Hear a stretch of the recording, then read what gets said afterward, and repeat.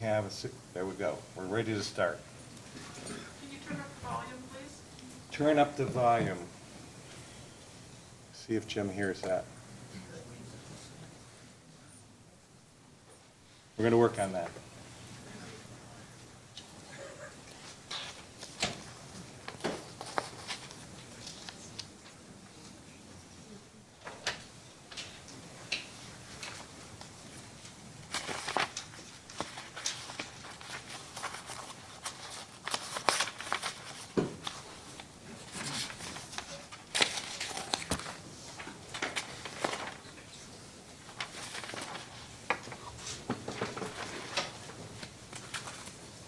Good. To the limits of our technology, we will do that. Okay, we're at the limits of our technology. We're going to do the best we can. We are on the record in case number 2019-00256, consideration of the implementation of the Net Metering Act. My name is Robert Cicero. I'm Vice Chairman of the Public Service Commission, and to my left this morning is Dr. Talina Matthews. If you have cellular phones, please set them to silent or turn them off. This is a public comment hearing to receive comments on the implementation of the Net Metering Act, which takes effect on January 1st, 2020. As we expect this to be a well-attended event, we will proceed in the following manner. Each speaker will have up to 5 minutes to make their public comment. If you have written comments you wish to file, please hand them to the counsel of the commission. Members of the general public will speak first, and I have a list that shows the order you signed in. We will then accept comments from the utilities, the Attorney General, the Kentucky Office of Energy Policy, and the Kentucky Solar Industries Association. Members of the general public will be called by name from the sign-in sheet. Representatives of utilities, the Attorney General, the Kentucky Office of Energy Policy, and Kentucky Solar Industries Association will be called by their organization. If your name is called to speak and you are in one of the overflow rooms, please make your way to this hearing room. When you step up to the microphone, please state your name and your address. Please be respectful of others that wish to speak by staying within your allotted time. Commission staff, this young lady over here will hold up a yellow card when you have 1 minute remaining, and when a red card goes up, it means your time has expired. So please be considerate of others that wish to speak by not going over your allotted time. So that being said, we will begin, and we'll call in the order, as I said, as you signed up. So apparently Kate Shanks was here very early this morning, and she gets to start us off. I was here early this morning. Good morning, Vice Chairman Cicero, Commissioner Matthews. I'm Kate Shanks, Vice President of Public Affairs for the Kentucky Chamber. Address 464 Chenault Road, Frankfort, Kentucky. Thank you for the opportunity to speak on this issue and for taking up this discussion. We supported the legislation that brings us here today, and we believe that the PSC was the right agency to study this issue and make decisions that are best for Kentucky.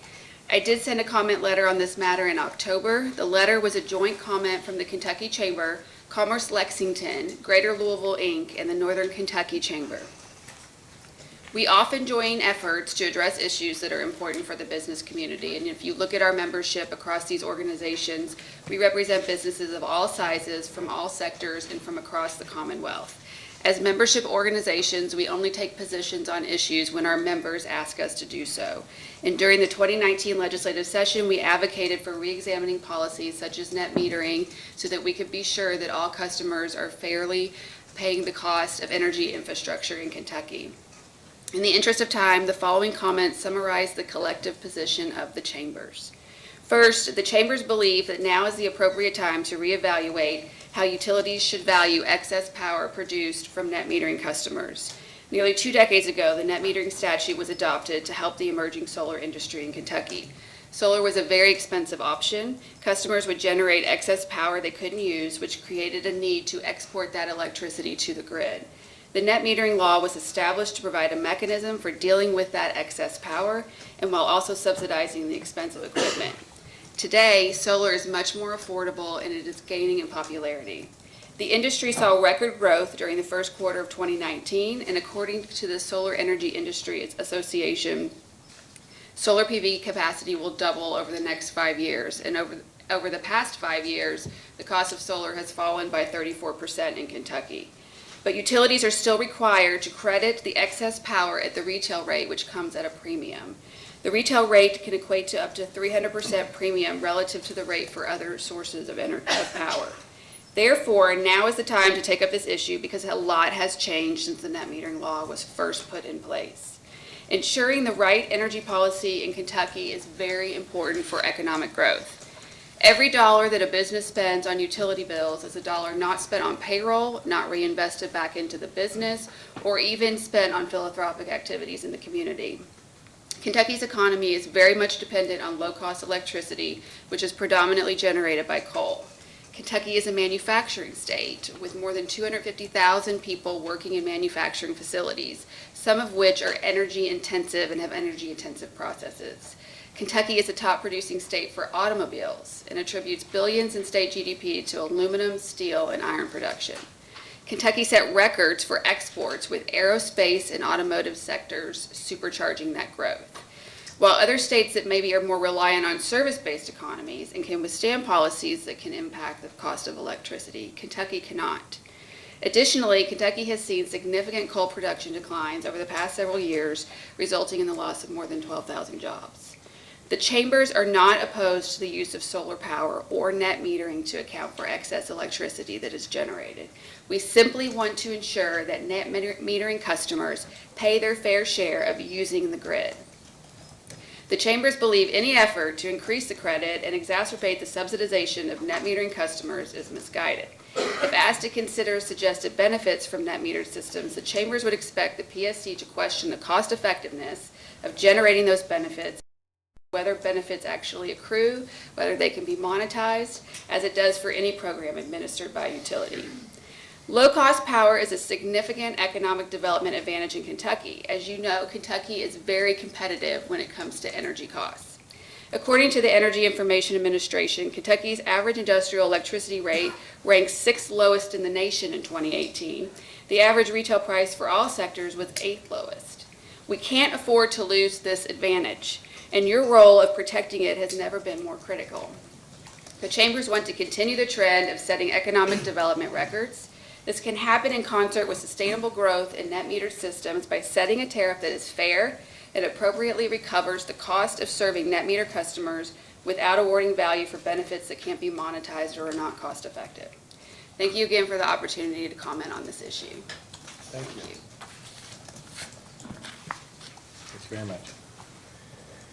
Okay, Bill Kerr. Pretty close car. Sorry. It's all right, everybody.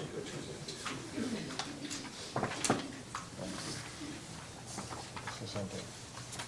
This one?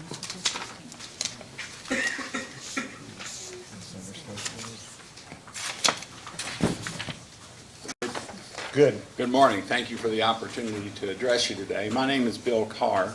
I live at 145 Hinton Cemetery Road in Sadieville, Kentucky. It was about a year ago, almost a year ago, that my wife and myself moved into our new home that was designed for solar. It was designed with SIP panels and highly insulated and all the things that we needed to do to make it energy efficient. LED lighting, 30 solar panels, and to make ourselves independent. Yes, we are connected to the grid. I did this not because I was concerned with my carbon footprint or whatever they call it, or saving the planet. I am a true believer in climate change. I live in Kentucky. A month ago it was 95 degrees. Today we're freezing. So yeah, we are climate changes all the time. I did it because it was economically feasible and made sense to me. And I'm sure that other forms of self-generated energy makes good sense to other folks of different types. And I hear now, though, that we're a burden on the utility companies and my neighbors, and I apologize for that. And so my solution is probably counter to what a lot of people here today are saying. I believe it's time to deregulate the electric utility companies and set us free. Let us make our own deal that is beneficial to us and whoever, our utility company, a third-party provider, whoever, what's best for them. Let us make our own deal. I know this will work because 28 years ago, I stood here, well, probably not here, I don't remember what building it was, but in front of the commission, and talked to them about area calling service and the deregulation of the phone companies. And that works and continues to work today. And they had all kinds of wires that they had to send voice and data communications over. We're sending electrons. So how does that work? Same way as the folks at, Berkeley Energy proposes that's in Pikeville, Kentucky. It proposes to service the Toyota plant, my neighbor in Georgetown, Kentucky. They'll use the same power transmissions lines, and they make those power purchase agreements. We would just have a whole bunch of little ones. That's a great big one. But we are able, and the technology is there today, to reintroduce competition into what is now and has been a regulated industry. And decades ago, it made sense and worked. But we are in a new era now. And that monopoly on this industry is no longer necessary, nor is it beneficial to the consumer. So my neighbor who I just apologized to with deregulation, they get the same choice as I, to choose who their provider is. And then everybody here today is looking for a fair deal. It's just in different eyes. So if we can level that playing field by letting people choose what they want to do. So 28 years ago, it was time for the phone companies to be deregulated. Today, it is time for the electric companies to be deregulated. Thank you. Thank you. John Cotton.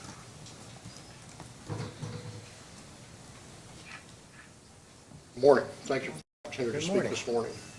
My name is John Cotton. I'm General Manager for Wilderness Trace Solar in Danville, Kentucky. The company was founded in 2015, and in that period of time, we've grown to 8 full-time employees, one temp employee that's currently with us for the next few months. This, depending on the decisions made here over the next few weeks, in addition regarding the rates, can have a very dramatic effect on my business. By the end of this year, we will install roughly 40 residential installations, all of those being grid tied. We'll have a few other installations that are commercial that are grid tied and a number of off-grid installations. But the bottom line is that represents the largest portion of my business.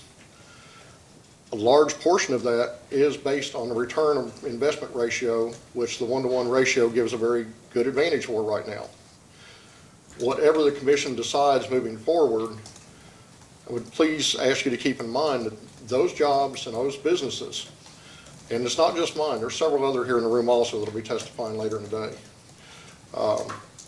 All of us rely in some portion on the net metering allowances to give our customers a good benefit. I think it's critical to remember those issues. I waited till the end of September to hire 2 more employees this year that I really could have used in probably July. And the only reason we finally went ahead and made the full decision to go and bring them online is because the amount of work we have right now and what we look like we have coming in next year allowed me with some amount of certainty to guarantee that they'll have jobs next year. I have several employees with young children. It's important to me personally that I provide for their families and that I do my job to keep this business running the way it's supposed to. There are a number of people that are going to speak later today who've got a lot of facts and figures. I'm not going to try to hash through those. I also serve as Vice President for the Kentucky Solar Industries Association. I don't need to waste your time with what they're going to tell you later on by bringing it up now. So I'll let those things come later on. But again, I just want you to ask and remember that, the small businesses that are out here are just that. We're small businesses. We're not large-scale utilities. We're not large-scale companies that have massive employment. But we are people that pay taxes. We are people that, have a place for people to go to work every day. And we want to continue to do that moving forward. I thank you for your time this morning. As I said, you'll hear plenty of other testimony from other people in the solar industry side of things that I don't need to rehash already. So thank you very much for your opportunities. You mind if I ask you a question? Yes, sir, please. What was the typical cost of your installation? Installations, not including the 30% federal, because I think it would give you a fair number. Installations roughly will run anywhere from around $23,000 to $30,000. If you include the 30% payback or 30% federal tax credit, which that's changing January 1st of this year, average payback ratio comes in around 8.5 to 10 years, 10 to, I'll say 8 to 11 years to be on the safe side.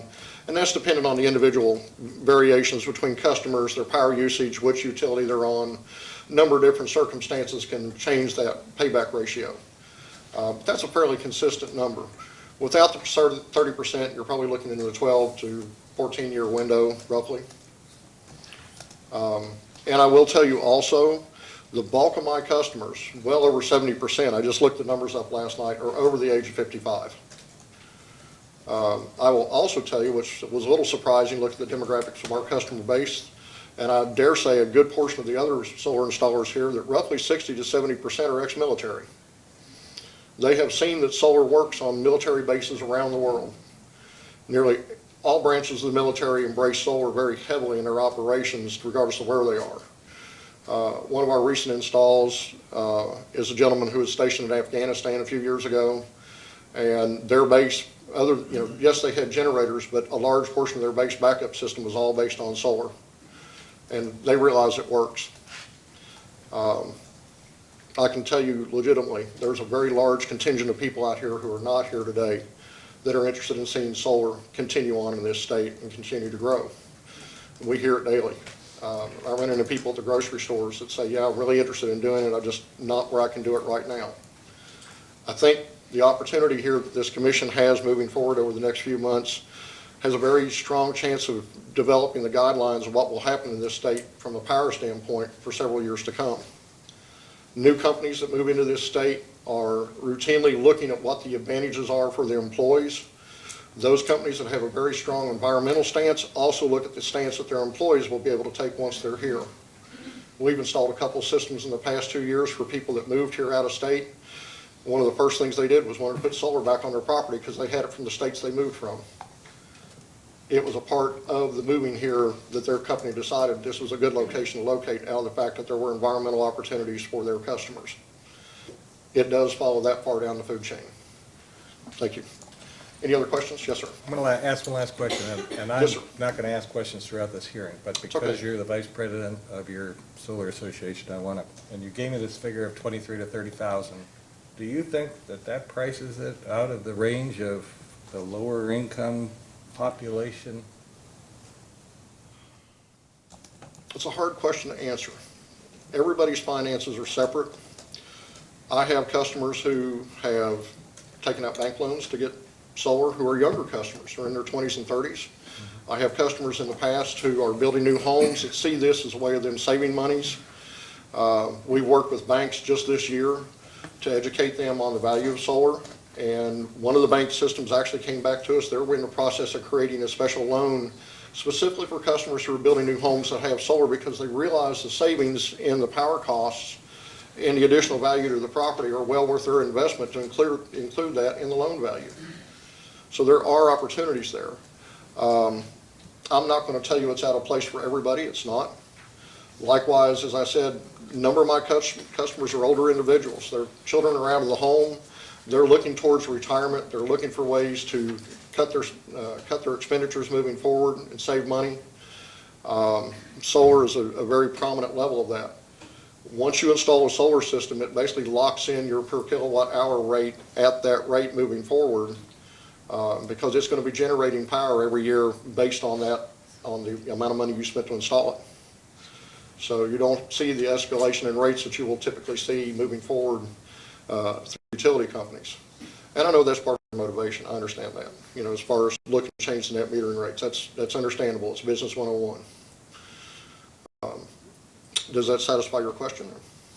Well, we're taking up a case, the home energy assistance. Forgive me, please. I can barely hear you. I'm sorry. I said we're taking up a case that has to do with assistance to low-income ratepayers. We are working very diligently right now, specifically in southeast Kentucky. We're doing a lot of work down there. We've developed a system working down there with a nonprofit that specializes in low-income and low-medium income homes, building new homes for that specifically area. Also, working with them. We're training their actually installation crew to work with us. We'll be providing materials and design services for them. A large portion of their company is made up of retired miners, or excuse me, not retired, but displaced miners. That was basically my question, is the fact that there's a level of ratepayers that don't worry about solar energy, they worry about the fact that they can't pay their energy bill. And that's why I'm asking the question as to whether solar energy is an energy source that is for a certain income level, and then after that, it's not. I'll disagree with that. No, I'm I think asking. I think the thing is we have to build a mechanism in order to work with lower income individuals. Okay. We're working on designing and building that now. That is in the way. Okay. Unfortunately, we lost a very valuable individual earlier this year in Blake Enlow, who worked with Southern Tier Housing down in Somerset, or down in London, Kentucky. He was very heavily involved in the low-income housing market, specifically through nonprofits throughout not only Kentucky, but also West Virginia, Tennessee, North Carolina, Virginia, in the Appalachian region.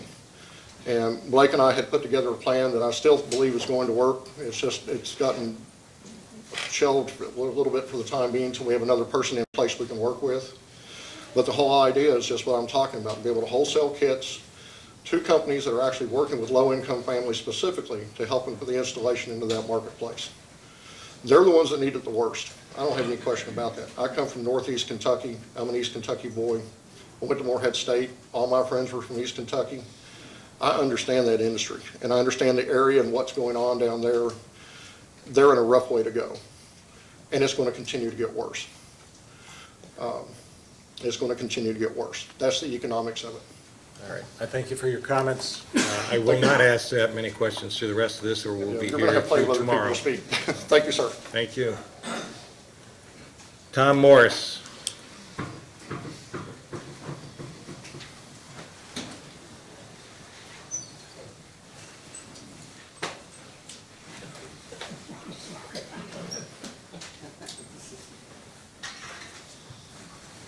That's a tight fit. Hello, my name is Tom Morris. I'm from Bowling Green, Kentucky. I am a small business person. I operate a sustainable housing company. And I would like to say, first of all, that even though the Chamber of Commerce says they represent small businesses, I don't feel like they represent me.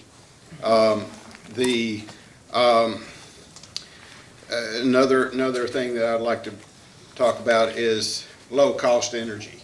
I think that's sort of an oxymoron. There are costs associated with our cheap energy that we need to take into account.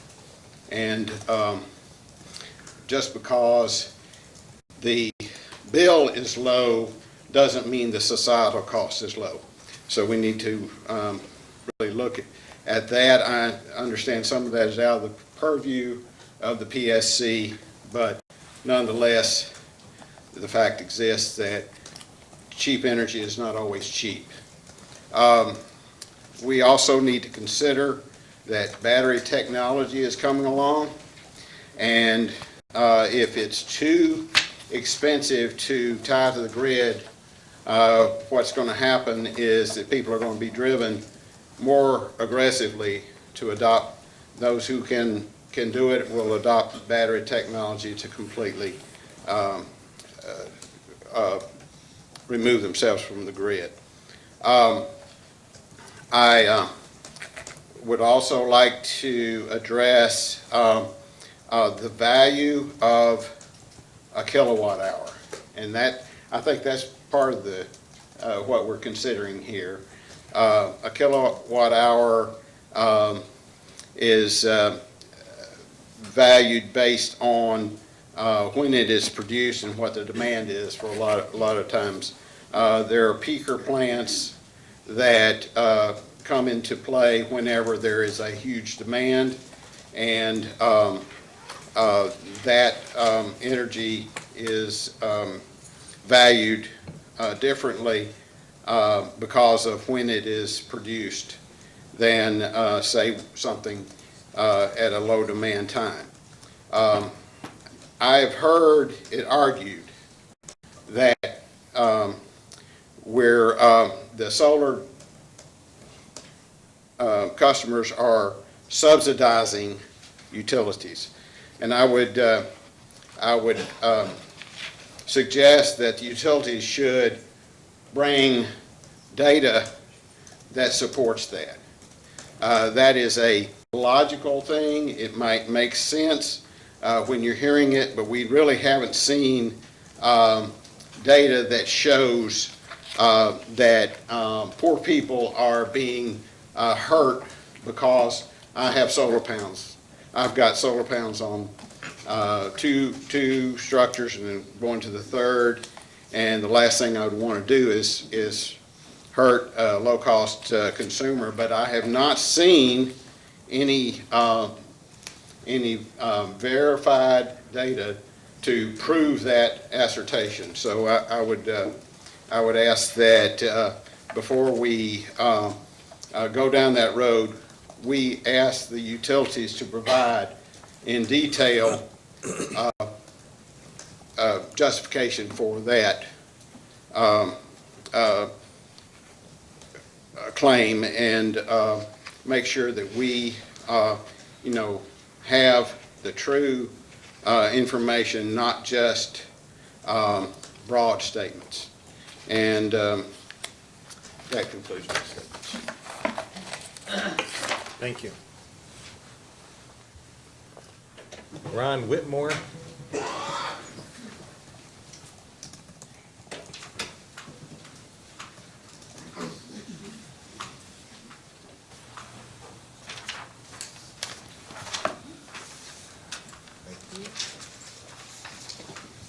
I want to thank the commission for allowing us to have some comments. From Alvinton, Kentucky, 281 Neely Road. My name's Ron Whitmore. I'm a retired pharmacist. I've been in the healthcare field for 50 years, and I've worked in Eastern Kentucky, so I'm pretty familiar with some of the problems with healthcare issues. That's one thing I wanted to address in regard to power production. As compared to non-renewable resources, solar-generated electric power is essentially non-polluting. Its economic value goes far beyond our current electric bill. As a non-polluting source, rooftop solar-generated electricity has significant economic benefits. These economic benefits are well documented and quantified. This should be reflected in a dollar value associated with rooftop generated electric power. Benefits of solar include significantly reduced healthcare costs related to environmental pollution from non-renewable sources. Fossil fuel electric generation has healthcare costs conservatively estimated at $100 per person per year in Kentucky. These costs are associated with widespread diseases related to particulate air pollution from fossil fuel generated electricity, such as black lung disease, which affects thousands of minors, and respiratory cardiovascular diseases impacting the general population. Solar generated electricity does not have mitigation costs related to fossil fuel extraction and combustion, which result in significant long-term water, soil, and air pollution. Examples include mitigation costs of billions of dollars to contain toxic coal combustion residues and reclamation of abandoned mining areas, which have long-term negative environmental impact. Several studies, like those published by the Harvard School of Public Health, show costs related to health and environmental damage from fossil fuel generated electricity add at least 10 cents per kilowatt hour to our electric bill. the Public Service Commission should consider the economic benefits of rooftop solar-generated electricity when placing value on its generation. Rooftop solar generators should be compensated for the full value of energy produced. The full value of rooftop solar includes external avoided costs, such as costs related to pollution by fossil fuel electric generation sources. By doing so, the PSC will not be abandoning the values of better health and clean environment, which benefits all Kentuckians. My statements and some documentation. It's right over here, thank you.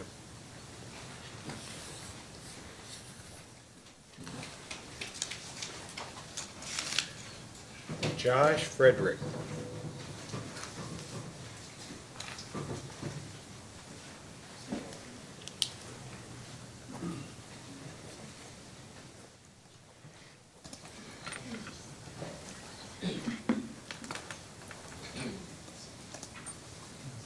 Hello, my name is Morning. Josh Frederick.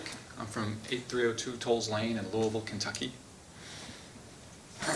I operate a small solar installation business in Louisville called Empower Solar LLC.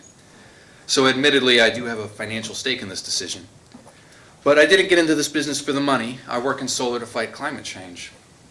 I hope that when you set a price on solar energy, you consider not just the costs and benefits to the utilities and the ratepayers, but also the benefits to the wider community of shifting towards renewable energy.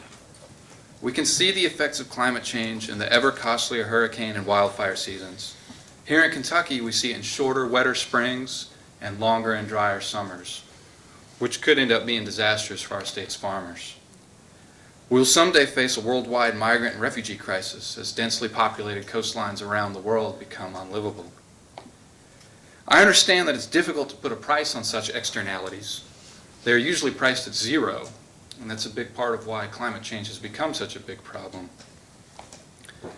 I believe that if your study took even a conservative account of the benefits of reduced emissions, you would find that distributed generation from rooftop solar is worth whatever retail rate the utilities are charging.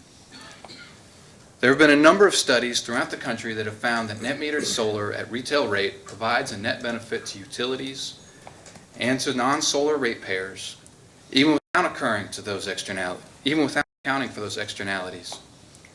The studies were done by the Vermont Public Service Commission, the Nevada Public Utility Commission, the Mississippi Public Service Commission, the Minnesota Public Utility Commission, the Maine Public Utility Commission, as well as a number of academic institutions. I would also like to address the excellent point that Chairman Cicero brought up a few minutes ago about solar not being available to ratepayers who struggle to pay their bills. The sticker price on a new solar installation does appear large, but with help from loans from Clean Energy Credit Union, I've been able to design, sell, and install solar systems that cost the customer nothing up front and that pay for their own loan payments through utility bill savings right from the start. Now, at this point, I can only offer such a system to somebody with a roof that is ideally set up for solar. But as the price of solar equipment drops and as the rates that utilities charge for electricity rise, I'm going to be able to offer that system to a wider and wider set of customers. I understand that your job here is complex and difficult, so I wish you good luck with it. Thank you for listening. Thank you.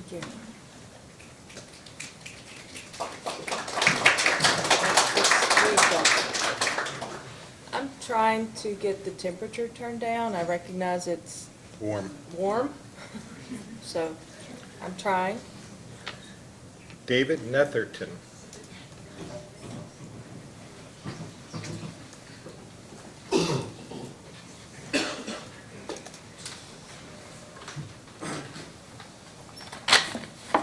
Good morning. Thank you for the opportunity to speak. I'm glad that we live in a society where we are allowed to do this and have a say-so in this process. My name's David Netherton. I live in Shelby Park in Louisville, Kentucky. I've worked in construction of various forms most of my adult life. While studying the art of dry stone masonry, I was reading about the history of the craft in Kentucky. The pioneers had cleared the land and built wooden fences. After 20 to 30 years, these fences began to rot. Looking for alternatives to the short-lived wood fences, our fathers came to the choice of stone for further fence building. Kentucky had an abundance of quality stone and plenty of Irish and Scottish immigrants with stone masonry skills brought from the Old World.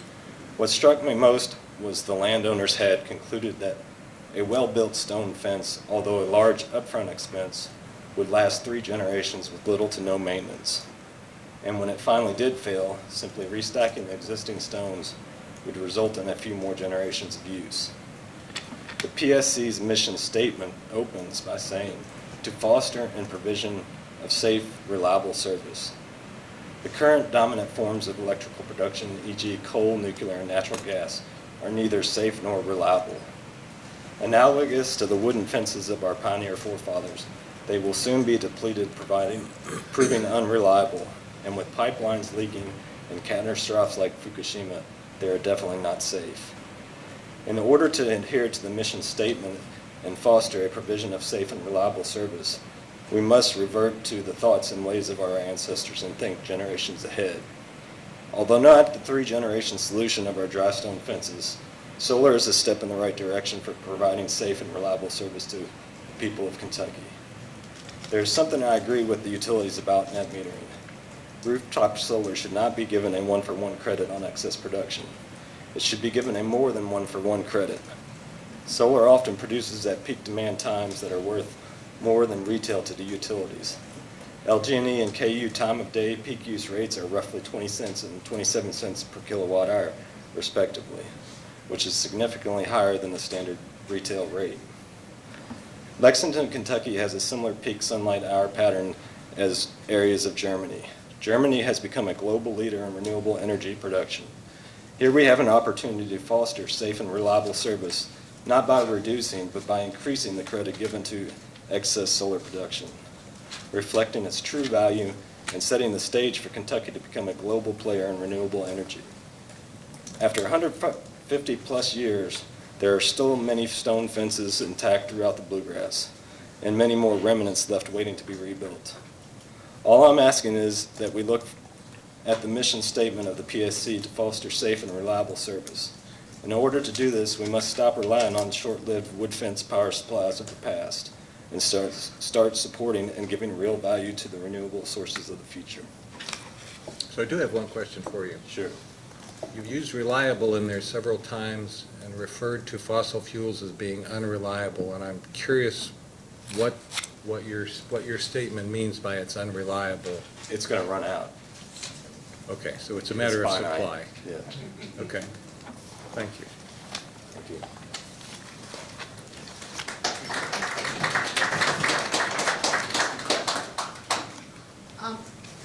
We have to remember this is a formal hearing. We would ask that we not applaud speakers that you may or may not agree with. Thank you for your cooperation. Yes, plus it takes a couple extra seconds, and at the rate we're going, we're going to be here for a while today. Eve Polly.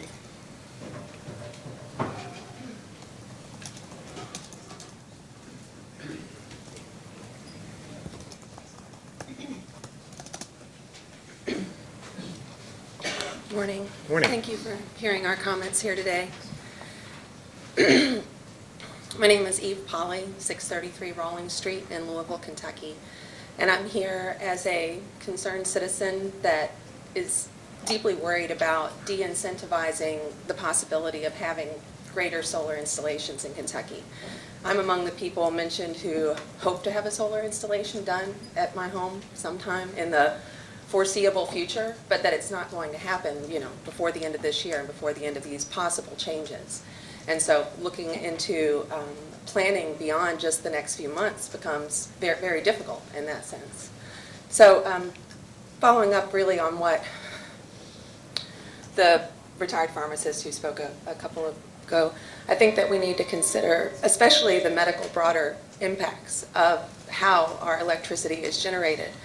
And that to just continue to take away incentives from a program that you say is already limited to a certain population to be able to reach is something that I hope that won't happen. So, thank you. Thank you. Carrie Ray.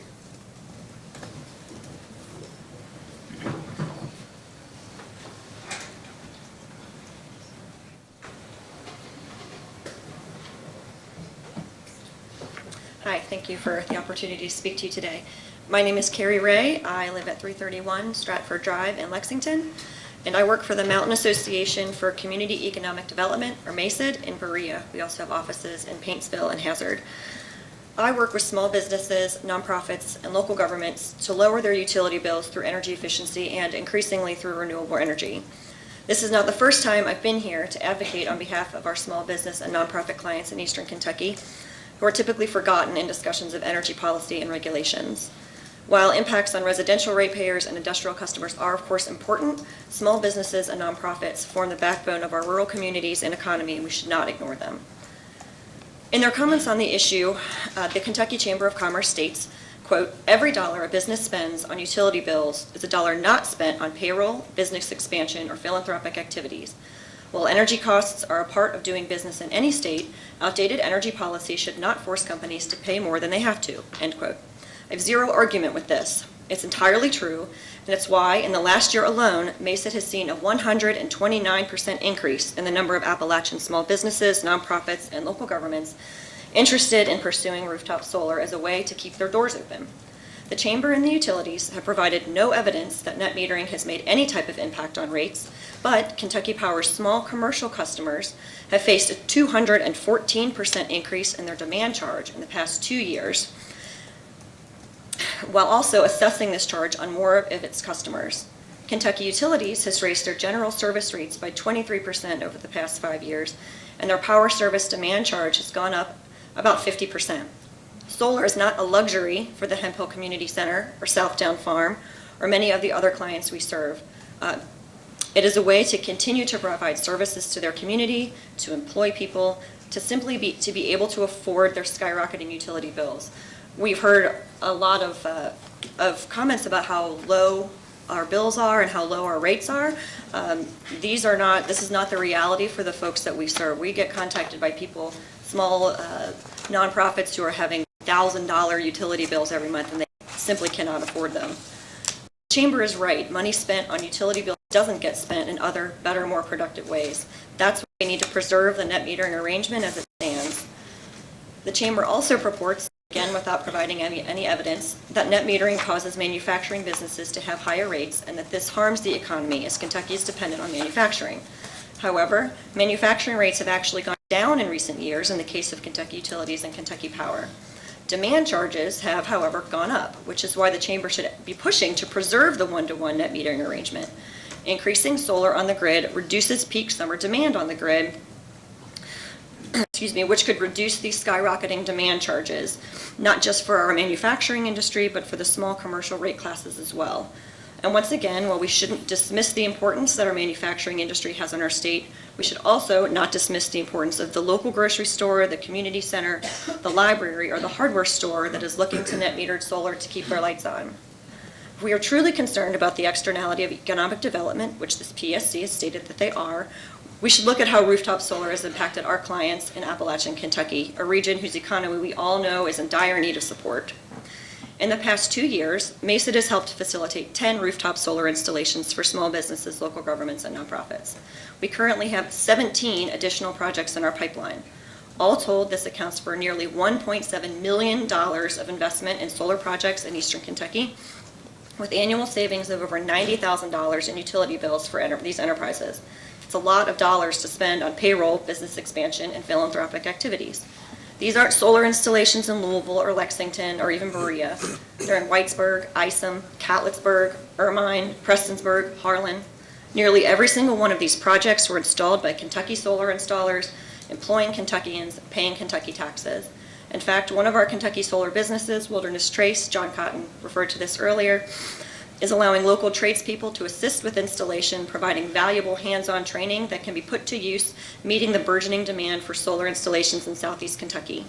And for all of these projects, existing and potential, they total 750 kilowatts of solar capacity, which is just 0.0005, I think I got all those zeros in there, 5% of Kentucky Power's generation capacity. Our monopoly utilities and their supporters say they aren't out to kill Kentucky's solar industry by ending one-to-one net metering, but it's hard to see how this won't happen. In New Mexico, the damage to the solar industry was so great that the legislature actually reversed their decision to cut net metering. After net metering was ended in Indiana, the growth of their solar industry dropped 93%. Cutting the net metering rate in half would, in most cases, double the payback period for solar installations for our small businesses and nonprofit clients. To think that this wouldn't keep people from investing in solar is wishful thinking. Change. I'm sorry, time is up. Oh, wow. Oh, man, I had a lot more to say. If you have written comments, I do, I have, there's some. then I'll be glad to take them from you. Okay, I'll have to get them from my colleagues. She has a could we ask you a Of quick course, question? I would be happy to talk more.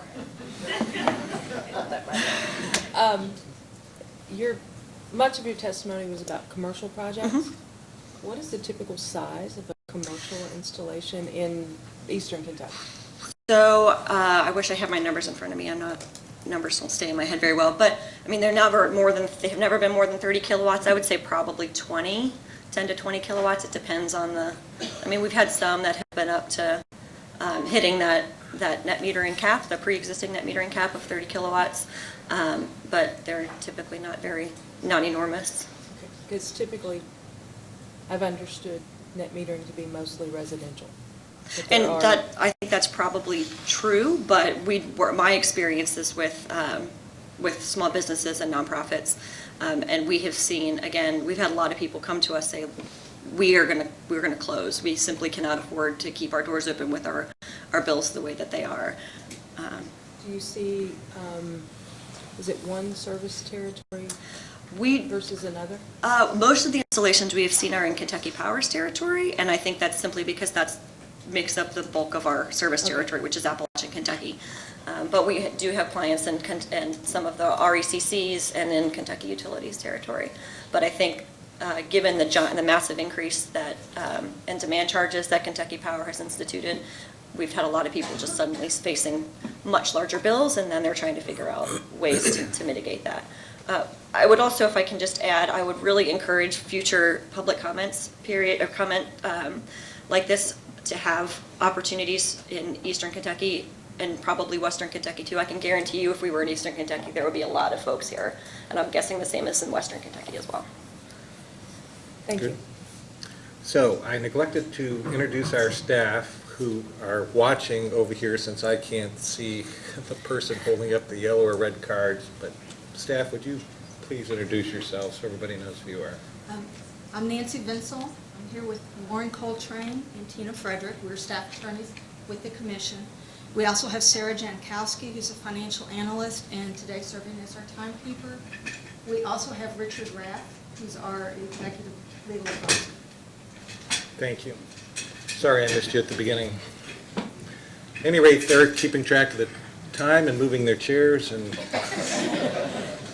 She's really strong. yes. Ready? Okay. Oh, you're going to move up so I can see you. Yes. Kathy Clement.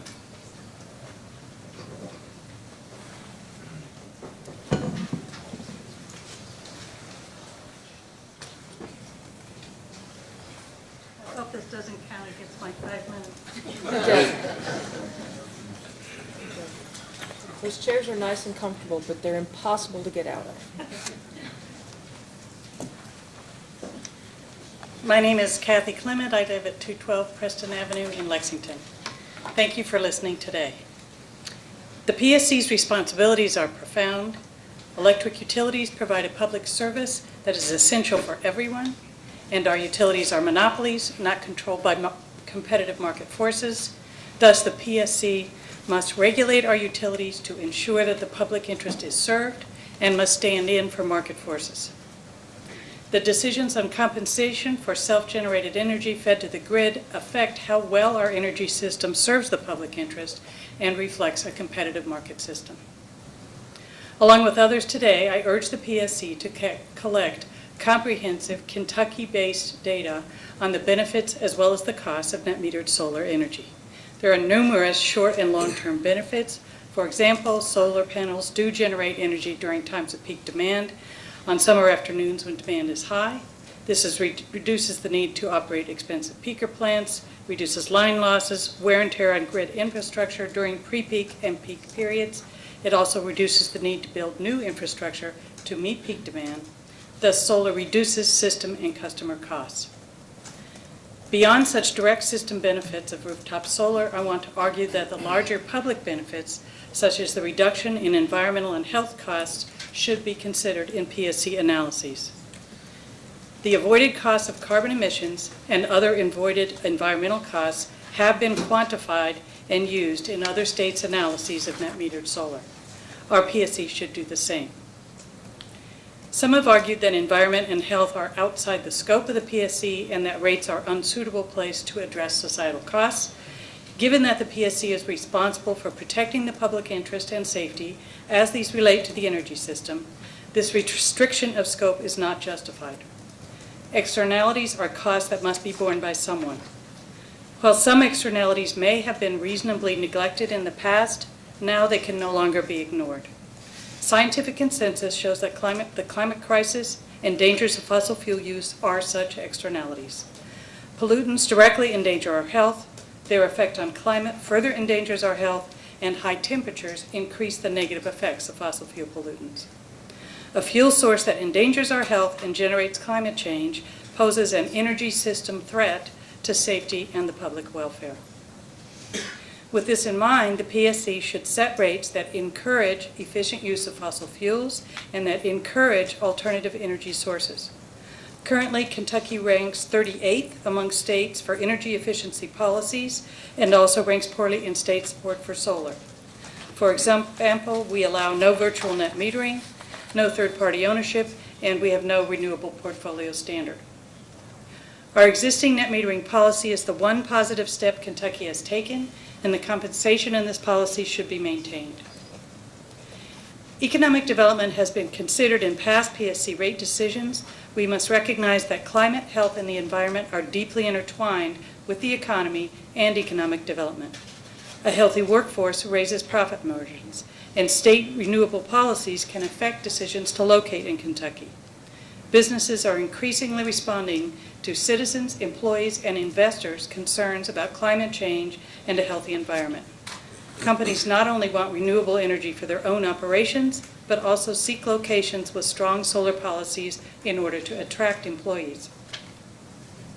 Kentucky's distributed solar, still in its infancy, has the potential to be one of our key alternatives to fossil fuels. At stake with SB 100 is the contraction or expansion of this protection of our health, safety, environment, and economy. Also at stake are equitable access to economic benefits of solar and consumer choice. Existing evidence shows minuscule cost shifting to non-solar customers. Thus, a reduction in compensation for energy fed to the grid would penalize people who choose solar and prevent lower-income customers from access to this resource. Finally, as stated earlier, our utilities are monopolies. The PSC must stand in for absent market forces. The advent of self-generation offers potential for some free market choice in Kentucky. The PSC should protect that choice. Polling evidence shows that Kentuckians, like other Americans, are concerned about climate change and pollution and support pro-solar policies. This suggests that greenhouse gas avoidance has market value, so in a competitive free market, many customers would choose safe and clean energy. We hope the PSC will make sure that utilities do not abuse their power and rates should not be used as an anti-competitive tool. Thank you for your service. Thank you. Pardon me, Vice Chair. I Yes. believe we skipped over one of the signed. Which one? Jesse Rathburn. You know, I was trying to decide whether I called that name or not, and we were doing introductions. I apologize. Jesse Rathburn, come on up. Thank you, Nancy. Thank you. Good morning. Good morning. My name is Jessie Rathburn. I live at 2440 Holy Cross Road in Loretto, Kentucky. I am here today as the Earth Education and Advocacy Coordinator for the Sisters of Loretto and the Loretto community. Our mother house is located in Loretto, Kentucky, in Marion County, where we have been living and serving since 1812. The mission of the Loretto community is to work for justice and act for peace, and we have long understood that justice extends to Earth as well.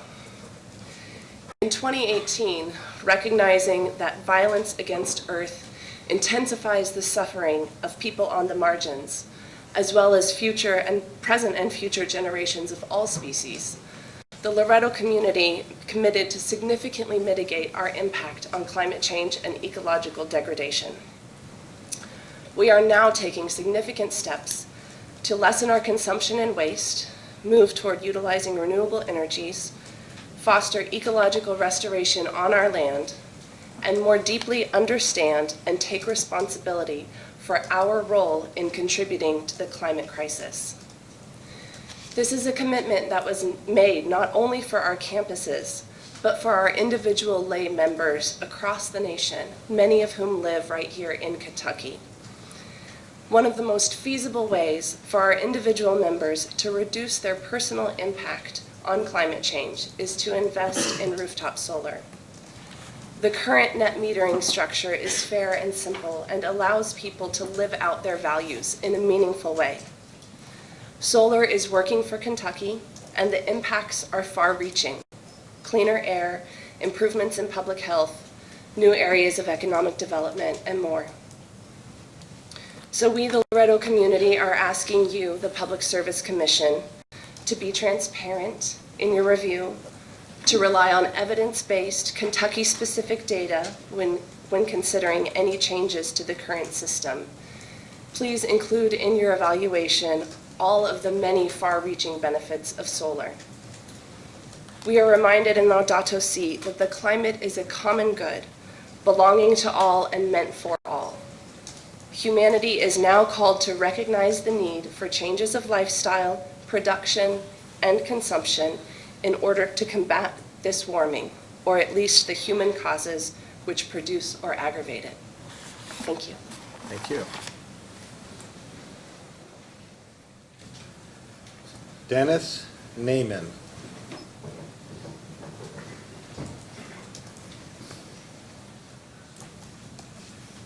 Good morning. My name is Dennis Naiman. I'm from Goshen, Kentucky, 10523 Buckeye Trace. I'm a lazy organic berry farmer in Goshen, Kentucky, with great concern about the impact of greenhouse gas-induced climate change on farmers and the health of life in the interdependent web of all existence. I'm also a small businessman in Louisville after a career in public education. I invested in solar panels for my rental house in Louisville and have contributed to solar panels in our church. I qualify for net metering personally for my rental. The one-to-one credit I will receive for decades was the main factor in paying upfront the cost of about $20,000. I can recover my cost in about 12 to 14 years. Under current law, this rate of reimbursement for clean energy that my panels generate may decline unless you choose to support the growth of solar by keeping net metering rates at least as they are.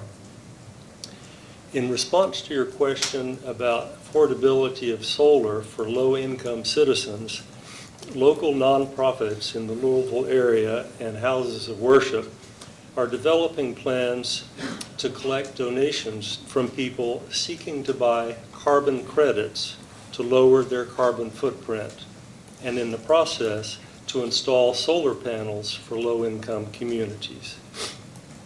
How can the Public Service Commission help extend net metering to support this collaboration, this third-party ownership, to lower the impact of carbon-heavy, high-priced electricity? Thank you very much for your attention. Thank you. Andy McDonald.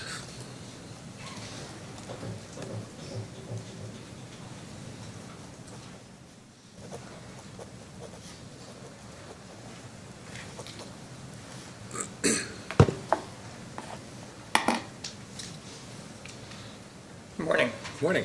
My name is Andy McDonald. I live at 7134 Owington Road in Frankfort. I'm a customer of Kentucky Utilities. Thank you for opening this proceeding to receive public input regarding the implementation of changes to Kentucky's net metering policies. My wife and I operate a small organic farm and sell produce at the local farmers market.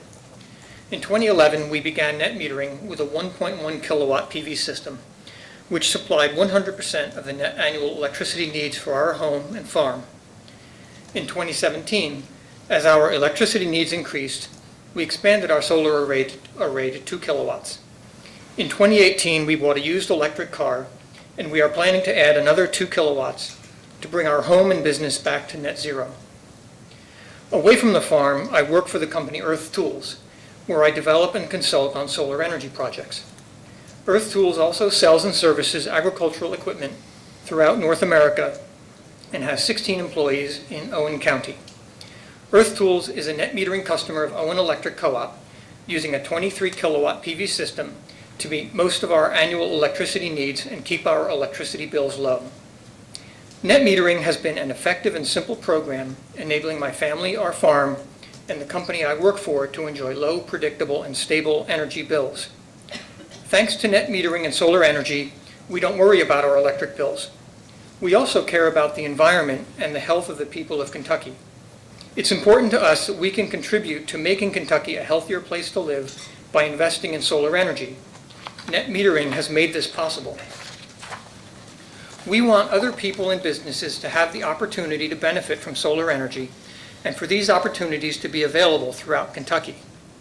The decisions you make implementing the Net Metering Act of 2019 will determine whether Kentuckians will continue to have access to affordable solar energy or whether the door will close on this opportunity in Kentucky. I have been actively engaged with net metering policy since Kentucky's initial law was passed in 2004. In 2008, I participated in the passage of the updated net metering law and the development of Kentucky's interconnection and net metering guidelines. Based on this experience, I have filed detailed written comments and asked the Commission to give attention to those comments. Net metering has been a foundational policy enabling the growth of a solar PV industry in the United States and here in Kentucky. It has the virtues of being simple, clear, predictable, and consistent, qualities that have been supported by the state's interconnection and net metering guidelines, which established uniform policies and procedures across all regulated utilities in Kentucky. The predictability of net metering has enabled customers to make long-term financial investments in PV systems with very reliable returns on investment. This has enabled solar businesses to grow and develop a market for this technology. Net metering has the additional virtue of being a very low-cost policy to implement. It requires no taxpayer investment and has a negligible financial impact on utilities and ratepayers.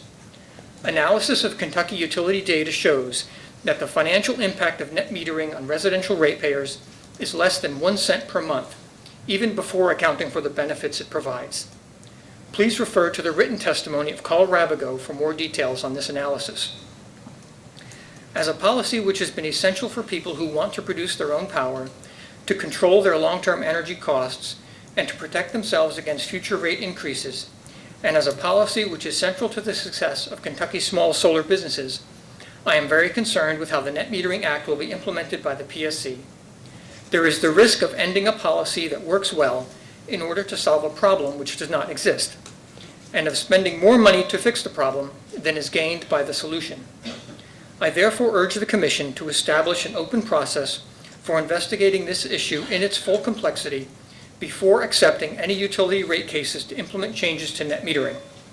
The value of solar has been studied extensively in many parts of the United States and merits careful consideration in the Kentucky context. While each utility has unique characteristics, there are a host of common issues relevant to all utilities regarding the benefit-cost analysis of distributed generation. A single administrative case to investigate these issues and establish a common methodology for determining the value of net metering would be the most efficient use of Commission, ratepayer, and stakeholder resources. This would help to prevent the creation of a mix of policies and approaches unique to different utilities, which would be detrimental to ratepayers interested in using solar energy and the businesses that serve them. Thank you again for your attention. I have several additional comments to share with the Commission, which I will submit along with these comments. Can I ask you a question? Yes. You're going to ask a question as well? Yeah. You said that you would like the commission to open an investigation including all utilities rather than, and have a uniform rate. Just so I understand what you said, could you clarify that? Not to establish a uniform rate, but to investigate all of the relevant issues with all the utilities and stakeholders involved and establish a methodology that the utilities will use. There has been a lot of the research that's been done around the United States has involved developing the methodology that the utilities use to determine what the value of net metering is to that utility. So rather than taking each utility individually and figuring out what it is, what process to use for that utility, and then bringing another utility and kind of go through what's the process we're going to use for this utility, establish what the base method is in a single case, and then when the utilities bring their rate cases, you have a formula that you will be able to use to apply to those utilities. So just to clarify, when a utility applies for a rate change, the methodology is always the same. We ask questions, staff analyzes the data, and the methodology of determining what the rate will be is done through the same process over and over again. So the methodology, the net metering will not change the methodology that we use. We will evaluate everything, all of the data that we have, and we do it consistently. We don't look at a utility and say this utility is different than this utility. The only thing that changes is the source of revenue, the costs that are involved, what's permitted or not permitted, the level of assets they have, and those kinds of things. But the methodology stays the same, and I'm just saying that for your benefit, okay? Well, if I may clarify, Sure. I'm referring to the methodology for determining the value of net metering and distributed generation. And that is a contentious issue. The factors that feed into what provides value to the utility and ratepayers in terms of avoided energy, avoiding use of peaking plants, infrastructure costs, economic development. Those factors that feed into what is the value of distributed generation will be subject to debate and have been debated by and investigated by utility commissions around the country. And so I believe an administrative case is needed to determine which categories of value, which will be counted, and what goes into determining the value within those categories. Do you think those are hard values? I think they are values that can be quantified and can be determined, but I don't think they're not issues that have been addressed in your standard rate cases because they apply specifically to distributed generation and solar. Typically, it's known and measurable, and subjectivity makes it a difficult valuation to determine, which I think is what you're looking for in terms of impacts on health. I know I've heard several comments that talk about the health and its detriment because of fossil-generated energy and those types of things. And the commission definitely has a limitation on how much they can look at from a subjective basis just because of the statute that we operate under with the legislature. So I'm just throwing that out there to tell you it's a difficult thing to do to establish those types of values. Yes, but I am not only speaking about externalities there. The Solar Energy Industry Association has submitted comments which reference many of these studies I'm talking about. And the list of factors through which solar distributed generation provide value to the grid, to the utility, to ratepayers is extensive. And in fact, one of these studies shows a chart that shows the values and the many studies that have been done and which of these categories these different studies or these different states have considered. And so we can't assume that our PSC is going to, which of these value categories the PSC will consider in their valuation methodology. It requires a deliberate process to determine which of these categories of value which will be considered. And I don't think that we should wait till the first rate case for the commission to open up and say, oh, should we consider the infrastructure, the benefits to distribution infrastructure or not? I think that should be considered beforehand so that we go into the rate cases knowing what the methodology is, what the process is for coming up with the value of distributed generation. I think that's the purpose of having this hearing before the law takes effect in January, is to try to have a head start on how things work. I appreciate that, but it's my belief, and I think others may speak to it in more detail, that further deliberation and exchange with stakeholders will be needed. As in any process, it takes time to go through the data. Otherwise, you're just assembling data and not putting any value to it because you run through it too fast. And that's why it has to be a deliberate process. It can't be a pace that goes beyond the capabilities of the organization that's evaluating the data.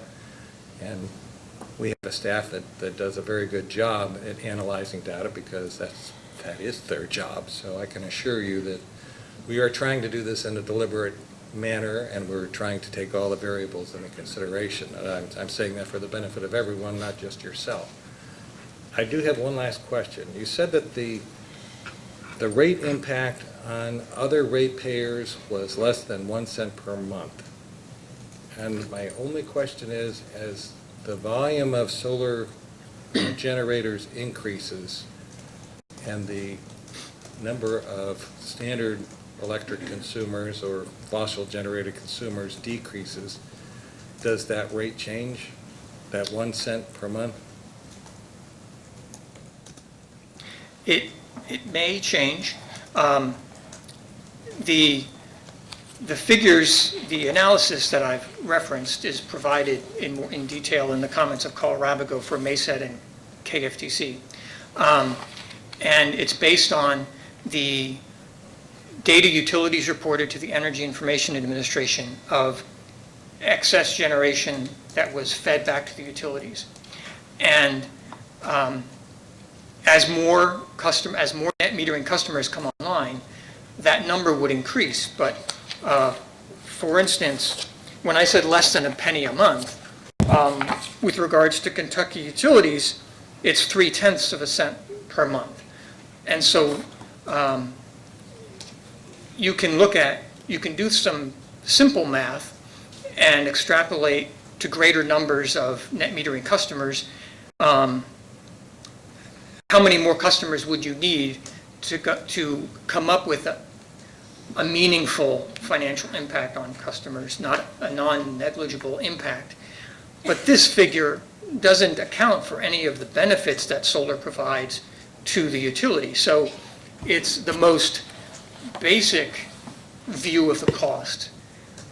I would say it's the upper limit of the cost impact because no benefits are being accounted for. Okay, well, thank you. Thank you. Just a follow-up. Is your suggestion that we do what is commonly referred to as a value of solar docket?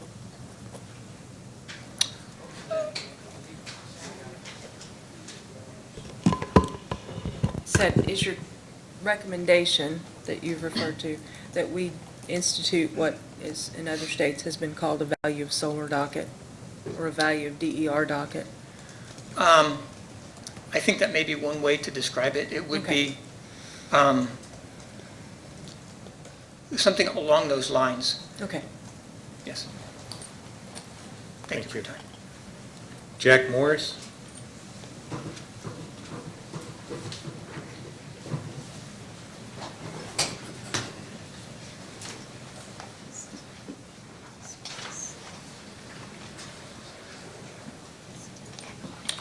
Thank you. My name is Jack Morris. I live at 827 White Oak Road, Stamping Ground, Kentucky. I have been a net metering customer since 2016. The rate of compensation for net metering customers is the charge you have been given. These are a few of my thoughts on what that means to me. The value of solar has been asked and answered before by various PSCs and PUCs. Let's take a realistic low end as somewhat below the retail price of standard electricity. The highest estimate I have seen is almost 20 cents higher than the standard retail rate. All the range between these two extremes is used. This tells me that PSCs and PUCs will determine the value of solar similarly to how they value renewable energy. I suspect you will do the same. You have said that you are constrained by legislation. You are experts at wordsmithing and will use your skills for whatever you decide.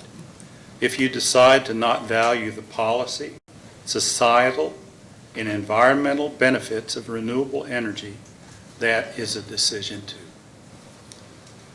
But you are not the only group putting a value on renewable energy. The Solar Share program of LGEKU comes to mind. Its first phase is fully subscribed, and they are working on subscriptions for the second phase, despite it being a very bad financial deal that just gets worse the more shares you buy. I never thought they would get this far. Are these subscribers crazy or stupid? I know some of these folk, and they are neither crazy nor stupid.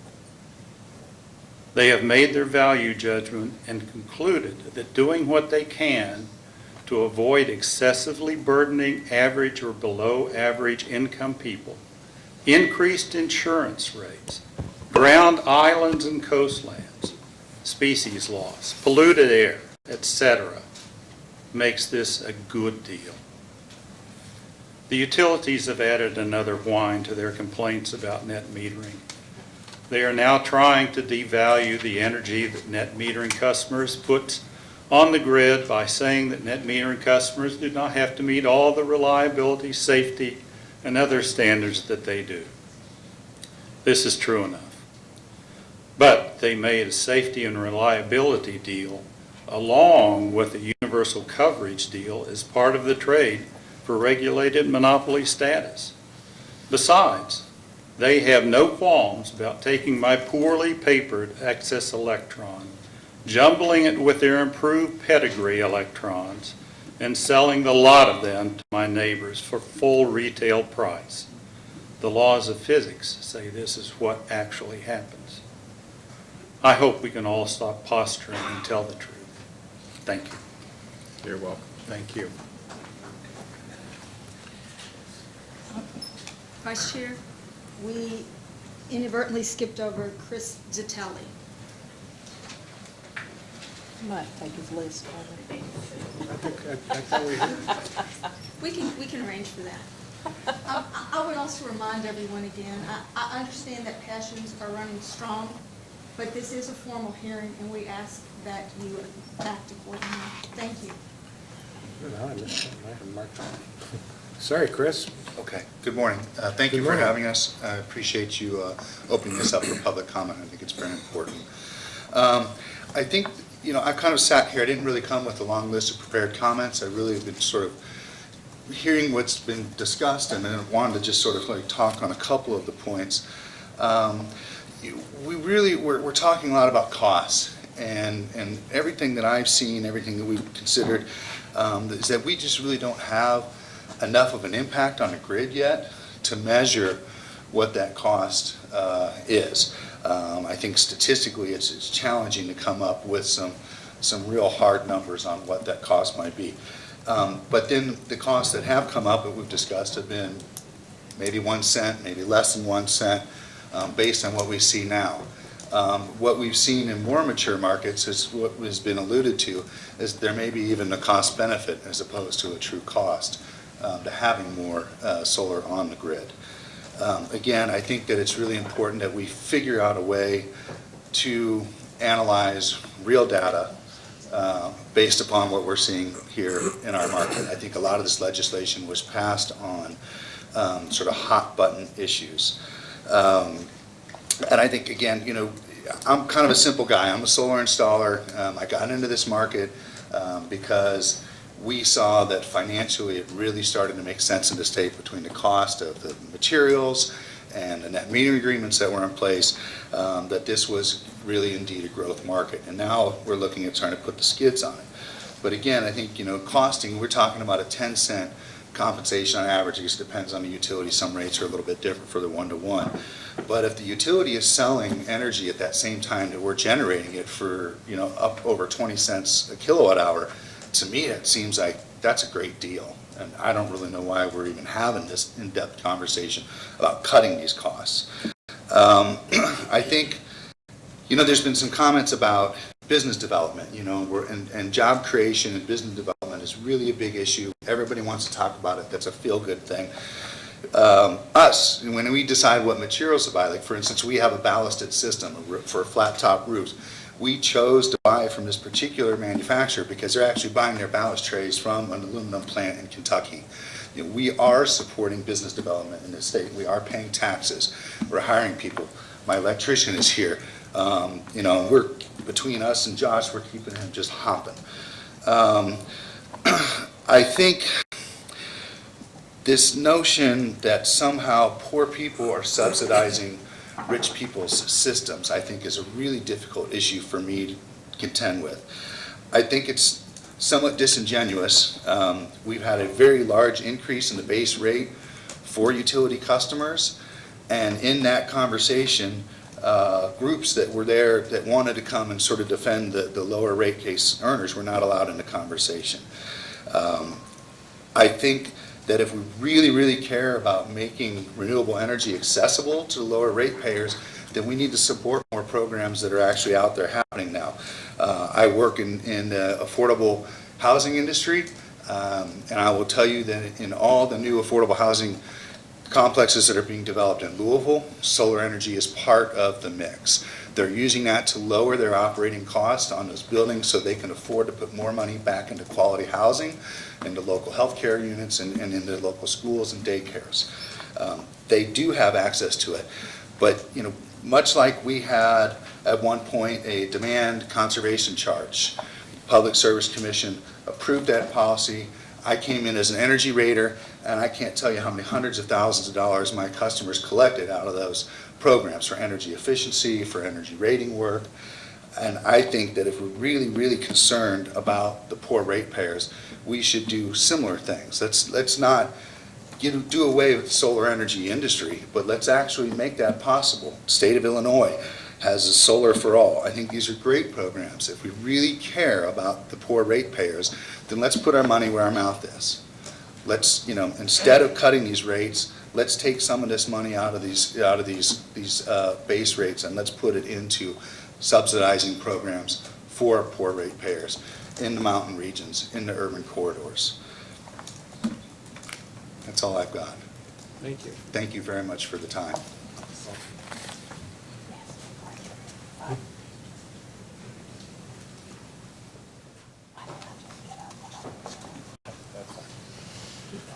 Okay, Nancy, I'm going to make sure I'm on target here. Is Carl Rabago next? Yes, that's correct. Carl Rabago.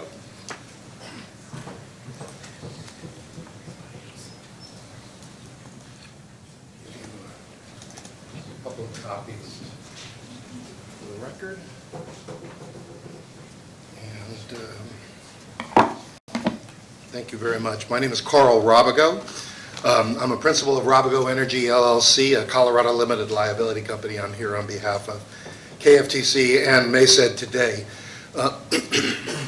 And I'm going to fly through this to try to stay within my 5 minutes and hit a lot of points here.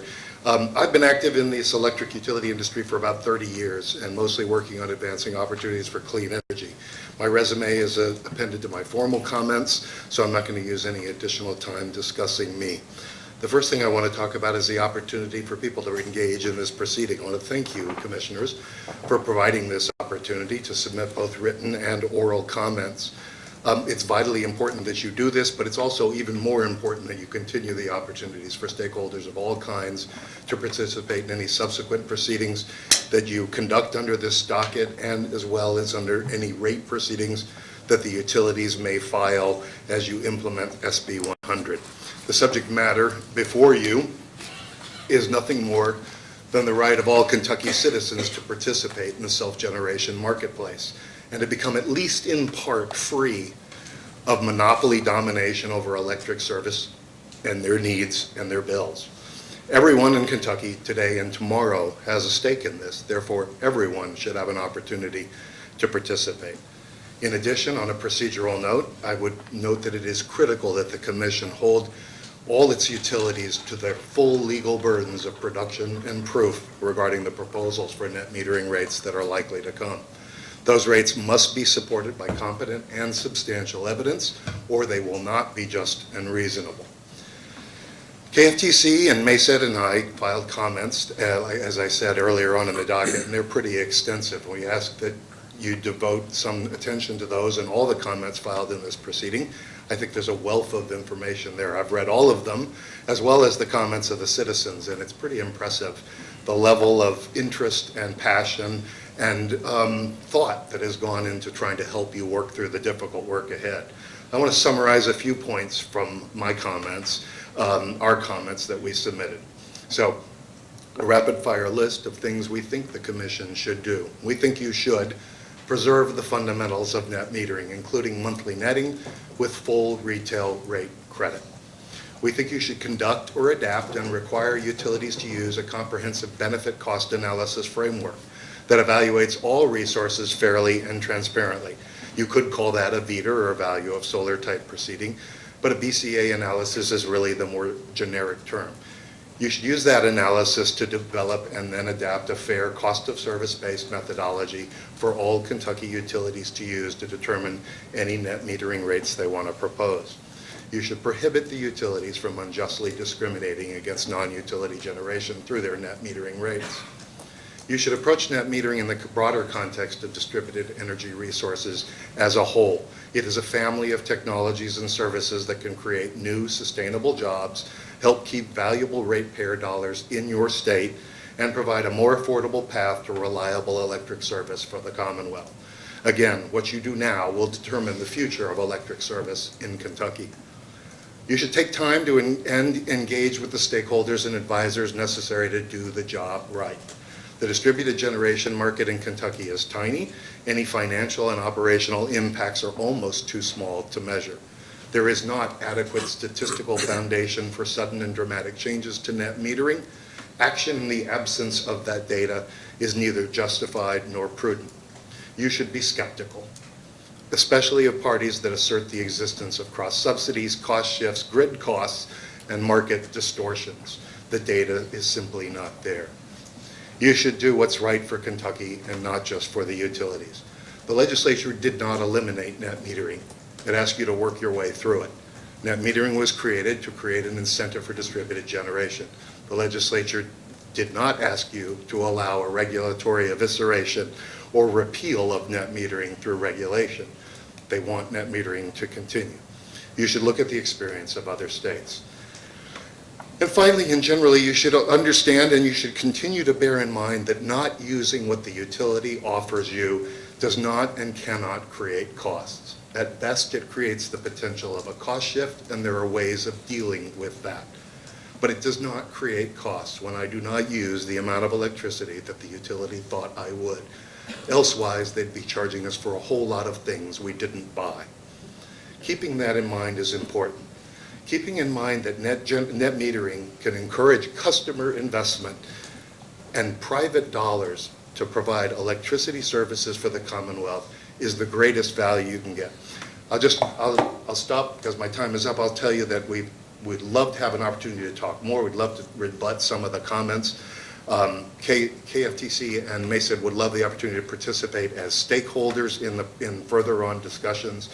And my written comments, I already mentioned, but I've also provided a written version of these, as well as several rebuttal points. So thank you so much again for your time and attention to this matter. Thank you. Joetta Veneman.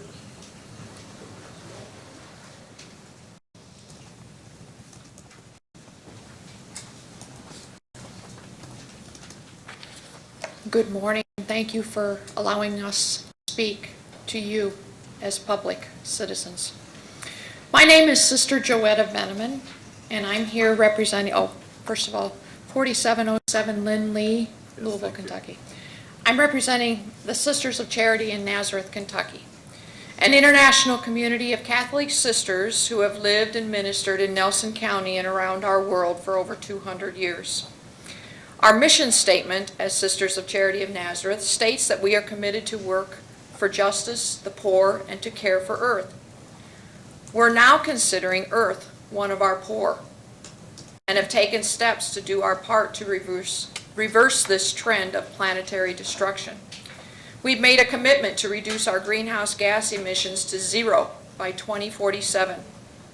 Why? Because we notice that our planet is warming. There are increasingly more and more catastrophic storm events. We have ministries in disaster relief, and we have been to Houston, New Orleans, and West Point, Kentucky, where we've seen firsthand how these storms have impacted people's lives. In order to lower the greenhouse gas emissions that impact the warming of the planet, we've also installed solar panels with the hopes to do more.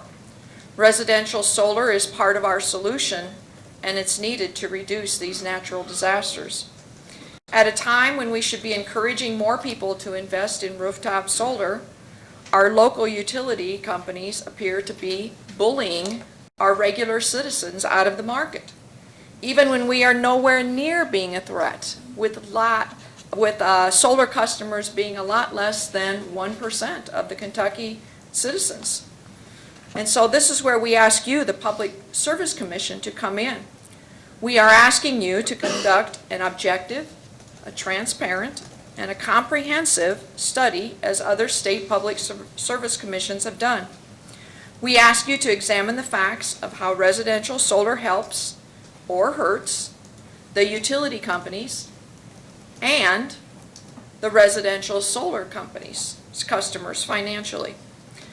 We ask you to compare documented costs and benefits, and please count up the full cost benefits with solar energy that it provides to our state, including our clean air, the lowering rates of asthma in our children, the reducing of dependence on imported fuels and coal, and our economic development.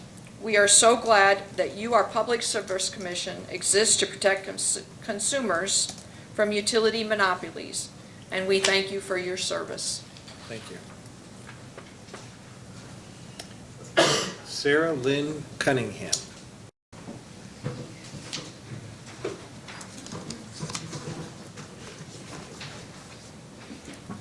We are probably just going to continue to chug through this until I receive some word that staff needs a break, but otherwise, for everyone else's benefits, the restrooms are outside to the right and to the left, and you're more than welcome to go whenever you need to. I'm sorry, go ahead, Sarah. No problem. Plumbing's important. My name is Sarah Lynn Cunningham. I live at 1711 Edgeland Avenue in Louisville, Kentucky. I am a licensed professional engineer by the state of Kentucky. I run a small engineering practice. Most of my revenue for the last few years has come from overseeing solar installations. The Chamber of Commerce does not represent me. I am a foster mother of 1, a grandmother of 4, an aunt of 7, and a mentor of 1. I am the executive director as a volunteer of the Louisville Climate Action Network, which currently includes 30-plus organizations, both for-profit and not-for-profit. And I submit to you guys that I, and like everybody else in this room, is a stakeholder. Period. I participated in the legislative process of the last 3 years by which we got the Senate Bill 100 that has us here today.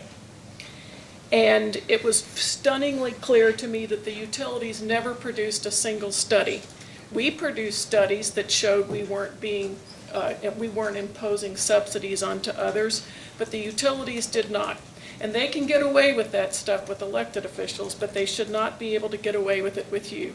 I hope with everything I have that you please require them to defend their claims, because I don't think they can do it unless they cook the books. It's very Embarrassing to me that this bill was passed only after they spent $327,050 on campaign donations. It says to me, my government is for sale, and that's really shameful. I spent years working behind the Soviet Union, or the former Soviet Union, at the behest of my federal government, and I was always supposed to tell these people about making their economy and their environment better for their people, but I was also instructed explicitly to incorporate the messages of government transparency and accountability and true public service for infrastructures, because I'm an infrastructure engineer. It really embarrasses me that in this country now we're letting corporations run amok without the proper checks and balances because they can buy off our legislature. That is not your fault. I'm very aware of this Section 5 and how it rigs the game. People like me said, we're fine to go before the Public Service Commission. We're cool with that as long as it's fair, but this Section 5 appears to me to be unfair unless you include in that word cost, avoided cost. And I think that it's really important to note ethically, this is what I learned in school as an undergrad, if you cannot perfectly account for avoided cost and benefits to a society, it doesn't mean you get to zero them out. You do your best and you still count them because they're still real. As somebody who's worked in public health, these benefits have been documented for a long time in dollar values. I think it's only fair that you count them. I've gone off script here. I want to say that I spoke to a very high-ranking Republican senator this summer when she gave a presentation summarizing the 2019 session. And when she referred to this bill, she told the audience that it was going to set the Public Service Commission up to evaluate the cost and benefits of customer-owned solar. So afterwards I said, you know, it doesn't really explicitly call for any benefits. It just says what benefits the utilities. No surprise, they wrote the bill. She looked me straight in the eye and she said, oh no, the utilities told me that this is supposed to be fair, that we're supposed to be looking at avoided costs too. So I just want you to know, I'm not going to name her. I don't think this is quite what she had intended or what she had understood. So what I really want to stress is that it's super important that this be above board and that they have to prove their claims. And I just keep thinking about how we didn't let Ma Bell control all landlines. We certainly didn't let Ma Bell control all mobile phones. And I don't think we should let the utilities control the sun. Because my nieces, my grandchildren, and my mentee, they have a future. I'm getting to be kind of old, but these people have their whole lives in front of them, and it's outrageous that we're going to let profit get in the way. I don't understand why we have monopolies if we're not going to balance them. Actually, I do understand, but you know what I mean. Thank you. Thank you. Virginia Bush.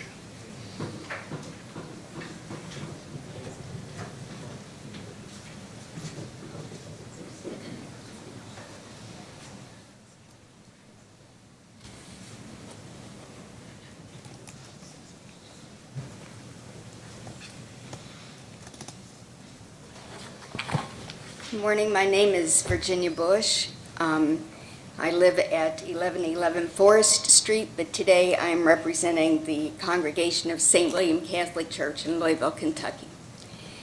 At St. William, I am the health ministry coordinator, and my profession is nursing. St. William is a congregation that is in West Louisville, and we installed solar panels several years ago. Because we were becoming more and more aware of of climate change issues and also of pollution issues in our city. St. William is, as I said, in West Louisville, and year after year we are in the 40210 zip code, and year after year the Louisville Health Equity Report shows that the 40210 zip code has the worst health outcomes of anywhere in the state. And so because of that, we began looking at what are the issues. There's the toxic brownfields, chemical plants that are there, and air pollution. And air pollution due to coal ash waste, air pollution due to small particulate matters is causing asthma and heart problems. So due to all that, we did decide to put up some solar panels. So at this point, we're asking the Public Service Commission to consider the full cost. As many people have said, the health outcome costs those are given to the people in the state. Those are borne by the people who are ill, who pay medical bills. They are never part of the equation. And so from our understanding, the Public Service Commission has the mandate right now to use the cheapest source of energy. Well, coal from eastern Kentucky, western Kentucky, and all across the state, all of the impacts of it are not the cheapest sources of energy any longer. And so we're asking you to consider the full impacts whenever you make this decision, because if anything, the people who put solar up, whether it's for ethical reasons or economic reasons, they are bearing the burden of infrastructure for the utility company. And so it makes no sense at all that we are going to reduce what we pay back to them. We need to be making this affordable for everybody, including the poor people that LIHEAP subsidizes and every other organization subsidizes. We pay utility bills for people all the time at our congregation, and that's, because their infrastructure, their homes are so leaky, and then, we don't have the possibility of helping these people to make good conservative measures to tighten their homes, to use less energy, and to be healthy. And that's what we're asking for, is for y'all to take into full consideration all of the costs. So it's not the lowest cost. It's safe and reliable, fair, just, and reasonable. So there's always going to be not necessarily the lowest cost out there, but the fair, safe, reliable, known, measurable, all those things come into account. So it's not necessarily the lowest cost, but protecting all of the parties that are involved, which is what we're trying to do right now. Thank you. Thank you. Rachel Norton.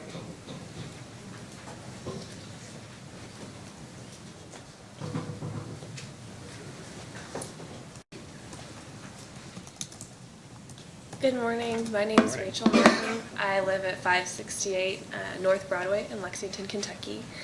Over the past year and a half, I led an effort in Lexington, Kentucky called Solarize Lexington.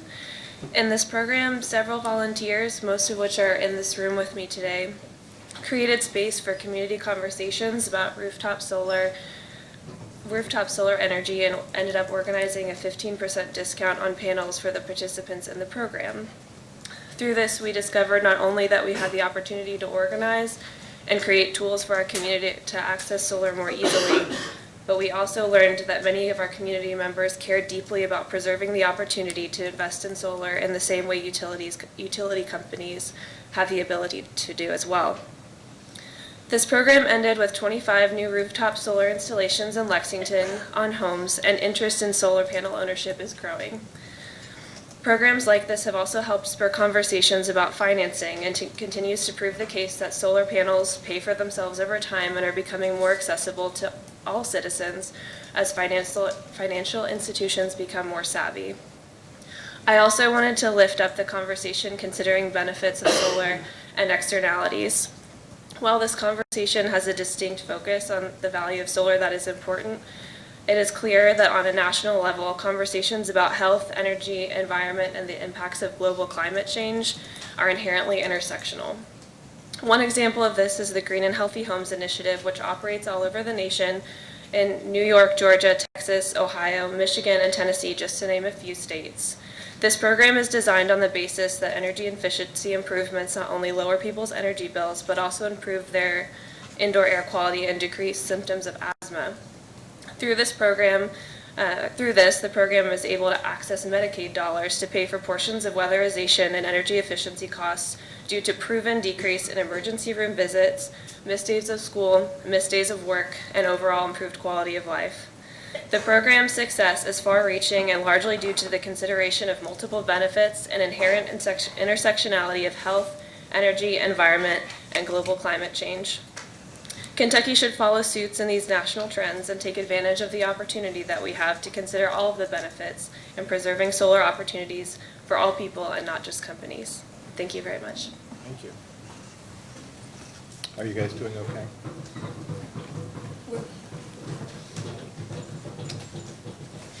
Joetta Prost?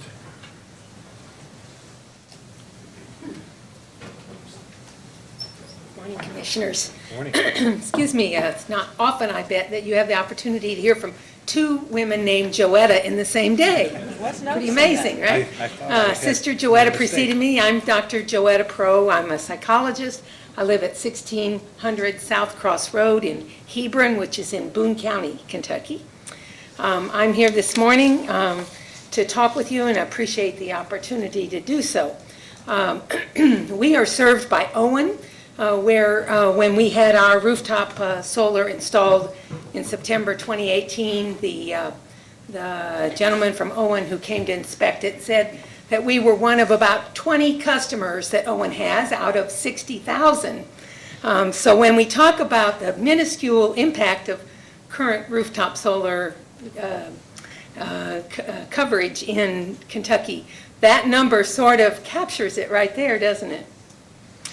I'm not here as a technical expert. In fact, I'm a little intimidated by those who speak with that knowledge. If it was about mental health services, I could do that, but when it comes to solar, I have to speak more from my heart. So I'm here to talk to you and ask that you consider, when you look at the value of solar, that you look at the value of solar for all of Kentucky. And each month, my solar panels give me a report, and I just got that report. I get a little email that tells me how many kilowatts I generated, which was 678, and it tells me my rooftop panels, my carbon offset for the month was 1,266 pounds. And that this is the equivalent of 15 trees. Now, recently, I have a kind of a big backyard, and I planted 10 trees there. But those 10 trees are all I can cover there. That's all I can plant there. But each month, I'm essentially producing the equivalent of 10 to 15 trees in terms of the impact for our environment and for our community. So, like others here, I have the next generation in mind. And I ask you if you believe, as I hope you do, that global climate change is real and that fossil fuels contribute to the crisis that we're in as a world right now. And if you believe that Kentucky should be a leader in preparing for the future that lies ahead, that all reasonable experts predict that lies ahead for our world, then I ask you to support renewable, reliable, clean energy, and I believe that support is really critical. Rooftop solar is a part of that solution. I used to live in Kansas where wind generation is very popular because of the landscape there, but in Kentucky, rooftop is really critical. And my 15 trees a month should matter to you as you make your determination of the value of solar and the impact that the very small but determined rooftop solar people are generating each month to help the entire Commonwealth of Kentucky. Thank you. One question. Sure. Is that an app on your phone that is supplied by the solar energy? I'm It's, just curious it's- what the name of the app is. It's Enphase, EMPHASE, is the product that connects the equipment that Icon Solar installed for us. That equipment connects and sends me a monthly report, which I have then used to compare it to my Owen bill, which is another complicated story because the Owen bill doesn't have a way of transparently showing right now what I've generated and what they've credited me for. But I can calculate it out, and I can tell you that in our first year, with only 18 panels, our bill was cut in half. Thank you for that information. Yes, thank you. Any other questions? We're good. Thank you so much. E. Gail Chandler.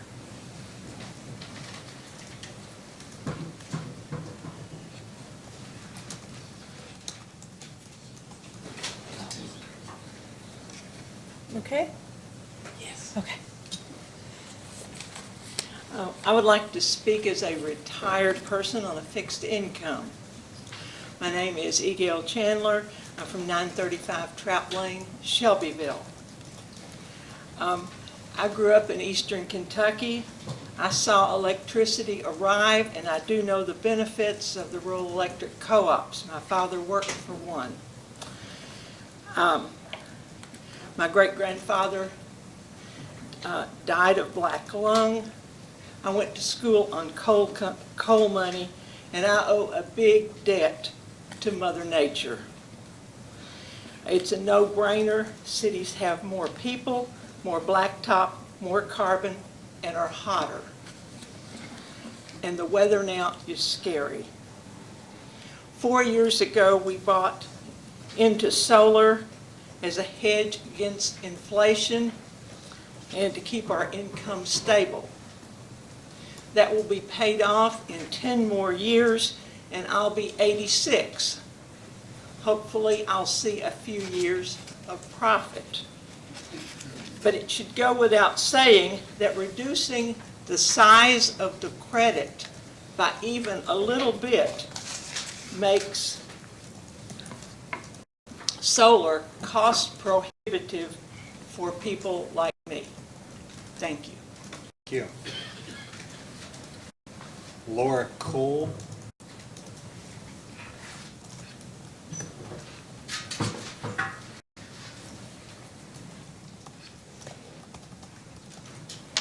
Good morning, and thank you for taking my comments. I'm here as just a private citizen, and I will say my husband and I are not in the income bracket where we could afford to get solar panels. However, I believe net metering should be left intact at least.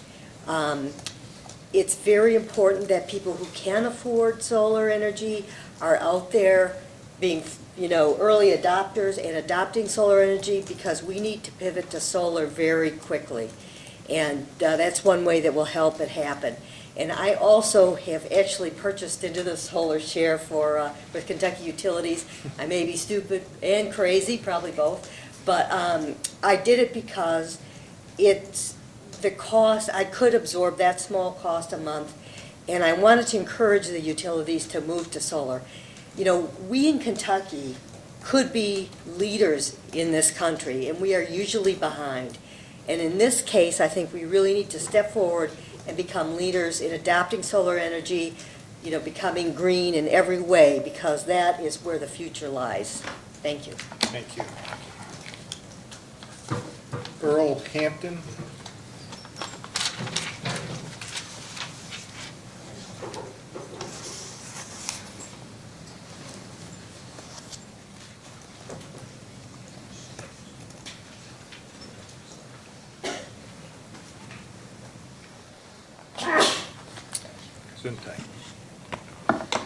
Good day.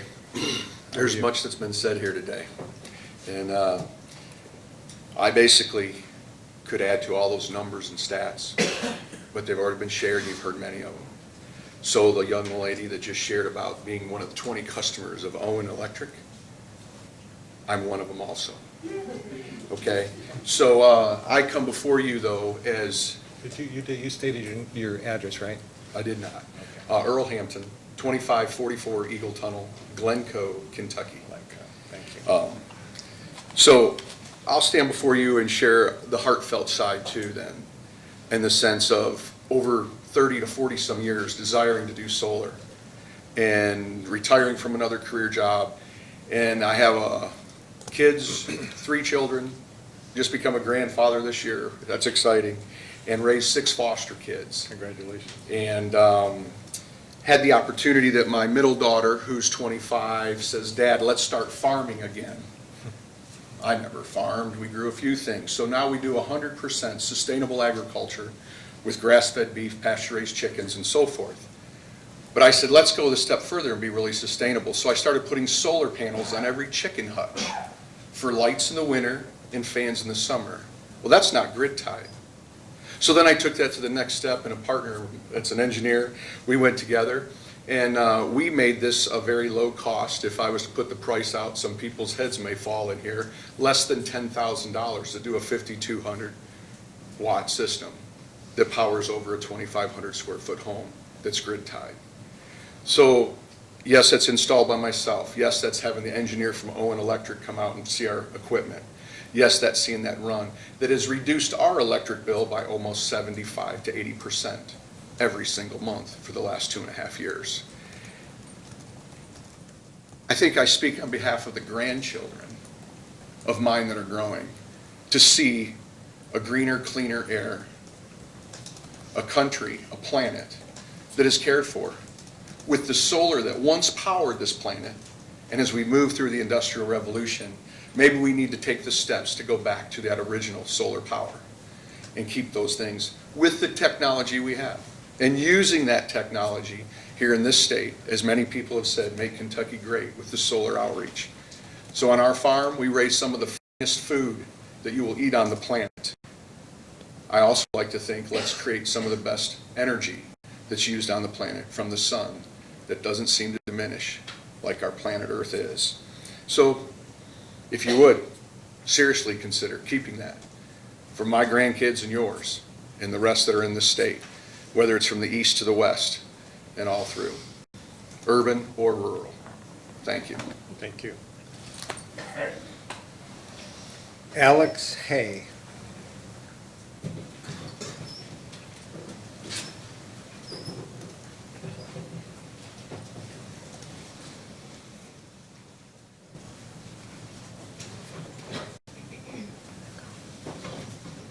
Good morning. My name is Alex Hay, and I live at 310 Hampton Court in Lexington.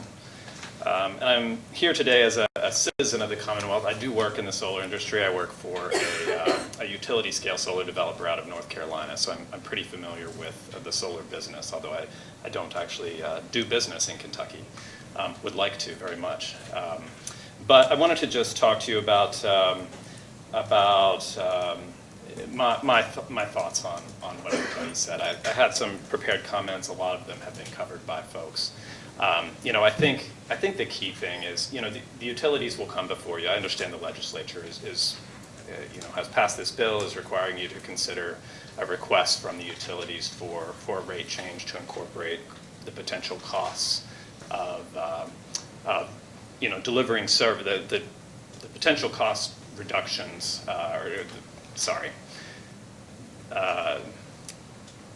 delivering service to customers does have a cost. And so I think the utilities view that as more customers with solar energy come online, they will be sharing less of those costs and distributing those to other customers. So I think that is an important consideration. I do agree with a lot of folks here that there are a lot of benefits that need to be considered in that calculation, because I think the presumption that the costs will outweigh the benefits is wrong. It has been shown to be wrong in studies done in other states. Some of the key benefits folks mentioned, there are real benefits to the utility. They're not just costs, right? Because folks mentioned reducing peak daytime rates. Solar delivers during times where utilities are running peakers and using the highest cost energy. So it's actually a cost savings for utilities to buy solar energy from rooftop customers.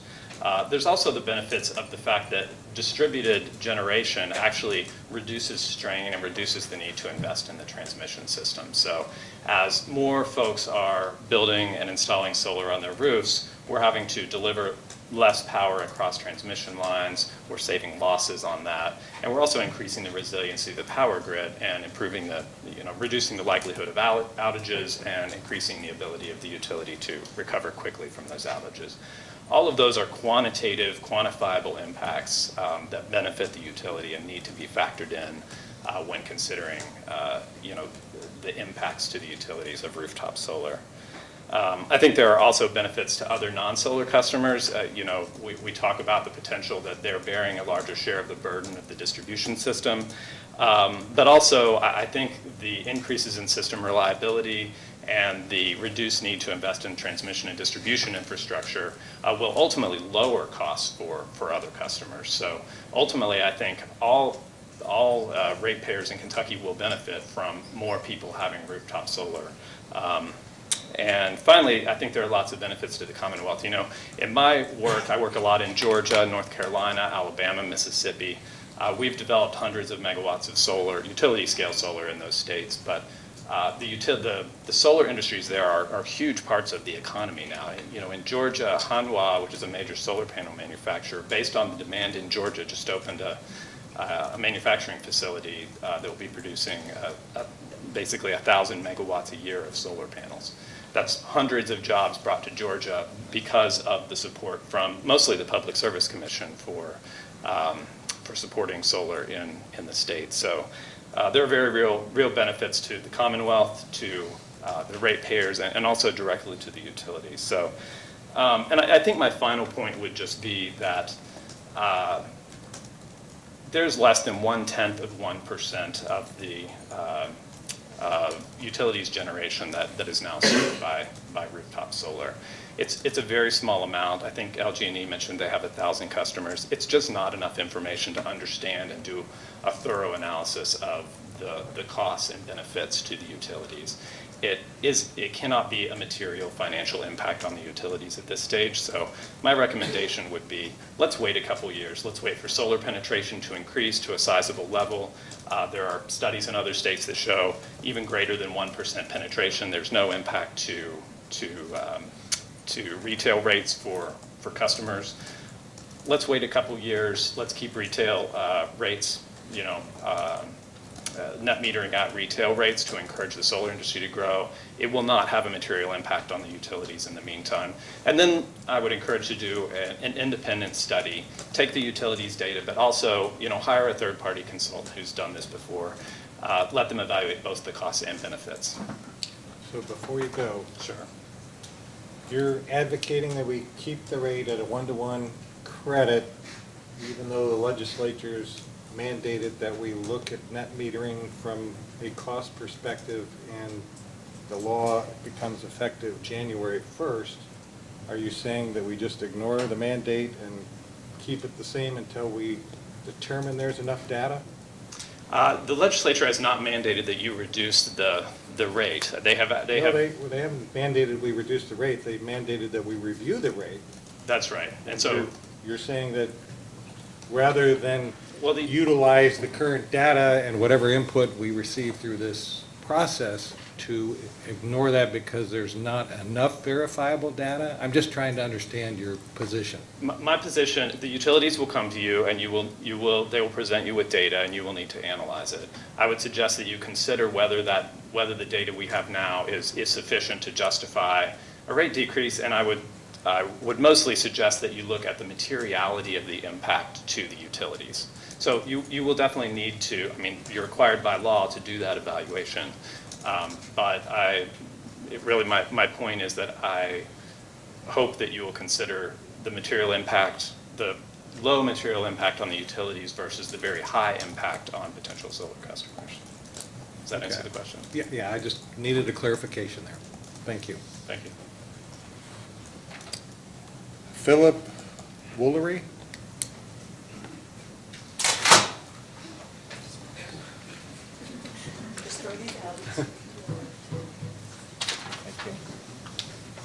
Good morning. Morning. I'm Chris Woolery. Philip is my first name. I live at 1079 Meridian Court in Lexington.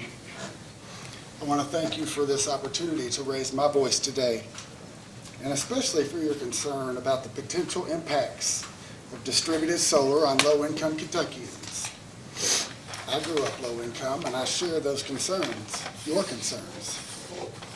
I also want to thank all of the Kentuckians that made their way here on this cold November morning.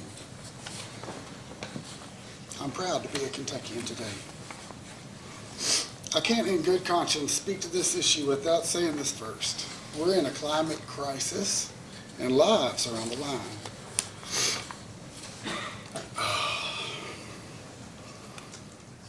Give me just a moment.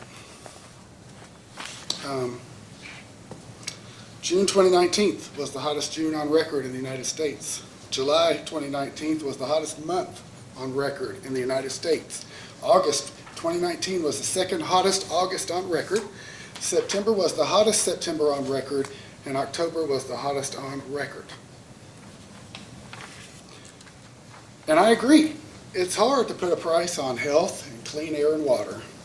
I think they're priceless. I think that no matter what price is set on clean air, water, and health, it will not be enough. It is priceless.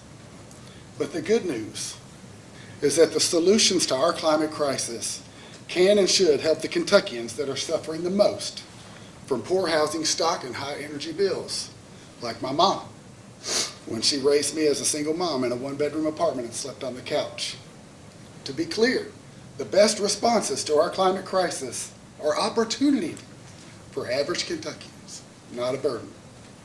For the first time in Kentucky's history, despite a difficult regulatory environment, distributed solar is cheaper than the status quo. For that reason, it's finally being deployed to help everyday Kentuckians without third-party ownership, without virtual net metering, without no money down leasing options. It's being deployed now to help low-income Kentuckians. And net metering is the best way, without those other options, to continue to help average folks save money via solar. Carrie Ray mentioned that we at Mesa have a pipeline of over $1.6 million in deployment for cash-strapped solar installations for cash-strapped anchor institutions in Eastern Kentucky in less than a year. We're talking about nonprofits, opioid recovery housing, community centers, women's shelters, volunteer fire departments, public libraries, city and county governments, and low-income food and housing organizations. These are helping low-income Kentuckians right now.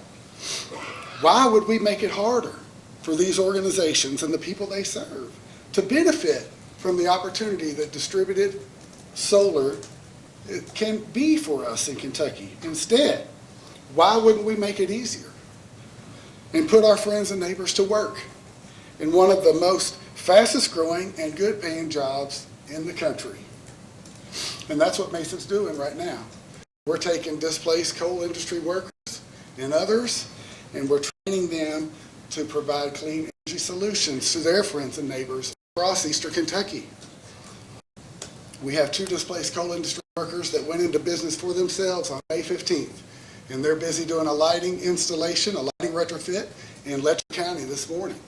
And the grocery store from which they're doing that work is also considering a solar install. There's a coal tipple right across the way. These are folks that worked in coal, and now they're working in clean energy, and they're interested in making a life, in part, from delivering these good new solutions to average Kentuckians and the institutions that serve them in Harlan County, in Knott County, Letcher, Leslie, and Perry County. Our neighboring states are making investments in distributed solar that dwarfs those in Kentucky, and many folks have made the point that the impacts on ratepayers are negligible within the margin of error, according to the utility's own data, without taking in all the benefits and costs. And so I just want to close with some data that's admittedly a little old. It's from 2018 from cleanenergyprogress.com that shows that as of that time, 2018, Kentucky had renewable energy production of 4,000 megawatt hours, supporting 1,500 jobs, while at the same time, North Carolina had created over 3 million megawatt hours and 8,331 jobs. Our neighbors have hundreds more jobs in this business than we do. Thanks for your time. Thank you. Wallace McMullen.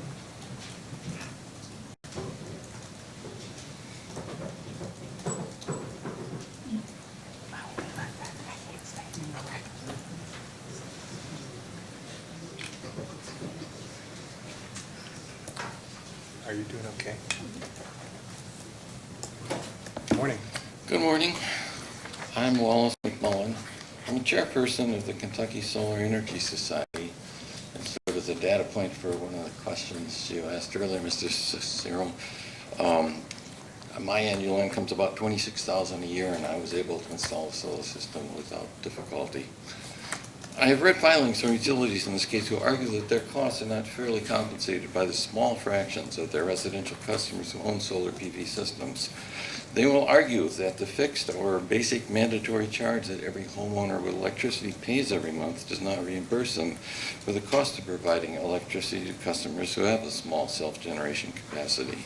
Derived from that position, we then hear the argument that it's very unfair for them to credit this rather small group of customers at the retail rate for any surplus electricity that such customer generators provide to the surrounding neighborhood on a small scale. But this argument in itself is unfair. Utilities making it wish to ignore most of the benefits that accrue to them from the free generation capacity provided to them by such small customer generators, and they very much want the broader benefits to Kentucky, such as economic development from a new industry, to be ignored in this calculation. I do not see them incorporating the benefits from reduced cost of environmental compliance, reduced expense from dealing with coal ash, increased grid resiliency, avoided capacity and avoid capital and capacity costs, reduce costs for transmission, and reduce distribution loads in their discussions. The benefits that distributed generation solar offers to the energy grid and to Kentucky's wider society include avoided energy costs, reduced line losses, avoided investment in new capacity, reduced financial risk from volatile fuel sources, environmental and social benefits, reduced public health threats, and job creation and economic development, as other speakers have said. So when we hear utilities complain that the retail tariff does not merely reflect energy delivered to the customer, but also includes costs of utility incurs to reliably maintain transmission and distribution at adequate capacity, I submit that if they were to be fair, they would include the other benefits I've just enumerated, which they will experience if the number of customer generators to increase beyond the present tiny level. While utilities are arguing that the total cost of service is not covered by the mandatory fixed basic charge, and that some costs are built into the volumetric rates, I would like to make the point that this indicates that problems which are not a net metering issue, but really an overarching rate-making issue. We are presently dealing in Kentucky with the continuing problem of a utility business model that was built around selling increasing amounts of electricity year over year. That business model is no longer valid. Demand is continuing to decline. Isolating and regulating disparate rate treatment for customers who use less electricity because of the generation of electricity from solar panels, separate from the treatment afforded other customers in the same class who may use less electricity due to efficiency investments or weatherization, for example. Such disparate rate treatment would not be fair, just, or reasonable. To further examine the proposition that customers use less, who use less should pay for more costs, parallel logic would indicate that anybody who lowers their electricity consumption is creating an unreimbursed cost for a utility. If a customer switches from incandescent bulbs to LED bulbs, they will use less electricity, and they will pay a reduced volumetric charge. Should that lead to the conclusion that the customer who is now using LED bulbs is creating an unreimbursed system cost? I haven't seen any calls for an LED charge or new rates for such customers. A parallel argument can be made for people who go on vacation and their usage is less for a period of time, their volumetric payment will be reduced. You could argue that they're creating costs which burden the lower income customers in that utility. But I haven't seen any arguments for vacation charges from the critics of net metering. In conclusion, fair, just, and reasonable calls for all benefits of net metering to be considered. In 13 independent or PSC commissioned analysis, which I have found that included a full range of benefits, the values computed as the fair value contributed by distributed solar ranged from 11.6 cents per kilowatt hour study in Utah to 41 cents per kilowatt hour, a study done for Maryland. Commissioners, please do not let yourselves be bound by the narrow set of cost factors to which the electric utilities ask you to limit this examination. Please consider the full range of benefits that net metering and distributed generation provide to customers, utilities, ratepayers, and society, and then render a decision which will benefit all of Kentucky citizens. Thank you. Thank you.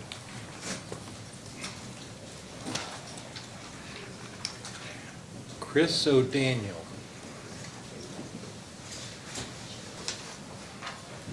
You have been waiting patiently by the door there, guarding it, so that anybody... Just ready. It's still morning. Good morning.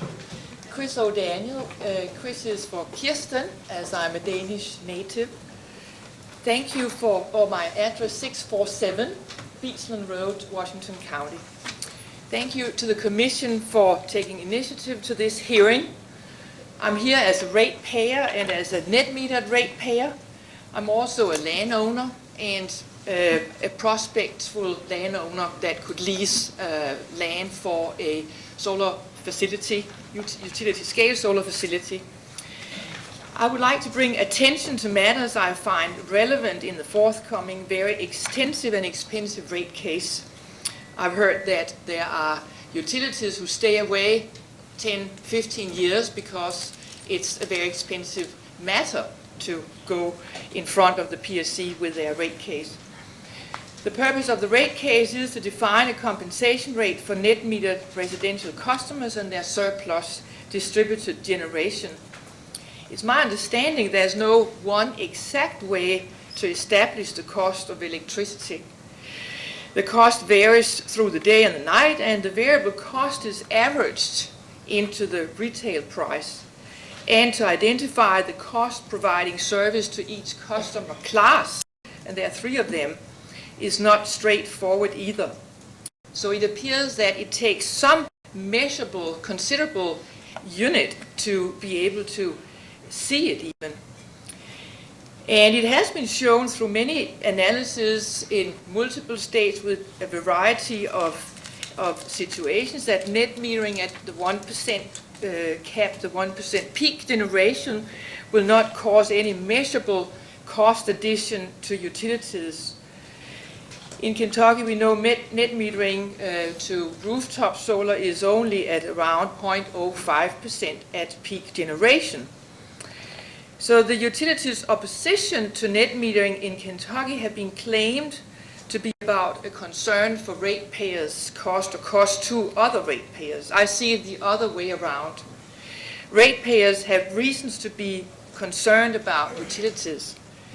Electric sales to Kentucky's industrial customer class that plummeted from over 44,000 gigawatt hours in 2012 to close to 28,500 gigawatt hours in 2017.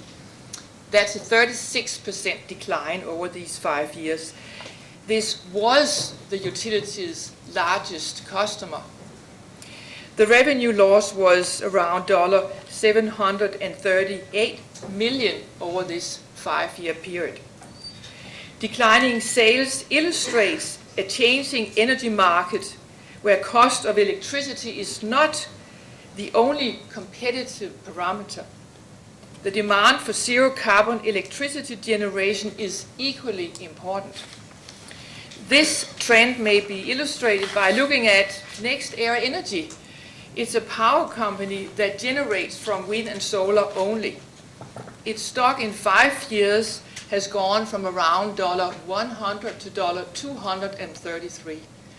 Duke Energy in the same period went from around $80 to $96. It can be argued that stockholders of investor-owned utilities are being denied the very profitable performance of companies like NextEra Energy. Investors will look critically at intangible value with stock value in mind. All above is part of the revenue requirement formula going into the rate-making calculation. Declining sales to industrial customers have left the coal power generation facility with an underutilized production capacity. They have difficulties now to pay debt. Higher wholesale prices are expected in future. Lost revenue leaves utilities with impaired capital. The ability to maintain the distributed infrastructure is weakened. It'll be hard to attract much needed investment. Ratepayers have reasons to be concerned in these situations.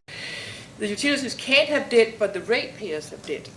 Kentucky could go from an energy low-cost state to an energy high-cost state. To avoid this, Kentucky must enter the transition to zero carbon generation. The sooner the better. How we generate, deliver, and consume energy is key. The best solutions are also the best investments. Best investments mean smart debt for the ratepayers. Distributed generation is part of this solution and a benefit to the state. It's electricity at service. I hope for, okay. Thank you. Your Sorry. time is up. Thank you. Here is my written. Thank you very much. I appreciate it. So I have one question for you. Yes. You made the comment that declining generation means that there will be generation assets that sit out there underutilized, I guess is your comment? For the coal-powered power plants, yes. That since their product is not in demand, that's based on the 36% decline, I assume that their product is not. So what happens to those assets?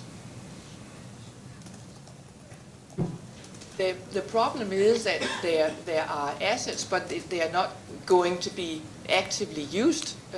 They have Correct. still to pay for the debt. They assume they have a debt in those capital investments or in that capital, in those assets. So those assets have been invested in, but will no longer be used, is that correct? They don't give a return. Correct. And so I'm just curious if you understand what happens to the value of those assets over the anticipated useful life that will no longer be utilized. It's called a stranded asset. In other words, ratepayers have to pay for it somewhere because the generation was built in the first place in order to take care of anticipated needs which don't exist anymore. I'm only pointing this out because as assets sit there underutilized, there is a cost somewhere that goes to ratepayers. Yes, So- that's the concern, that it goes to the ratepayers, and that if we had transitioned earlier, we could have avoided that. If you had transitioned earlier to a renewable To- form of energy? To alternative, whatever is required by the market. And an asset usually for any type of fossil fuel generation is somewhere between 40 and 60 years. How does a utility anticipate that useful life expectancy being reduced over some period of time? And I'm just curious from you're quoting these stats, and from a financial perspective, I'm trying to understand how that would have occurred.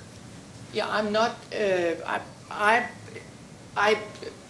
am not the expert, as you said, 46 years. I would say that sounds a lot to me. I read usually about 30 years a lifespan is, and that there have still been investments even within the last 5 years or 10 years where we would know that this is probably not a safe way to keep expanding and investing in this kind of production facility. Of course, there's always going to be transition, and I'm willing to even concede the 30 years, but until the other forms of energy generation are put into full production, there still has to be transition. Wouldn't you agree? Sure, but there have not been any transition of any measurable size, and that's the problem. That's what other states have done. Now, my point is that there is not even the possibilities for attracting adequate amount of investors to do this, to pay for this transition. It's normal when you have production factories or so, whatever, that you have to change along the way and you don't utilize it fully. But you have to be alert to what your customers' demand are in time. That's my point. Thank you.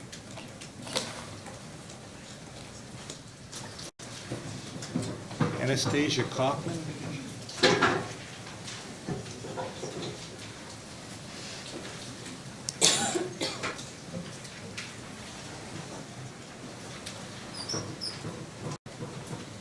morning. It is still morning. Yes, it is.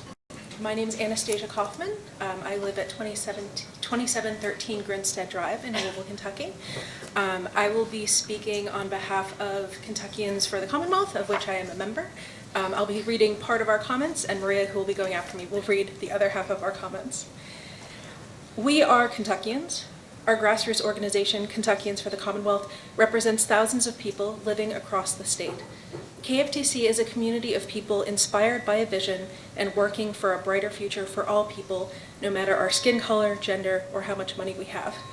We believe a just and inclusive transition to a clean energy economy is possible in Kentucky, and that process must begin now. In 2016, our organization began shaping a People's Energy Plan for Kentucky. Over 18 months, we directly engaged more than 1,200 Kentuckians in conversations about our energy future and consulted energy experts about how to make a just transition possible. Together, we wrote a plan that would produce more jobs and lower electricity bills and reduce greenhouse gas pollution from Kentucky's power sector by 40% over 15 years. In our ambitious plan, we had a vision to strengthen Kentucky's limited solar policies and that Kentucky's installed distributed solar energy capacity would grow under the auspices of one-to-one net metering from 17.6 megawatts to 613 megawatts between 2016 and 2032. But in 2019, our elected officials moved us in the wrong direction and chose to scrap one-to-one net metering altogether, leaving the future of distributed solar in our state uncertain and precarious. It's worth noting that the utility spent over $200,000 on utility lobbying in 2018 and over $300,000 in PAC contributions to 2018 legislative candidates to push their bill through. The responsibility now lies with you, the Public Service Commission, to set new rates for new grid-tied renewables at each utility. In our monopoly utility system, the PSC plays the necessary role of regulating the investor-owned utilities and cooperatives and offering careful scrutiny over rate making, with an eye towards just, reasonable, and fair rates. As the Kentucky Public Service Commission contemplates how to implement the 2019 Net Metering Act, we urge you to live up to your mission by prioritizing process, fairness, and impact. I will speak about the process piece in this case. Over the past decade, KFTC members have hosted hundreds of public conversations about what a just transition means and requires. One important lesson we've learned along the way is that in times of transition, process matters. It really matters. As SB 100 was passing, you wrote a letter to the Kentucky General Assembly assuring our legislatures that you had, quote, broad authority to consider evidence of the quantifiable benefits and costs of a net meter system, end quote. We ask you now to stand by that commitment you made and to truly consider a comprehensive cost-benefit analysis of the impact of net metering as you decide on this rate case. Given that meta-analyses of state-specific value of solar studies have shown that net metering more often than not provides a net benefit to ratepayers, it is imperative that the PSC examine the benefits of grid-tied solar rather than just the costs, as SB 100 instructs. This analysis should be grounded in verifiable data, in the inclusion of all relevant stakeholders, and in the involvement of objective and trusted third-party evaluation of methodologies and data. Many of our more technical comments towards how PSC should structure its cost-benefit analysis are captured in the comments of Carl Rabago, the expert witness you have heard from earlier today, that we commissioned alongside our friends at the Mountains Association for Community Economic Development. We refer the Commission to those notes for more precise guidance about what to consider in the rate-making process. A second crucial component of a fair, transparent process is the inclusion of all voices in the process. The PSC should and must support the right of all entities to intervene in future PSC rate cases, including rate cases regarding solar net metering. The 2018 case of the PSC disallowing advocates of low-income and environmental groups from intervening in a rate case was unprecedented and mistaken. The Attorney General's office is unable to provide the same perspective as these advocates in a rate case, and it should be the right of all relevant parties who can speak to a rate's impact to participate in the process. Beyond that, the PSC should ensure that the process for both intervention and public feedback is accessible through the provision of adequate time and opportunity for comment periods, opportunities for regionally based public hearings outside of Frankfurt, and equal weight given to both email and paper comments in future public comment periods. Thank you very much. Thank you.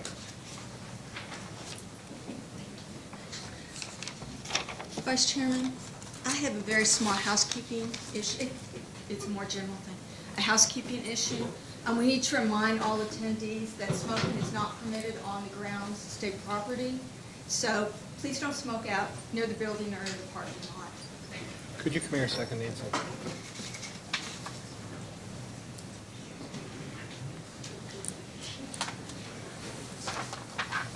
I see this name on here, but then I don't see it again to the bottom of the list. I'm not sure what happened. I thought that he signed So is he on next? 1:30. He should be next. I guess I'm not here now. So is there a Josh or Joshua Bills? I think I have him in hearing room 2. Or is he here? Oh, here we go. Enter from door right, left, whatever. Good luck on getting that closed. Yeah, here I was driving here this morning. I was like, oh, maybe I can actually get in before lunch if somebody else signs my name in. So that's what happened. Thank you, Vice Chairman Cicero and Commissioner Matthews. I really appreciate this opportunity to speak before you. I am a commercial energy efficient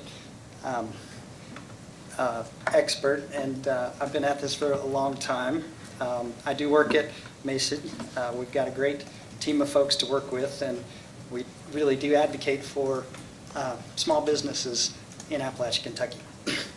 Before legislation passed in 2004 establishing net metering policy, back in 2001, I participated in the first net metered solar system installation in Kentucky, a 20-something panel, 2.5 kilowatt system that's still in operation today, installed in a nonprofit office building in rural Rockcastle County and interconnected with Kentucky Utilities. We asked KU if they would consider offering net metering. They were hugely supportive and filed with this body a pilot program. This is case filing 2001, number 303.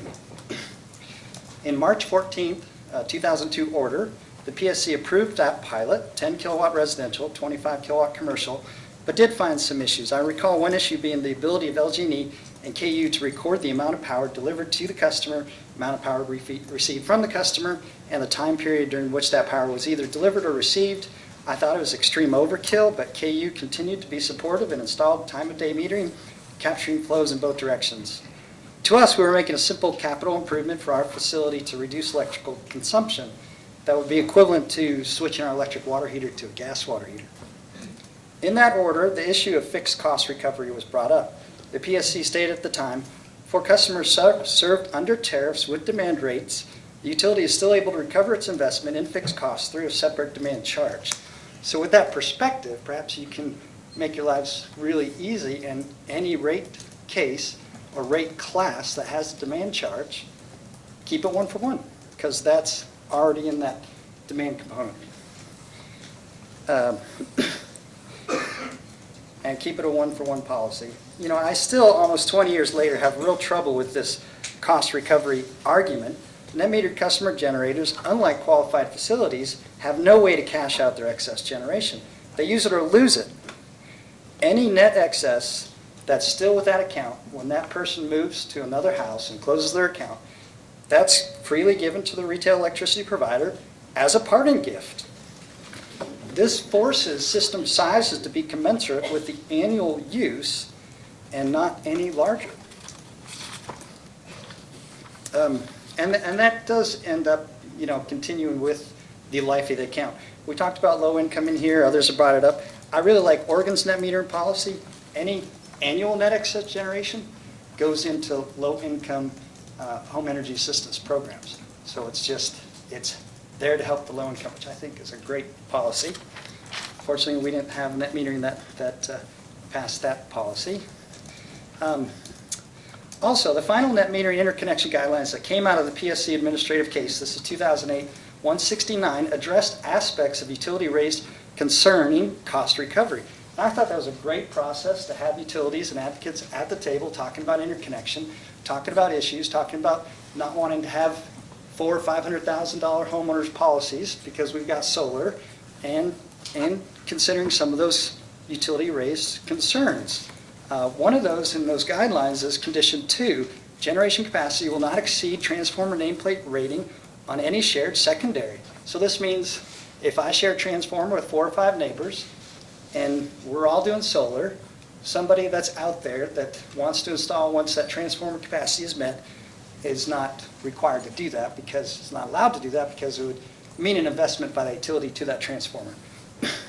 Condition number 1, which I think is really critical, on a distribution circuit from the substation, the aggregate generation on that circuit, including the proposed, will not exceed 15% of that line section's most recent annual 1-hour load. This is huge, and it was included and agreed upon to avoid utility costs associated with distributed net metering output getting to the point of potentially backfeeding a substation. No net metering generation ever sees transmission infrastructure. It only interacts with the local distribution circuit. From the substation point of view, someone installing solar panels has the same effect as insulating their house, downsizing their air conditioner capacity. From the substation point of view, net metering is an energy efficiency measure. It would not surprise me if 90% of solar net metered installation delivery to the grid in this state is satisfying electric load within a structure within line of sight of that generation. Thank you. Thank you. Appreciate it. Maria Truitt?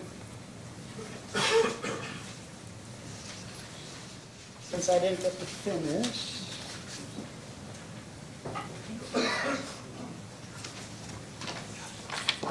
Hello and good morning. My name's Maria Truitt. I reside at 10618 Aspen Place in Union, Kentucky. I will be continuing KFTC's comments today, and the point that I would like to stress is the PSC centering fairness and impact when they make their decision. It is crucial to keep in mind as the Commission considers this issue that the utility argument regarding cost shifting distorts the truth and is not founded in fact. According to a 2017 study by the U.S. Department of Energy, distributed solar has negligible impacts on customer rates until solar reaches 10% or more of utilities' peak demand. In Kentucky, we are far from that 10% mark. Much less than 1% of Kentucky's energy mix currently comes from distributed solar, and we will not reach that point because current law caps net metering when solar becomes 1% of Kentucky's energy production as a way of preventing any substantial cost shifts. If cost shifting is not an issue, why then have utilities invested at least $500,000 in ending one-to-one net metering? Are they really trying to protect ratepayers, or are they trying to protect themselves? KFTC itself has recently decided to invest in rooftop solar for our office in London, Kentucky. We have invested in a combination of solar and energy efficiency to install a 7.3 kilowatt system and look forward to the predictable and lowered energy cost we can expect from our investment with one-to-one net metering. But a substantially lower net metering rate might have made that investment out of reach or even impossible. While an analysis of 2016 Kentucky utility data shows that net metering costs the average ratepayer less than 1 penny per month, we need to state plainly that utilities would benefit tremendously if rooftop solar, which becomes more affordable every year, were suddenly out of reach for most Kentuckians. If utilities succeeded in crowding out the distributed solar market, they effectively would be securing themselves a monopoly through their utility scale solar installations over solar energy in the state. Many families, farmers, low and fixed incomes residents, etc., depended on net metering distributed solar as a means to lower their bills and have a say in where they get their energy. It is unfair and unjust for utilities to invest in utility scale solar and charge ratepayers for that infrastructure, all while lobbying aggressively to limit Kentuckians' ability to invest for ourselves. KFTC's vision to empower Kentucky necessitates that Kentucky's energy transition remains accessible to all. We urge the Commission to protect Kentuckians' rights to produce their own power and make investments to control their energy costs, including through the establishment of fair and reasonable net metering rates. It is imperative that the PSC considers the many benefits, both quantifiable and not, that homegrown solar provides to our state. In addition to avoiding energy and infrastructure costs for utilities, reducing risk for ratepayers, reduce line losses, and increase grid resiliency, we particularly urge the Commission to consider that solar generation in Kentucky helps reduce pollution, and by that, public health. The potential to reduce Kentucky's cumulative pollution is particularly important because, as KFTC's environmental justice analysis found, communities of color and low-income communities are often disproportionately affected by pollution from extractive and polluting industries. Distributed solar offers us an opportunity to reduce this pollution and attend to the environmental justice impacts of other forms of energy generation. Distributed solar is an important source of good-paying jobs in Kentucky communities. Our roadmap for Empower Kentucky recognized that renewable energy is one of the fastest-growing sectors of the U.S. economy, driven by plummeting costs and strong state policies. According to the American Council for an Energy-Efficient Economy, clean energy jobs are more likely to be open to workers without special credentials and are more likely to pay those workers above average wages than jobs in the fossil fuel sector. Solar generation also reduces our carbon emissions and allows everyday Kentuckians to take action on climate.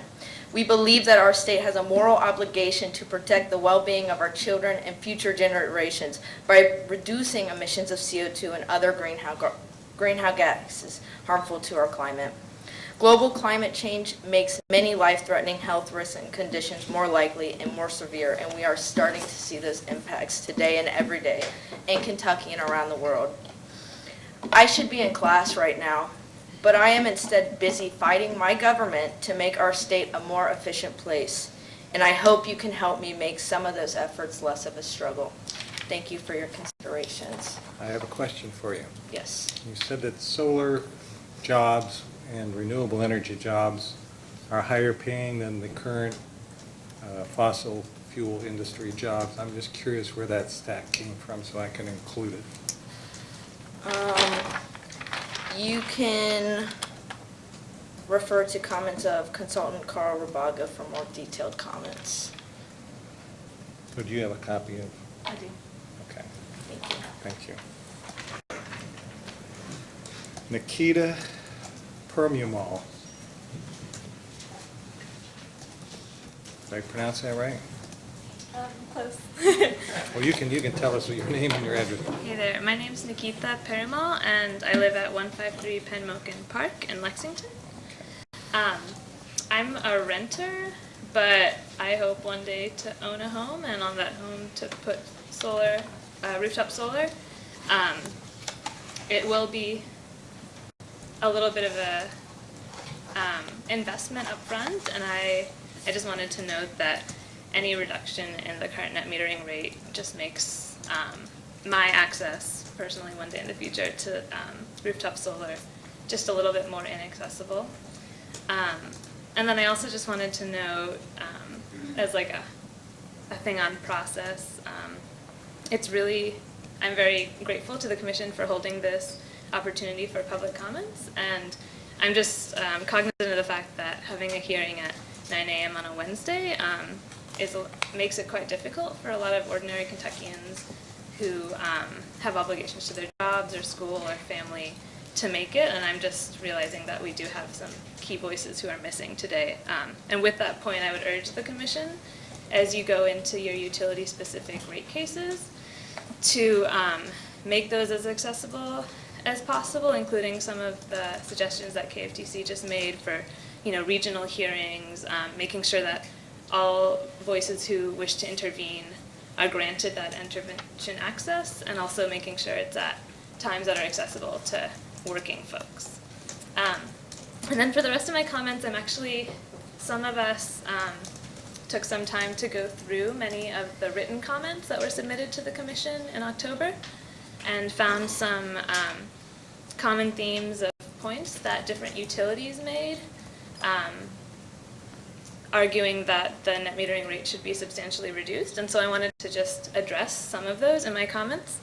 I probably won't get through all of them, but there's been an argument against a one-size-fits-all solution for the implementation of a new net metering framework. And I just wanted to remind the Commission that maintaining consistency in the rules and compensation methodology for all utilities is extremely important for customers and the solar industry. Kentucky has so many utilities, it would be really burdensome on the industry to cope with rules that vary with every utility, and the current law include standardized interconnection guidelines, as Josh mentioned, which were standardized for the specific purpose of making it easier for customers to use distributed generation. Complicating the regulatory process will be a real cost to solar customers, businesses, and the PSC. The cost of implementing a more complex administrative process for administering net metering should be considered within the scope of this issue. Currently, administering net metering is simply low cost for the utility and the consumer. The PSC should consider the cost of a new administrative system, including the cost of litigating the issue and recurring rate cases for all utilities, relative to the overall impact net metering is proven to have on ratepayers. There's a possibility that the solution might be more costly than the problem. And then I would reiterate Andy's point that we do need a consistent methodology for how utilities are determining their net metering rate going forward, and consistent interconnection guidelines for across all utilities. Another argument that a couple folks, utilities made in their written comments was that net metering would eliminate any incentive for customer generators to maximize energy efficiency by aligning their consumption with their generation.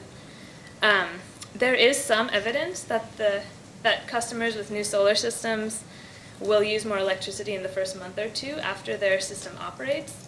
However, that usually goes away as customers return to their consumption patterns, unless they are faced with perverse rate design that pays substantially less for exports than the retail credit for offsetting.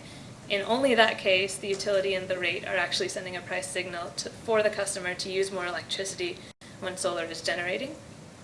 Got 1 minute left. And it's just worth noting, solar customers are discouraged from overbuilding in many ways, including that installers size their systems to meet their usage. The panels are still quite expensive, and it's not extremely affordable to overbuild. And as Josh mentioned, we're not given credit, money, just a credit. And if I have like 30 seconds left, I just wanted to reiterate the point that in Carl Rabigo's written comments, there's about over 10 rebuttals to further utility talking points that are a lot more elaborate than what I could go into, and so just a reminder to take a look at those when you get a chance. I just wanted to make one comment. You talked about the inconvenience of holding this on a Wednesday morning, and as you can see, we have people from all over the Commonwealth, and in order for us to make it through in one day, it has to start early in the morning, or we're not going to make it. And we already moved the procedural schedule back, and in order to make certain that we may, on the back end of this, we're trying to get this in as you can see, we're plowing through this as fast as we can, so we give everybody an opportunity to speak. Yeah. And I apologize that it's on a Wednesday.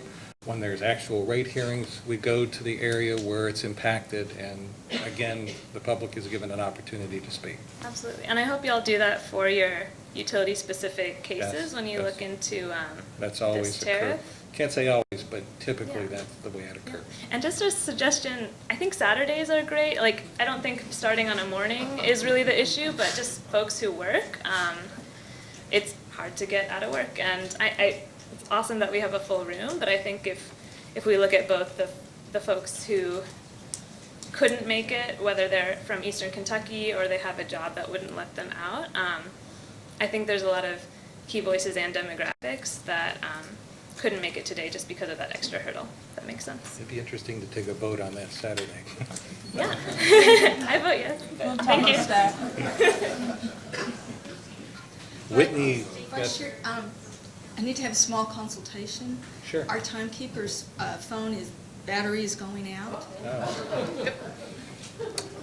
Can we take at least a few minutes? Yes, and I'm trying it's to this see how close many- to noon. I was going to try to plow through the whole thing and get done at 12:30, but let's We just... can do that. I think we have enough speakers that we can get it done at 12:30.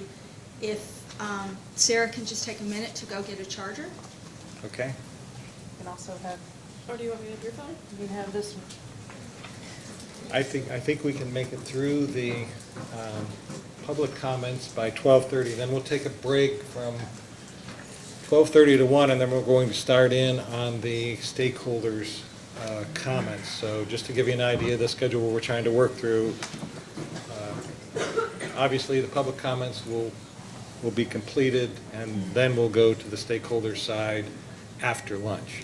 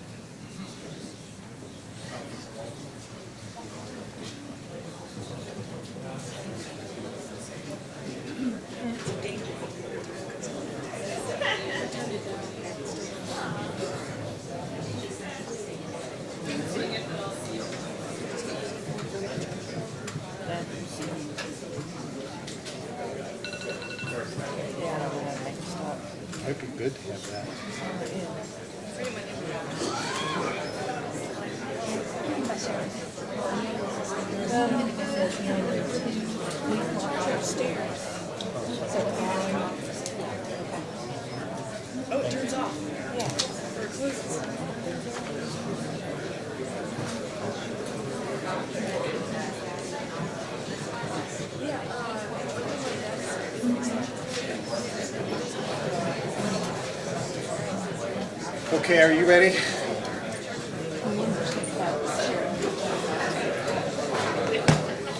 Nancy, are you ready? Okay. We're gonna go here. Found that gavel.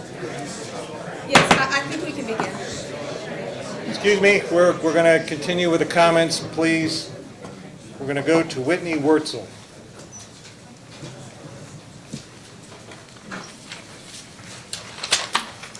Hello, I am Whitney Wurzel, and I live at 85 King Road in Cox's Creek, Kentucky. And I serve as the Executive Director of New Pioneers for a Sustainable Future, a nonprofit dedicated to rural sustainability.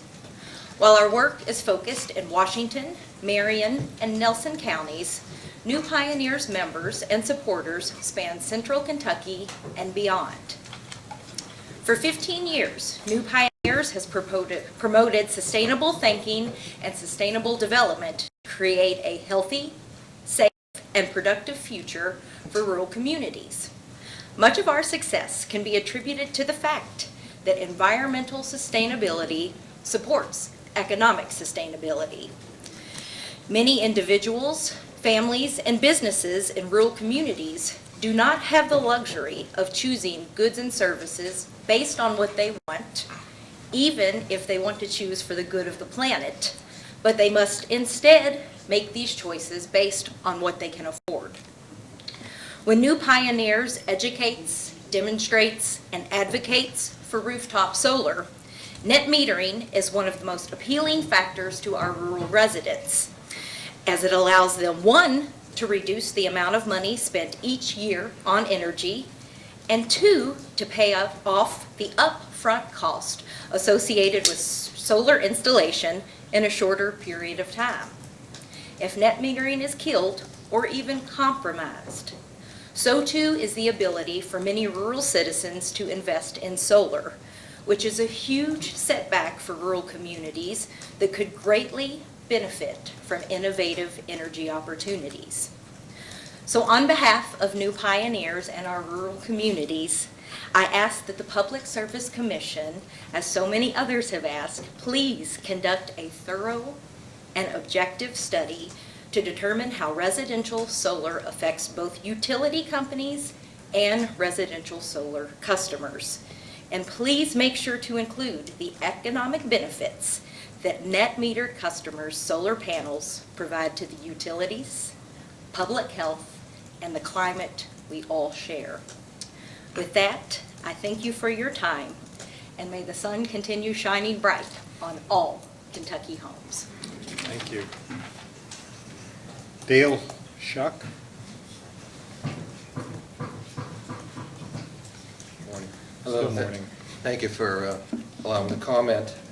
I'm from Jessamine County, live at 120 Combs Lane, Wilmore, Kentucky. I'm a transplant from Pennsylvania in retirement to live near my grandchildren. And when I retired after 40 years of United Methodist Ministry, it was my dream to be able to have solar on my home. Because in Pennsylvania, as a pastor, I started an organization, nonprofit organization called the Solar Samaritans, where we would write grants, get money to be able to put solar on the working poor in Somerset County, Pennsylvania. And that was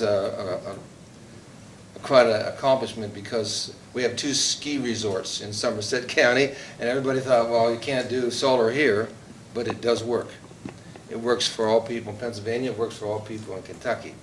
And because of the efficiency is getting better, the price is coming down, and a lot of good things are happening there. When I speak from a perspective of a solar rooftop owner, an individual who, when I put solar on, I did a do it myself kind of deal. Of course, I had to have an electrician from Wilderness Trace Solar come to be able to hook it up to the grid. But it was very appealing to me to be able to know that for every kilowatt I generated, that I would get a kilowatt credit. And now, even though I'm grandfathered in for 25 years, it's not going to affect me right away, but it will eventually. I'm not going to get as much. I'm also retired. I'm, looking at the costs of my home and reducing the costs. My solar array will save me about 50% on my solar bill. My lowest bill was $25 back in May, which is good, for, somebody trying to save some money. But also for the generating clean energy is also important for me. I noticed that there was you asked a comment or asked a question, Mr. Cicero, about helping the poor in Kentucky. Our Solar Samaritans in Pennsylvania wrote grants, and we gave the solar panels to the homes, to the people. I think there's about 20 installations now, including the homeless shelter in Somerset, Pennsylvania, and a church camp and other places, but mostly for widows, single moms and single guys that are struggling with their finances. That's one way to do it. Another way, as was mentioned here earlier, was you could generate, there's a way to lease solar panels, and there's a couple organizations here doing that now in Kentucky, where you just add the monthly charge onto either the solar bill, either electric bill, or a separate bill. Another way to do that is companies like Wilderness Trace Solar have kits where you can purchase a kit yourself and put it on yourself. So in my case, it was about $12,000 for my installation, minus the $4,000, 30% off, which is pretty reasonable. But you can buy a kit, put it on yourself, and just hire an electrician to put it on. Those kits are somewhere between $8,000 and $10,000. So that makes it much more reasonable, more in reach for people who don't have the money for the $25,000 or $30,000 array. So I do hope that, and I know you're under a mandate to be able to regulate. That the rate's going to float over time, but I really do hope that it stays high. Yeah, if not even 100% yet, for people to be able to have that kind of credit going on. One last vignette. In Wilmore, Kentucky, I helped put on a solar array on the gazebo on the green, which is a place where they have concerts and gatherings. And most of the time, it's not using any electricity. So they have built up, as of last week, 2,000 kilowatt-hour credit. All right? And the city was wondering, how can we use that? Well, I suggested to them that they take their Christmas lights that they have on their businesses and plug it into the gazebo because they have free energy there. I mean, so that's helping the municipality, and it's going to bring joy to the people who see all those great Christmas lights at Christmas time. So, thank you for your time. So I applaud the effort to help the low income, and I just have one question. Who, after you install the solar array for these low income people, who handles the maintenance if there's a problem? Well, solar arrays are very low maintenance to begin with. I understand. However, like in the Solar Samaritan case, we were told by a lawyer if we wanted to maintain relationship with those families, we couldn't go on the property and maintain them unless we leased them to them. So we leased them for $5 a month, and that gives the opportunity to maintain those solar panels. And the men and the ladies that work with us once a year will take a bucket of warm soapy water and go up and clean the solar panels, make sure they're working, make sure all the connections are tight, those kind of things. So in a nonprofit organization, you want to maintain relationship with the people you're working with, and that's one way to do it. No, I applaud the effort. I just wanted to know what happened after initial installation, because there's always, no matter how good a system is, there will always be maintenance of some type.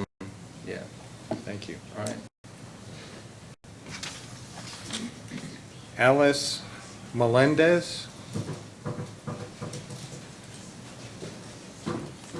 My name is Alice Melendez. I live at 541 Vine Street in Paris, Kentucky.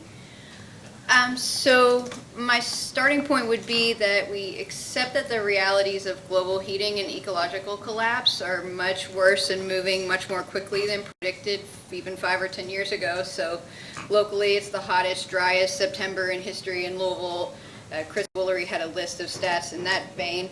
Globally, the extent of ice cover is radically lower today than predicted 10 years ago. So if we're thinking in a humanitarian vein, consider hundreds of millions of people who depend on glacial melt for water and agriculture to survive. Smaller glaciers are predicted to shrink by 80% in the next several decades. Once we accept the realities of global heating and ecological collapse, we can come to face our fears of changing. And it brings me back to the initial point by the Chamber of Commerce. So we've got the cheapest rates east of the Mississippi today. This means that we've got room to change while still preserving low-cost electric.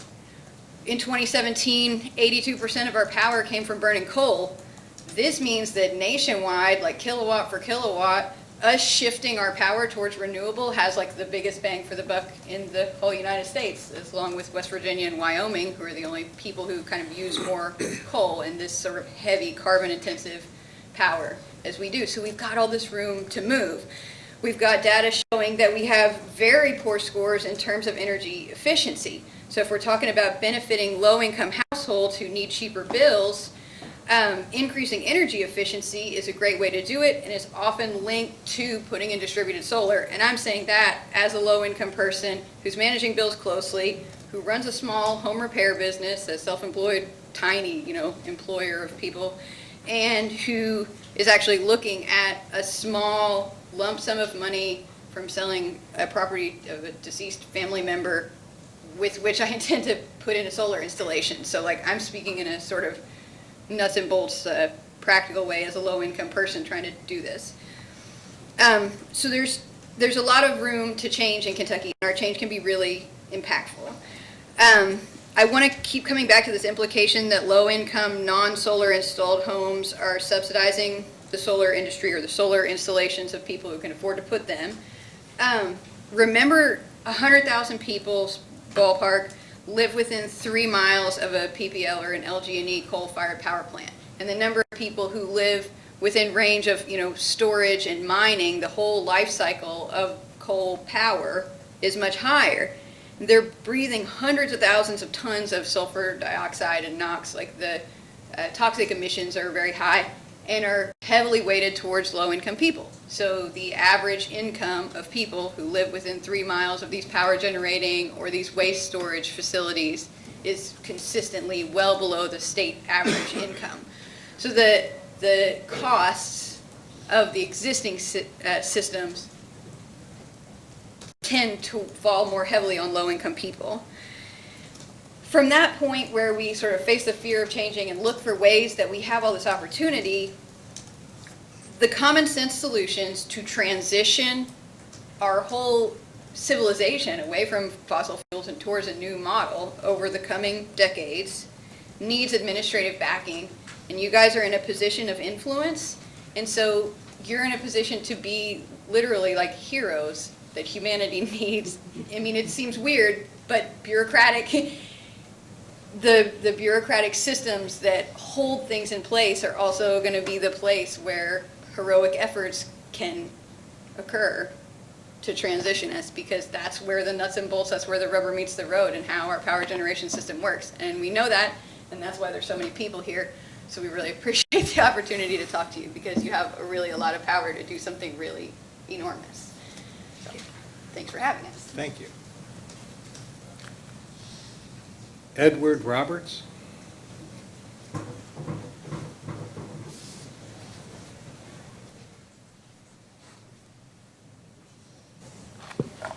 I want to thank the commission for allowing me to speak at this hearing.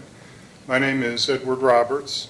I live at 117 Clay Street, Mount Sterling, Kentucky. I want to address the PSC today as both a private citizen using solar and as a board member of a nonprofit using solar energy, and as a physician who's been practicing medicine in Mount Sterling since 1979. The Post Clinic is a nonprofit I work with. We provide free health care to uninsured people and underinsured people in a 15-county area, starting in Montgomery County and going east. We have hundreds of patients who receive both free medical care and free dental care at no cost at all to them.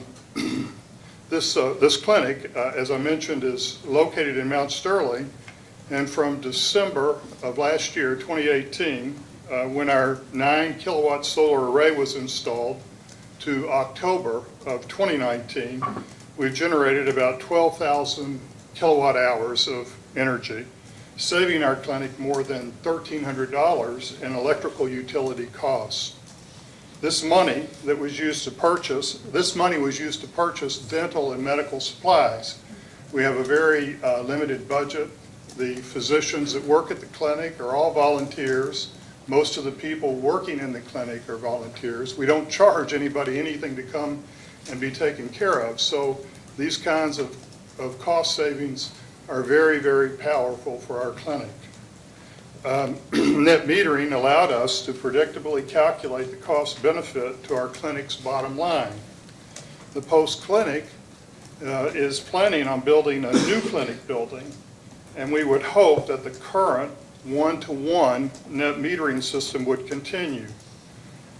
Decreasing reimbursement of rooftop solar customers would really ensure that only upper middle class and higher income individuals can afford solar systems.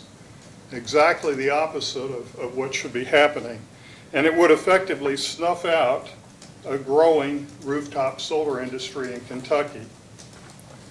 Brookings published an article called Rooftop Solar Net Metering is a Net Benefit, 5/23/16, noted that 8 of 11 rooftop solar or distributed solar studies found that distributed solar offered net benefits to the entire electrical grid through reduced capital investment costs, avoided energy costs, and reduced environmental compliance costs.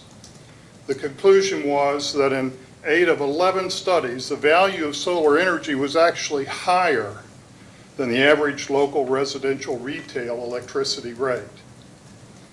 Lawrence Berkeley National Lab found that high use of net metered solar generation may decrease shareholders' earnings.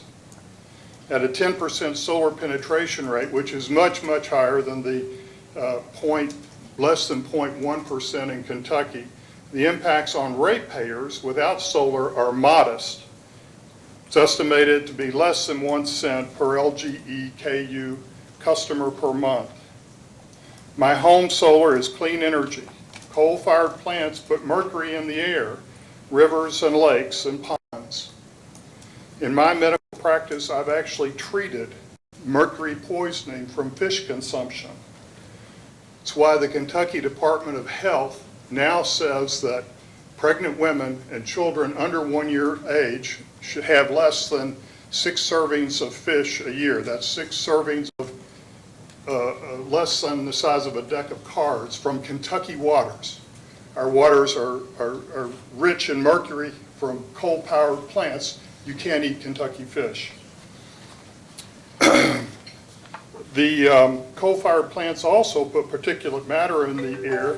These invisible small particulate matter is called PM 2.5, and they trigger asthma attacks and have been identified as a cause of increased cardiovascular mortality to those living downwind from the plants. As a physician practicing medicine in Mount Sterling, I've treated hundreds of asthma attacks and heart attacks, and the public health benefits of solar energy are important to understand and evaluate, and the EPA has done that.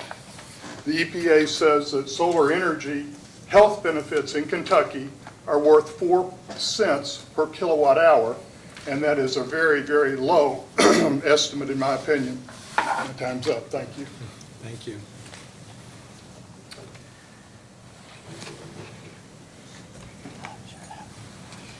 Richard Levine.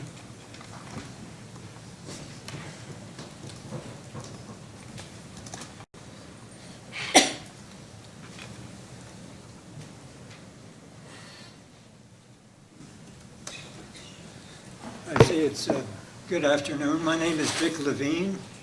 I'm the co-director of the Center for Sustainable Cities in Lexington. I taught architecture at UK for 50 years. And you may have seen, you may know about my solar house, which dates back to 1975. It's appeared on the cover, on the front page of the Herald Leader 3 times. And it made me famous for 15 minutes. Since then, I'm saying that for your sympathy, because being a solar pioneer has been a lonely battle for 45 years. And I'm really happy with what's going on in the world, or shall I say the rest of the world. My practice is now more in sustainable cities than it is in solar. It's also in energy conservation. I travel to places like the Middle East, the former Soviet republics, Europe a lot, and China. I have 2 books. One of them will be out in April on sustainable cities. And at the end of the month, I'm heading back to China for a month and a half. My most recent book is about Chinese eco-cities. China is now building 285 eco-cities. Every one of them is large or larger than Lexington. And my book is both a survey of these cities, a critique of the cities, as well as strategies for making the full transition to sustainable cities. Back here in Kentucky, I've done a number of projects. Kentucky is actually a leader in some ways. Kentucky had the first net zero school, and it's in Bowling Green, and 3 of the first 4 net zero schools in the whole country. I'm very proud that 2 of them were done by my former students. So we have the capacity. We've done great things. I did 5 net zero homes in eastern Kentucky for low-income people, mostly single mothers. And these homes were sold below market rate. And because they're so close to the Tennessee border, they're on TVA, and they get checks from their utility company because of Tennessee's renewable portfolio standards. I know that solar is affordable. One of the reasons it's affordable is that these 5 houses were built much better than conventional houses. They're built according to the Passive House standard. I have to confess that I'm on the board of directors of the FIAS, which is the Passive House Institute of the United States. This standard is likely to become code within a few years. It's on track to becoming code, which means that all buildings will need to conform to energy standards that will put us in the range where solar, or let's say distributed solar, is a no-brainer. My plea is that we dinosaurs, and particularly the utility companies who are used to doing things in a certain way, they're used to the status quo, they don't want to change, but the world is changing. All of the places I go are now way ahead of us, where we were the leaders in the world when I started out. And every place, from the poorest countries to the richest, are now mandating energy standards both on the demand side and the supply side, both for energy conservation but also solar. They're putting in systems that that will deliver at a low cost. Thank you. Thank you. Marley Green.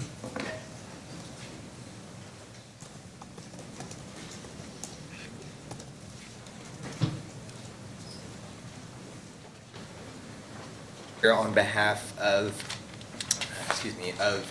the Apple Shop in Whitesburg, Kentucky, 91 Madison Avenue in Whitesburg, Kentucky, in Letcher County. I just want to, before I start, second some of the comments that have been mentioned, requesting that future hearings on this or other dockets continue to be held in Eastern Kentucky in ways that are accessible to folks. 24-hour radio station, free classes in traditional music for elementary students, and teaching teenagers and young adults the craft of audio and video documentary production. We also have a record label, theater company, climate-controlled archive, and a 150-seat theater in our building in downtown Whites. Our daytime use, which is the heaviest time of our use in our office building, is 100% covered by the solar array. We've also worked with two community partners, the Hemp Hill Community Center and Homes, Inc., an affordable housing organization, nonprofit in Letcher County, to install solar on their buildings. Also working with Kentucky solar companies, Kentucky solar workers. Since then, several other organizations, businesses, and residents in Letcher County have installed solar or will soon. We and our partners went with solar because we wanted to support a new and growing regional economy. We wanted to decrease our environmental impact, but by far the biggest reason was the growing cost of our electricity bills. In Eastern Kentucky, the poorest part of this Commonwealth, rates have gone up 50% in the last 10 years. And all signs point to this continuing. At the same time, we have fewer jobs, lower incomes to pay for these increased rates. This hurts consumers, residents, but it also hurts community centers that provide community services that are struggling with these rising rates. By installing solar, we lock in the cost of our electricity at a stable rate for the next 25 years. By continuing to increase our energy efficiency, we'll see our bills decrease instead of increasing. In Eastern Kentucky, solar can be a lifeline for businesses, nonprofits, and residents struggling with increasing electricity bills. By financing the installation costs now, customers can lock in that stable cost for their electricity for years to come. We also installed solar at Apple Shop to continue demonstrating the legacy, continue our legacy of demonstrating modern technology to create new economic opportunity for young people in Eastern Kentucky. Renewable energy can and already is providing new skills, jobs, and economic lifelines for workers in our region. We brought audio and film technology to the hands of young people in 1969, and today we're demonstrating solar and renewable energy to our neighbors. We're here to ask you to please support these new opportunities by leaving the existing net metering regime in place, or at least to consider the benefits that net metering, the current regime, has for the grid and for the whole Commonwealth.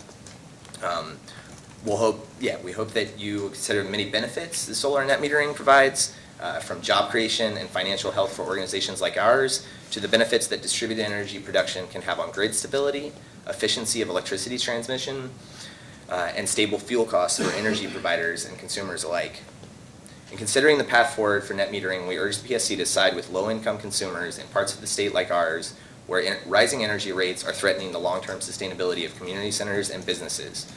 This is an investment with a return on investment in 10 years and a guaranteed production of 25 years. So just with Apple Shop, we're looking at a ROI of 12 to 14 years. And then we have another 10 years of free energy. That's money that we will apply to community services, to training more folks in traditional music, in video and audio production, and that our partner groups who offer karate classes, AA meetings, NA meetings, employment for former addicts, they're saving money on their electricity bill that they're applying to those services. And ending net metering shuts off that opportunity for other organizations in Eastern Kentucky. So just ask that you consider the benefits. And, Thank you. Yeah, thank you. Patty Dross.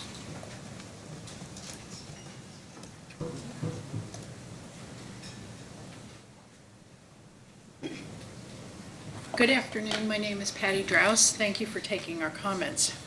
I participate in a small business. We're located in Lexington, but actually we go to Harlan County and have college students who are participating in alternative breaks there. So about 6 to 8 weeks a year we spend in Harlan County. One of the activities we do is go to the Kentucky Coal Museum in Benham, Kentucky, which is Harlan County. And even they recognize the benefits of solar panels and solar power as a way to reduce their costs. They have a solar array on the roof of the Kentucky Coal Museum now. That museum is an old building that I think used to be the store for the coal camp, and it's a huge building, and their electric bills were very, very expensive, and so that's what they're doing to keep their costs down. And that's with the one-to-one net metering. The other thing, we've done is in the past work with the Community Action in Harlan, and now they don't have any money to do these things anymore, but they were doing, insulating homes and all kinds of things to reduce energy waste, because the homes are a lot of coal camps homes and trailers and so on for low-income individuals. That's really pretty much what the housing market is there. And so they're poorly insulated, any heat escapes right away, and when we would go into these homes, I did an informal kind of survey of people. How much are you paying for your electricity right now? Well, the range was from $350 to $500 a month for homes that I would say were probably about 1,000 square feet. So at the church, we stay at the Catholic church there, we commonly have people knocking on the door begging for money to help pay their electric bills. And I see it as very hopeful that the NGOs are getting into Eastern Kentucky and are there in Eastern Kentucky trying to get solar panels on people's homes as the money is there to do that. So I really ask that you keep one-to-one net metering. If there is any way that, needing more data would be helpful, can you just pause this decision and your plan be that we need to collect more information over the next 2 years and revisit this? Does this decision have to be made right now to decrease how much homeowners can be given for the energy they're producing with their panels? Because I think this is an important issue in Eastern Kentucky, as well as the rest of the state. Thank you very much. And I didn't say what, Patty Drouse, and I'm from Lexington, 608 Allen Court. So just so you know, it doesn't necessarily mean there's a decrease. We have to evaluate to see what it is, whether it's higher or lower. We aren't going in with a predetermined bias that the rate is going to decrease. We don't know what it's going to be. We're supposed to evaluate it. Thank you. Yes, ma'am. Ron Snyder.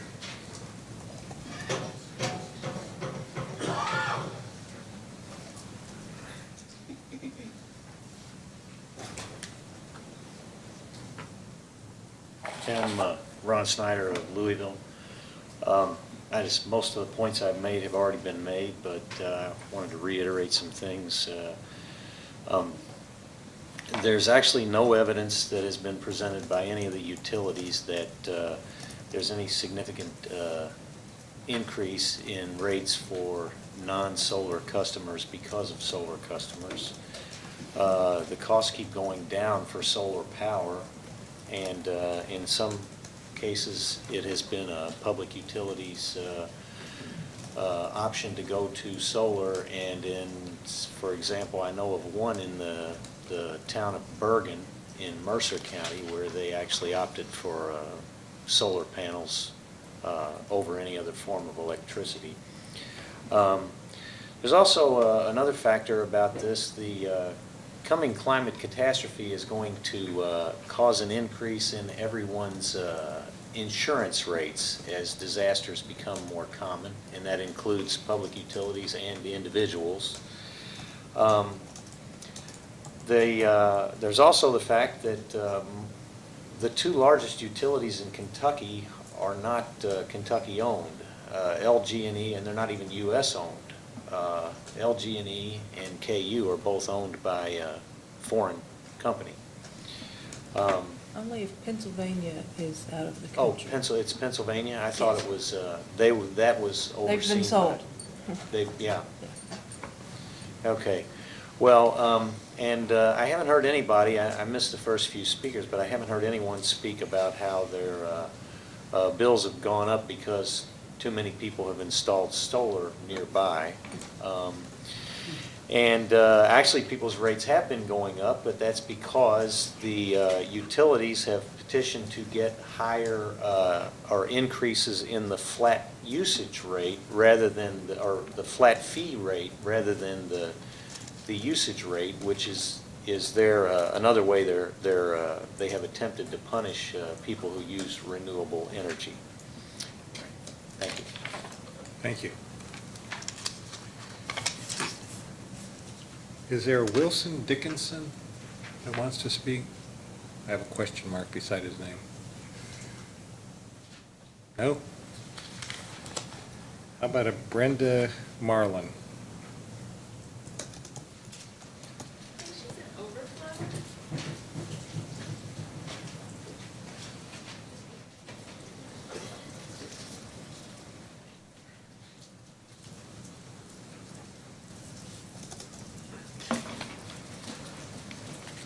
Thank you. I believe you meant me. I'm Brand Martin. Thank you for having this hearing. It is most important to hear from the people as well as the businesses. We should all have equal voice. Our family, I live in Greenup County, which is in northeastern Kentucky, zip code 41169.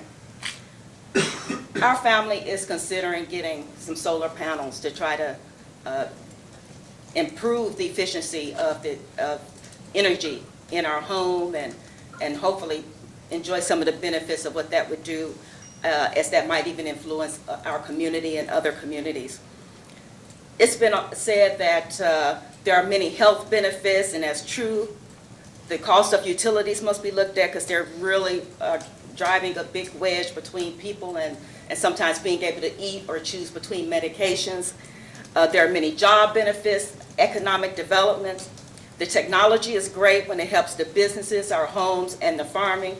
But the point I want to make that might be unique is that we must also realize that there's a synergistic benefit with all of those.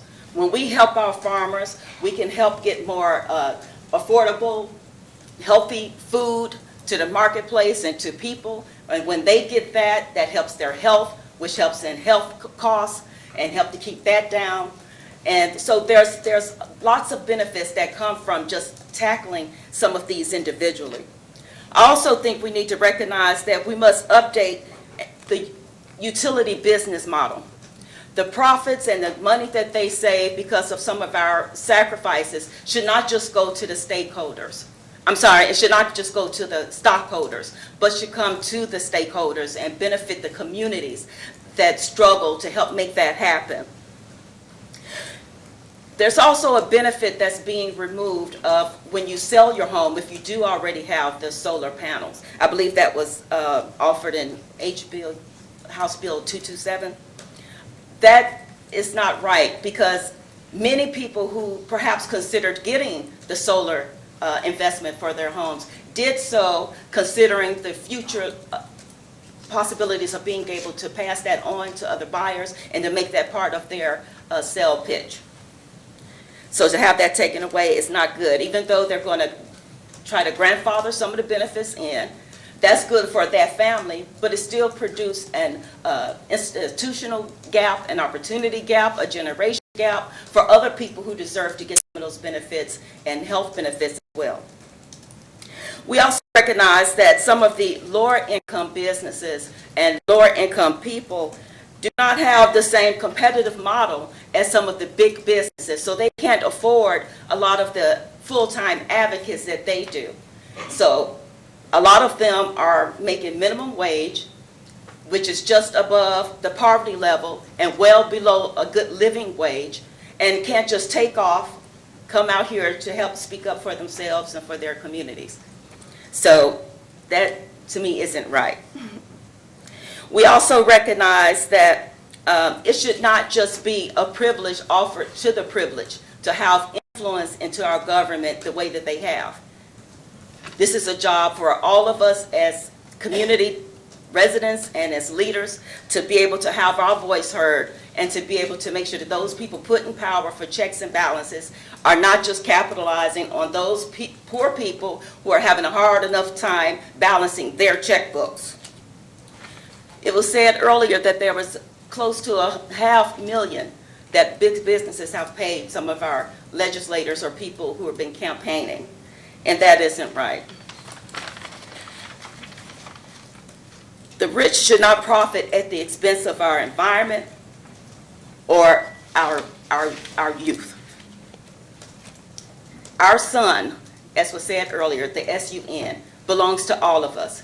And it makes sense, S-E-N-S-E, and sense, C-E-N-T-S, to use that to help provide more energy at an affordable rate. And that is what our daughters and sons, S-O-N-S, need from us and deserve that from our community. And lastly, I would just like to say that as these laws are adjusted, we need to consider that some of them do bring upon antitrust concerns. And that, to me, touches upon the assault that is placed upon us through some things that become institutional. And it helps to keep poor people poor, small businesses small, and rich people rich. And that, as the Kentucky for the Commonwealth and the Poor People's Campaign say, that ain't right, and our voices will not be silenced anymore. Thank you. Thank you. Terry Farragher.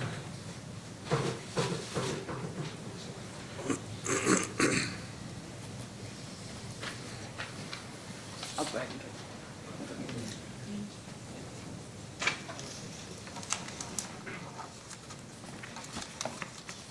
My name's Terry Farragher. I live at 790 Buck Run Road in Versailles, Kentucky. I'm a retired social worker, and my husband, Jeff Alexander, is a retired teacher. I'll be brief because I've been deleting pieces and parts as the hearing has gone on, and so it's a little shorter now. Thank you so much for holding public hearings. It seems reasonable that as the Public Service Commission, you would hear from the public, but I know that there are corporations with a vested interest who would prefer that you didn't, and I appreciate that you lived up to your title. The issues you are currently wrestling with are much larger than Kentucky and certainly much larger than anyone in the room or any utility company represented here today. But the manner in which they are resolved will affect our lives and determine how we are perceived by future generations more than any other issues confronting us. It will determine how we are judged by our own families based on the choices we make, how our children, our grandchildren, and our great-grandchildren perceive us. And at my age, that matters to me a lot. My husband and I installed solar panels in 2013, and we believe that it's one of the best decisions we ever made. We invested in solar because we wanted to become a part of the solution rather than a part of the problem, and we were moving toward retirement and fixed incomes.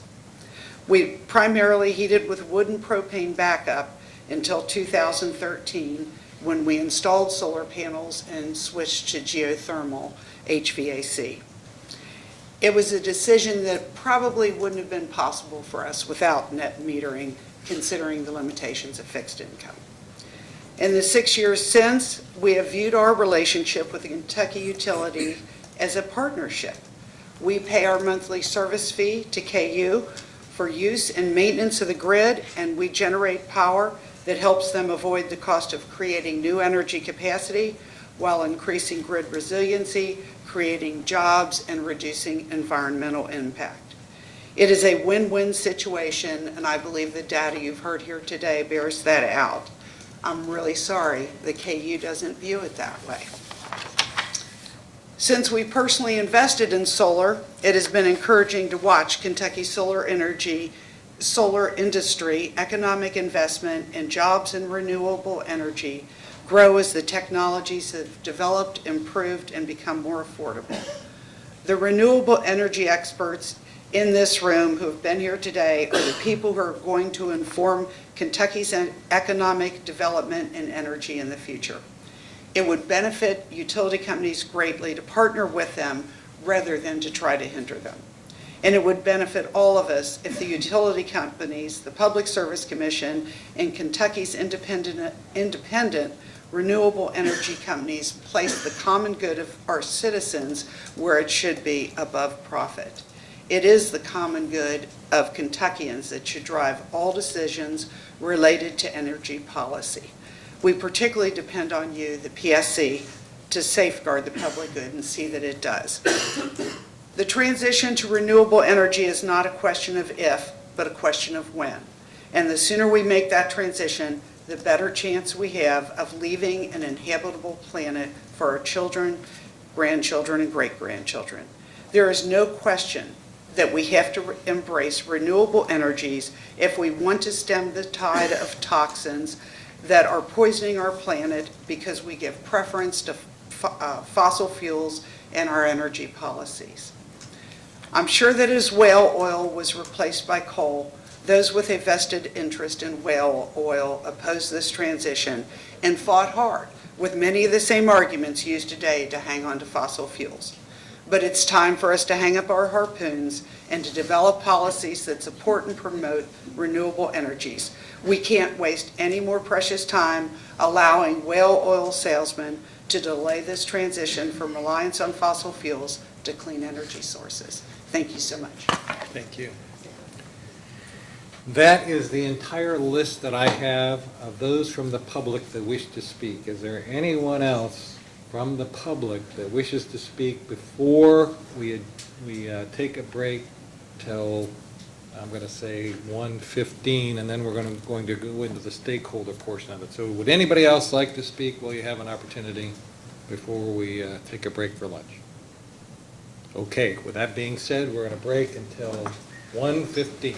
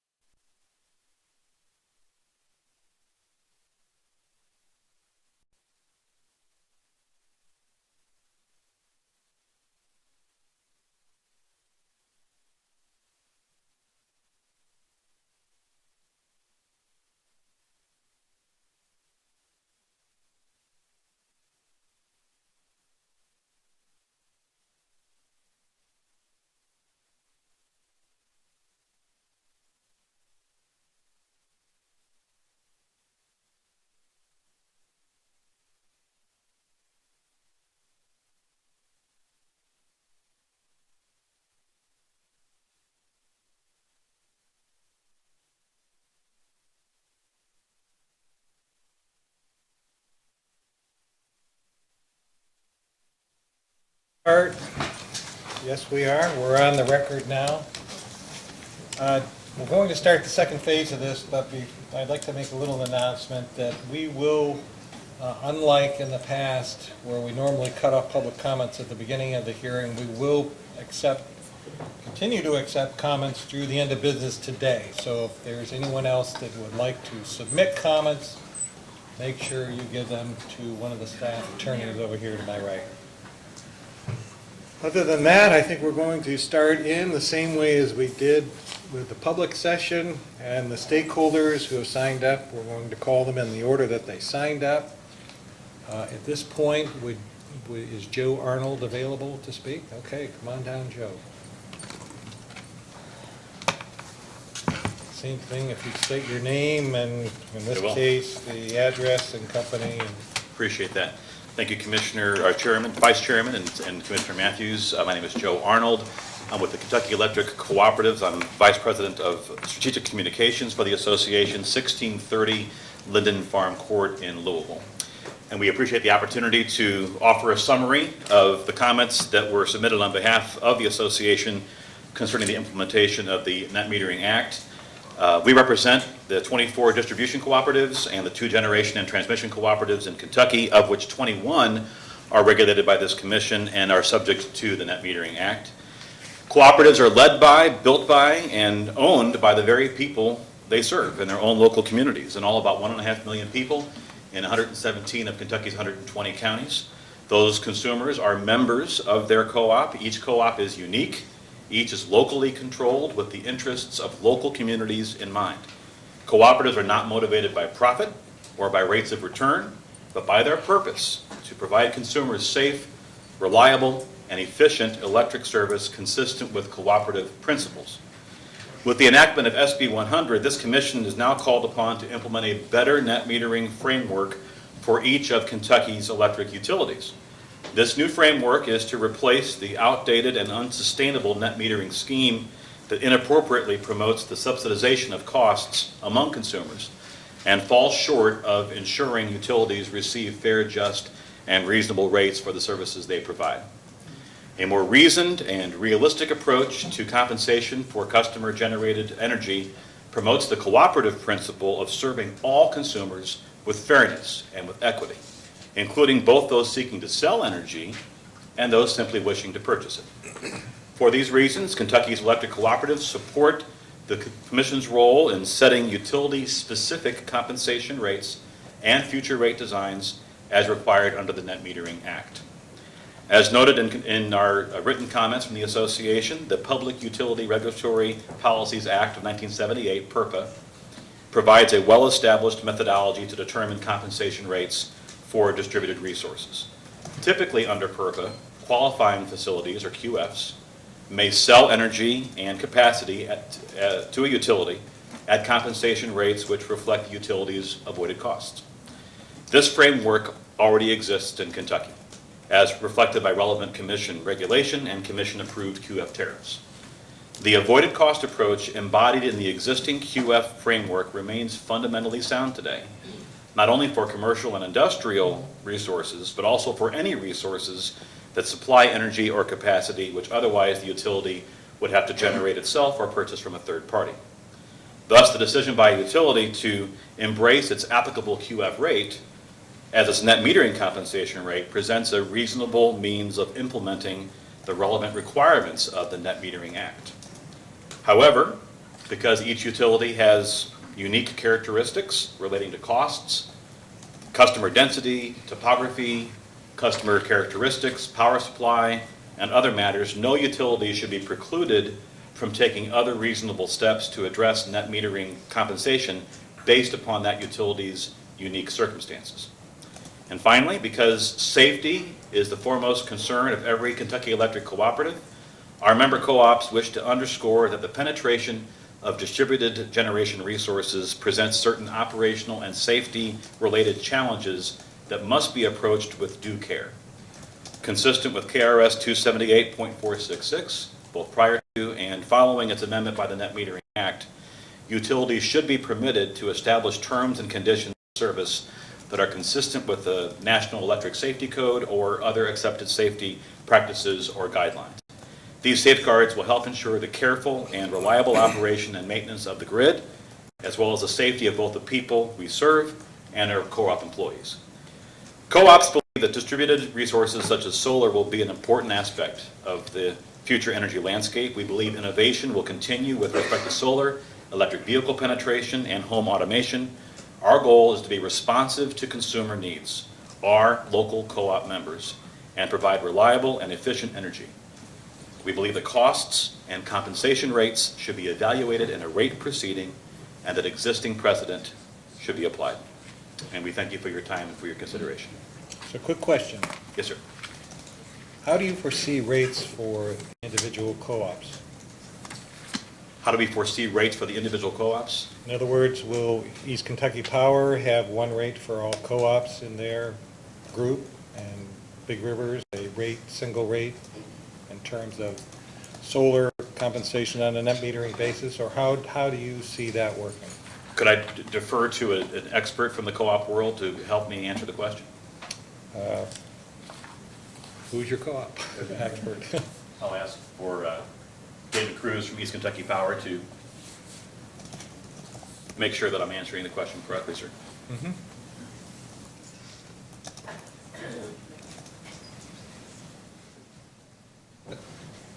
Commissioner, I think we understand the complexity. Could you, just for the record, state your name? Oh, I'm David Cruz. I work with East Kentucky Power, Senior Vice President of Power Supply there.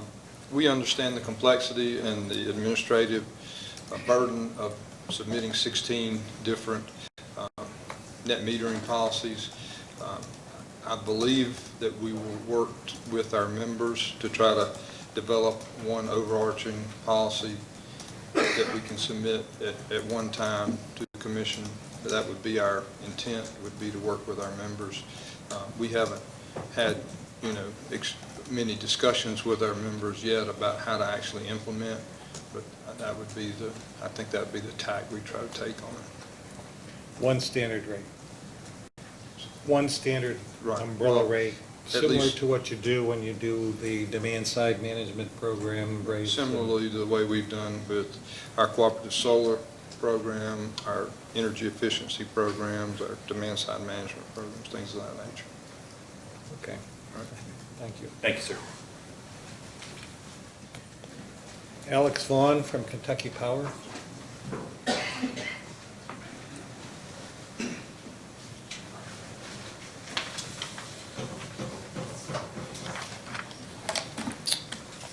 Good afternoon, Vice Chairman Cicero, Commissioner Matthews. Let's not start his time until I get this up. I'll just go through my introduction real quick, if that's okay. Certainly. Thank you.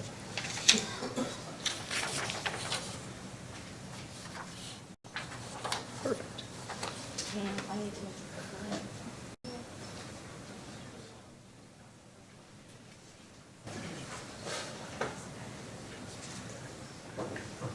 We'll let you start your 5 minutes as soon as Okay. she's ready to go.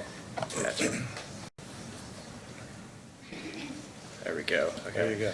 So I'm Alex Vaughn. I'm employed by American Electric Power Service Corporation as Director of Regulated Pricing and Renewables. I have direct responsibility for cost, service, and rate design matters for Kentucky Power Company and the other AEP affiliates in the region, the surrounding Appalachian states, our operating companies there.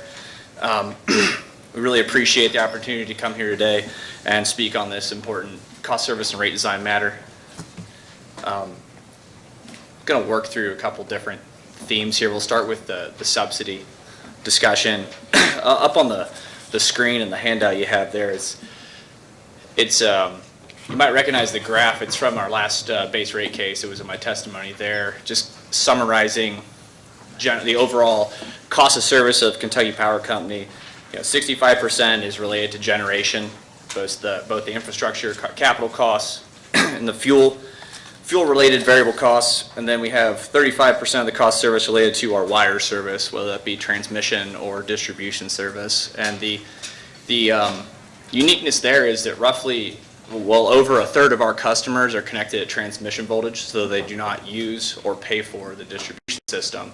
So when you start looking at cost of service impacts from a net metering customer on the other distribution customers, it's larger than one might think.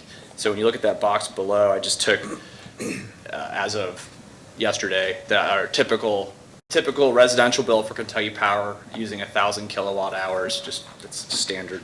I know our customers tend to use a little more. It's $124 a month. We can argue about how much of the generation cost should be credited back to customers or shouldn't be credited back, but we can just look at this conservatively and just say the D&T piece of the bill, the wires. We can all agree the sun is going to go down every day.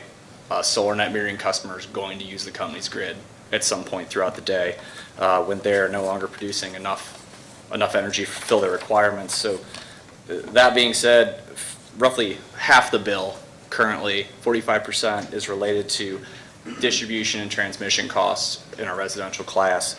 So each month, a solar net metering customer who's on a one-for-one netting basis is completely washing out their bill from a kilowatt hour standpoint, is not paying $56 of wires costs that they're using every single day.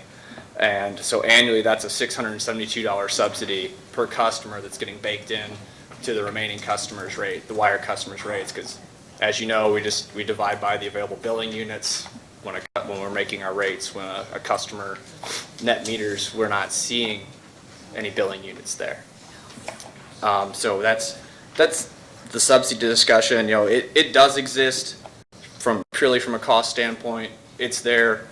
If we get to the cap, we're not near the 1% cap currently, but our estimates are we'd have about a $3 million subsidy baked into our residential class, just, again, without arguing about generation costs.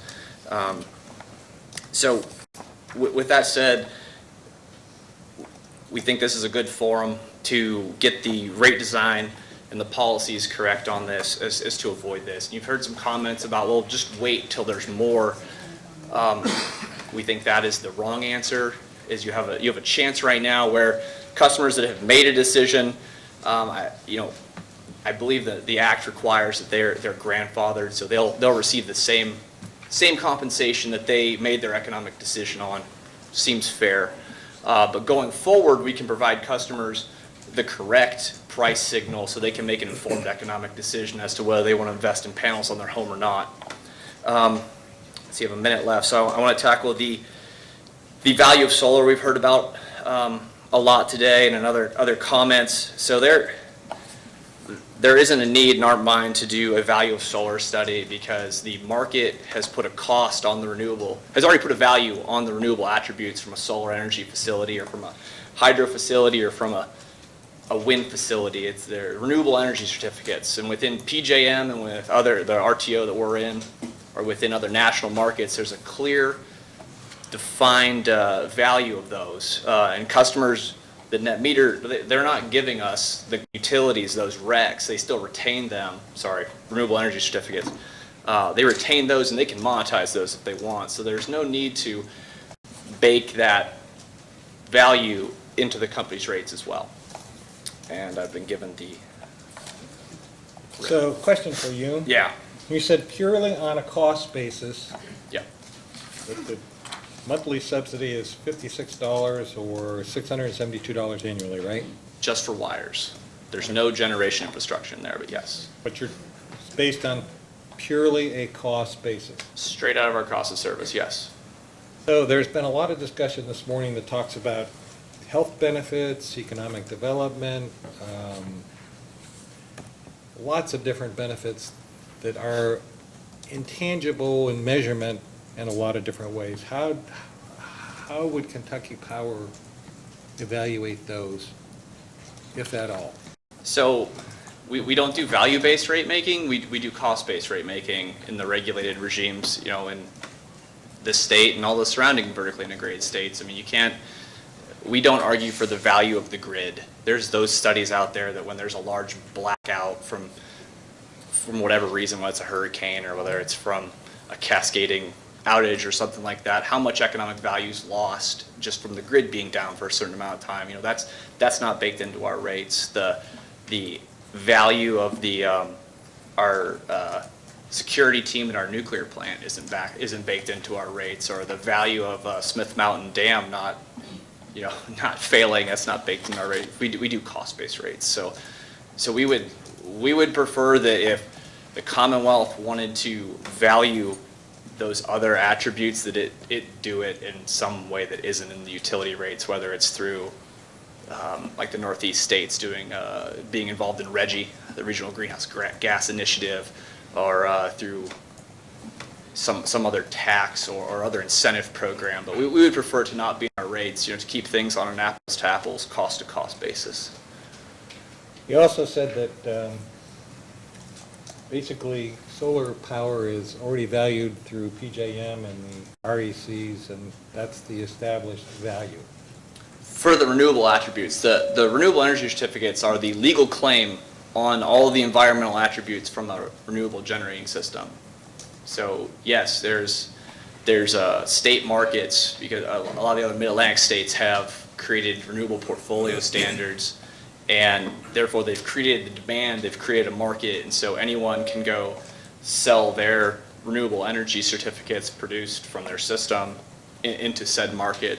We participate in those markets as a utility, not Kentucky Power, the other AEP companies do. So are the RECs valued on a time basis? We know the PGM rates change by the second. They're only temporally valued from a compliance year standpoint. It doesn't matter when it was generated.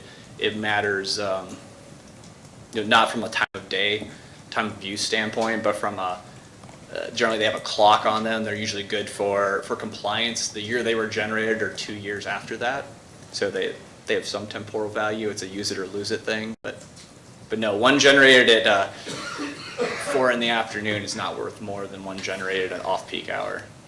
So we're really not recognizing market rates by using an REC value. You got to separate it out from the energy, right? There's if you look at these things, you have the renewable. When is a credit in order to satisfy the demand for green energy, and saying that you participate in it by buying through the system and saying, I've got the certificate that says, well, I didn't purchase my electricity necessarily directly from a renewable source. I bought a certificate that says I'm utilizing what somebody else generated as part of my consumption. That's right. Therefore, I'm a green participant. Correct. But those certificates, again, are not based on any varying degree of change in cost basis. No. It's strictly a credit. That's right. It's whatever the going market rate for those is in that particular market that you're selling into at that particular delivery year, depending upon whether the demand is high or low. Basically, it is not reflecting like the marginal cost of PJM energy. So does Kentucky Power see a way to value solar power based on time of day? Because most solar generation, as you indicated, occurs during certain hours of the day, and obviously doesn't occur at certain hours of the day, which means that supply may be higher or lower than demand. That's right. So I mean, you can do that through a time of use rate, and I would like to add that Kentucky Power is a winter peaking company, and we'll throw our transmission peaks at 7 a.m. on a January morning. I bet we peaked for this month this morning at 7 a.m. actually. There's not a lot of solar going on at that time. Very, very small capacity factor on these things, but in the low light hours, especially in the winter. But a time of use rate, and honestly, the gentleman was up here before from the co-op speaking about PURPA. Our approved PURPA rates have a time of use option in there, and I've spoken with potential renewable suppliers that are looking to sell to us under PURPA, and they go back and forth on the value of that. But yeah, it's definitely something we offer. Well, thank you for your comments, and thank you. I think you're doing just as good as you did the last time you were in here for a rate increase. I hope you got a promotion. Thanks, sir. Lon Huber from Duke.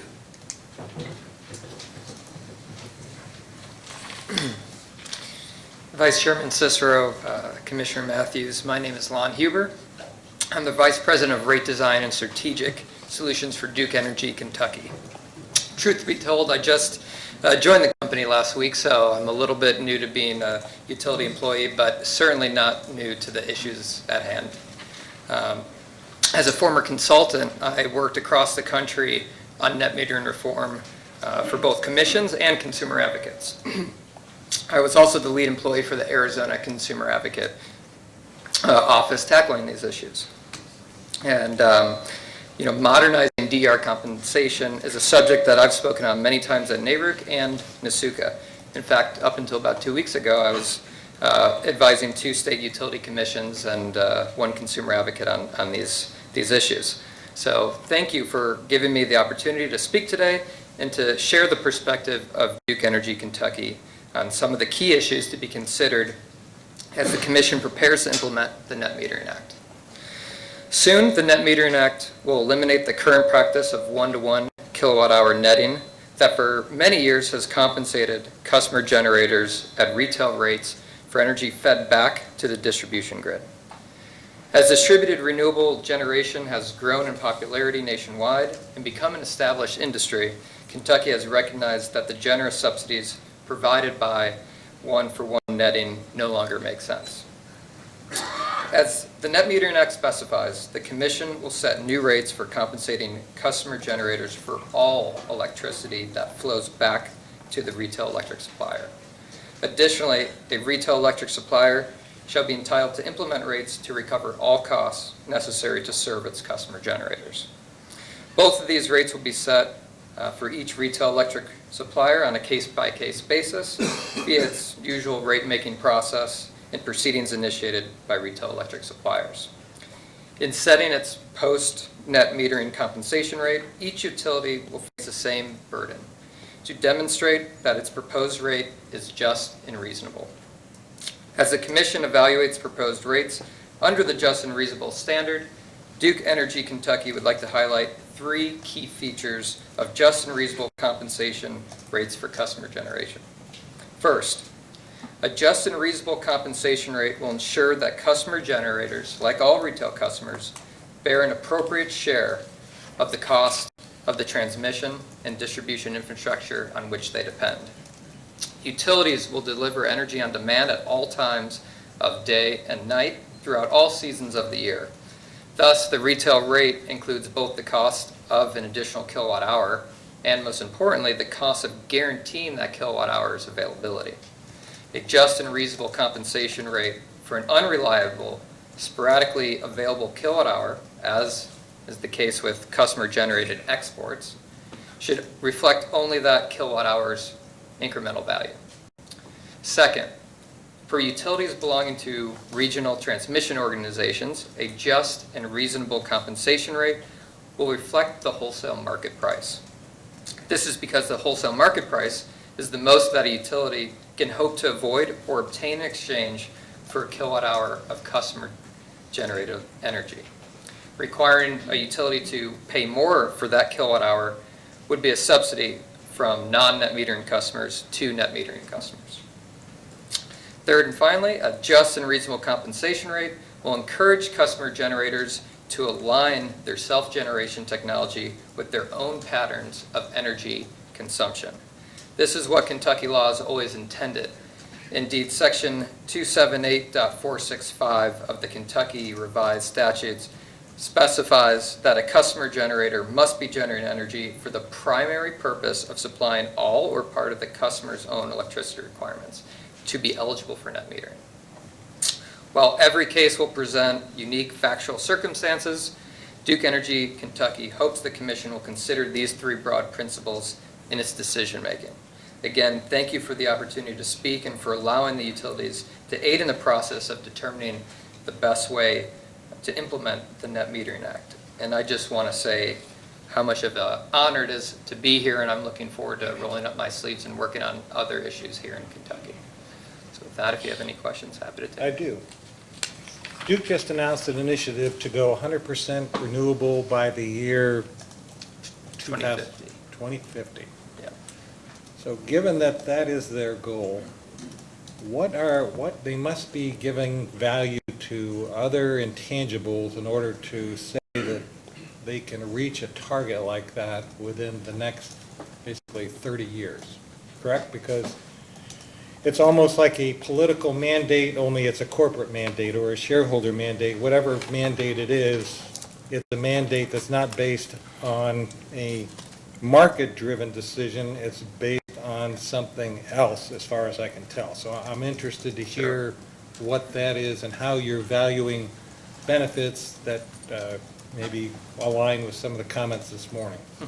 So that's a great question, and again, I'm new, so I won't have all the intricacies of that policy, but I will say that if you look out on, in that forward time horizon, you'll see that renewable energy at scale is cost effective in a lot of situations, especially in the beginning stages of a state's adoption of it.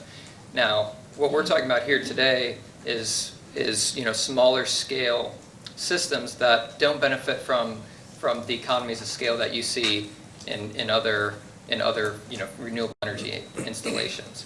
So as we look out to 2050, especially in our IRP plans, you'll see that we think that technology will be there and be there cost effectively moving forward. Now, is it there today? Not necessarily, not in all cases certainly, but moving forward, we do think that it can be highly competitive at scale, large scale facilities, again, which are a fraction of the cost of some of the systems that we're talking about today.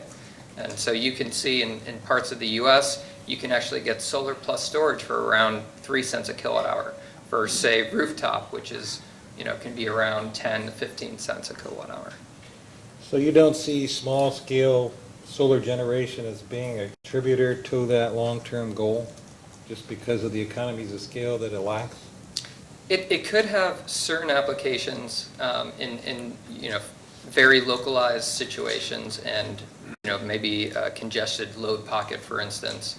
But what we've seen from the literature and from studies occurring across the U.S. is that the localized benefit, it only represents around maybe 5 to 10% of the localized distribution system, and so the real value is in the larger scale assets. So there might be some use cases for the smaller scale, especially backed up by some type of firm resource like energy storage, but the vast majority will be larger scale, and it can still be connected to the distribution system. But larger scale, especially transmission connected renewables, will show a lot of promise with their cost effectiveness. So what about mini grids? Yeah, microgrids are exactly one of those use cases that I laid out, where you can get certain applications that make a lot of sense, especially if the customer benefiting helps chip in. So you see a lot of military bases that say, hey, we need some backup generation, but you know what, we're not going to be using that during your summer peak. And so the utility has an option to call on that. And so the utility gets, in effect, all its ratepayers get half-priced peak capacity resource, and the military base gets that backup power that they can use. And so in that way, things can actually pencil even though you're not benefiting from those economies of scale. So Duke is almost at the peak of or they will be almost near their peak requirement for capacity for PJM, which is one of the reasons why their demand-side management programs have been permitted to continue. Do you see solar helping out in terms of meeting the demands of PJM and what their capacity margin, resource margin is? Yeah, unfortunately, that's not my area of expertise, because PJM does have a lot of requirements on what it takes to be a capacity resource, especially during scarcity events. And so I think typically where Duke has gone as more as load modifiers within the distribution system, but still with those economies of scale, which eventually we may bid in as into the PJM market. So I'd have to defer to a colleague on the specifics of how PJM is going to recognize the capacity value of intermittent resources. Is that something you're going to have somebody speak to or submit in a comment? Yeah, if I have a colleague, if you want to jump in, or we'll just submit it, we can submit it via writing, because it's probably not a quick answer. Who's your colleague? Bruce. Come on up. Talk about PJM. You don't have to go in great detail. I'm just interested in the reserve margins that PJM requires and whether solar helps in reducing that margin requirement on other resources. Well, 6 years ago, I used to work in the demand response arena, and I know a lot about PJM.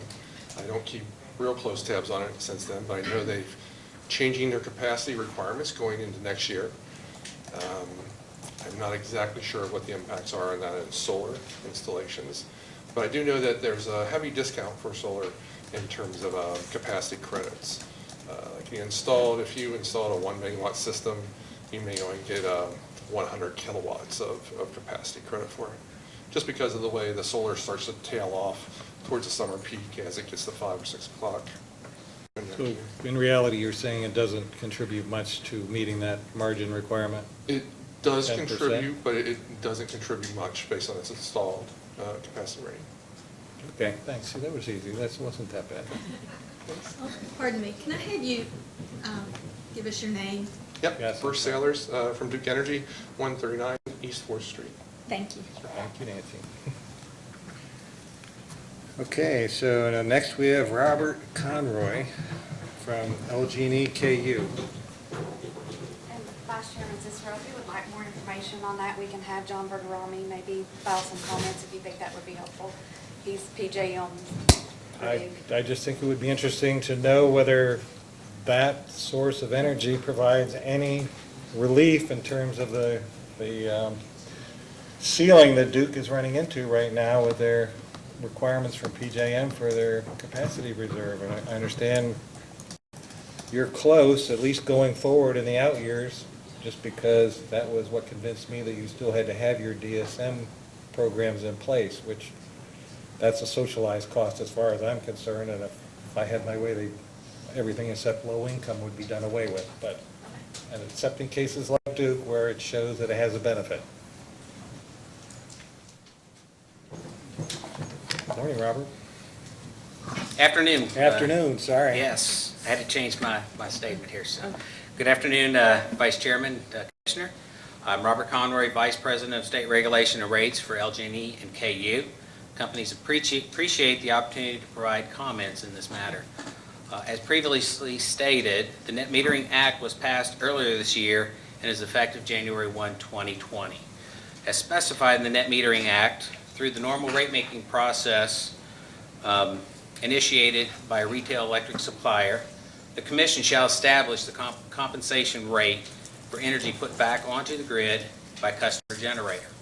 And each retail electric supplier shall be entitled to establish rates to recover from customer generators all costs necessary to serve the customer generator.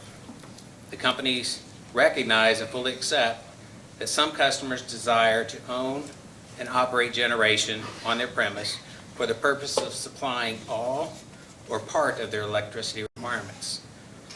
The source of generation does not create an exception to the Commission's longstanding objective of least cost resource requirements. There are three areas that I'm going to comment on. First is the compensation rate for energy put back onto the grid by a customer generator. Retail electric suppliers have the obligation to serve all customers with adequate and reliable generation at the lowest reasonable cost. Any compensation rate not cost-based will increase costs, create subsidies, and send incorrect price signals. The Commission must take into consideration the characteristics of the customer generation. It is not dispatchable or under control of the retail electric supplier. It is not firm power or a capacity resource that can always be relied upon. It only provides as available non-firm energy to the grid if and when it is available.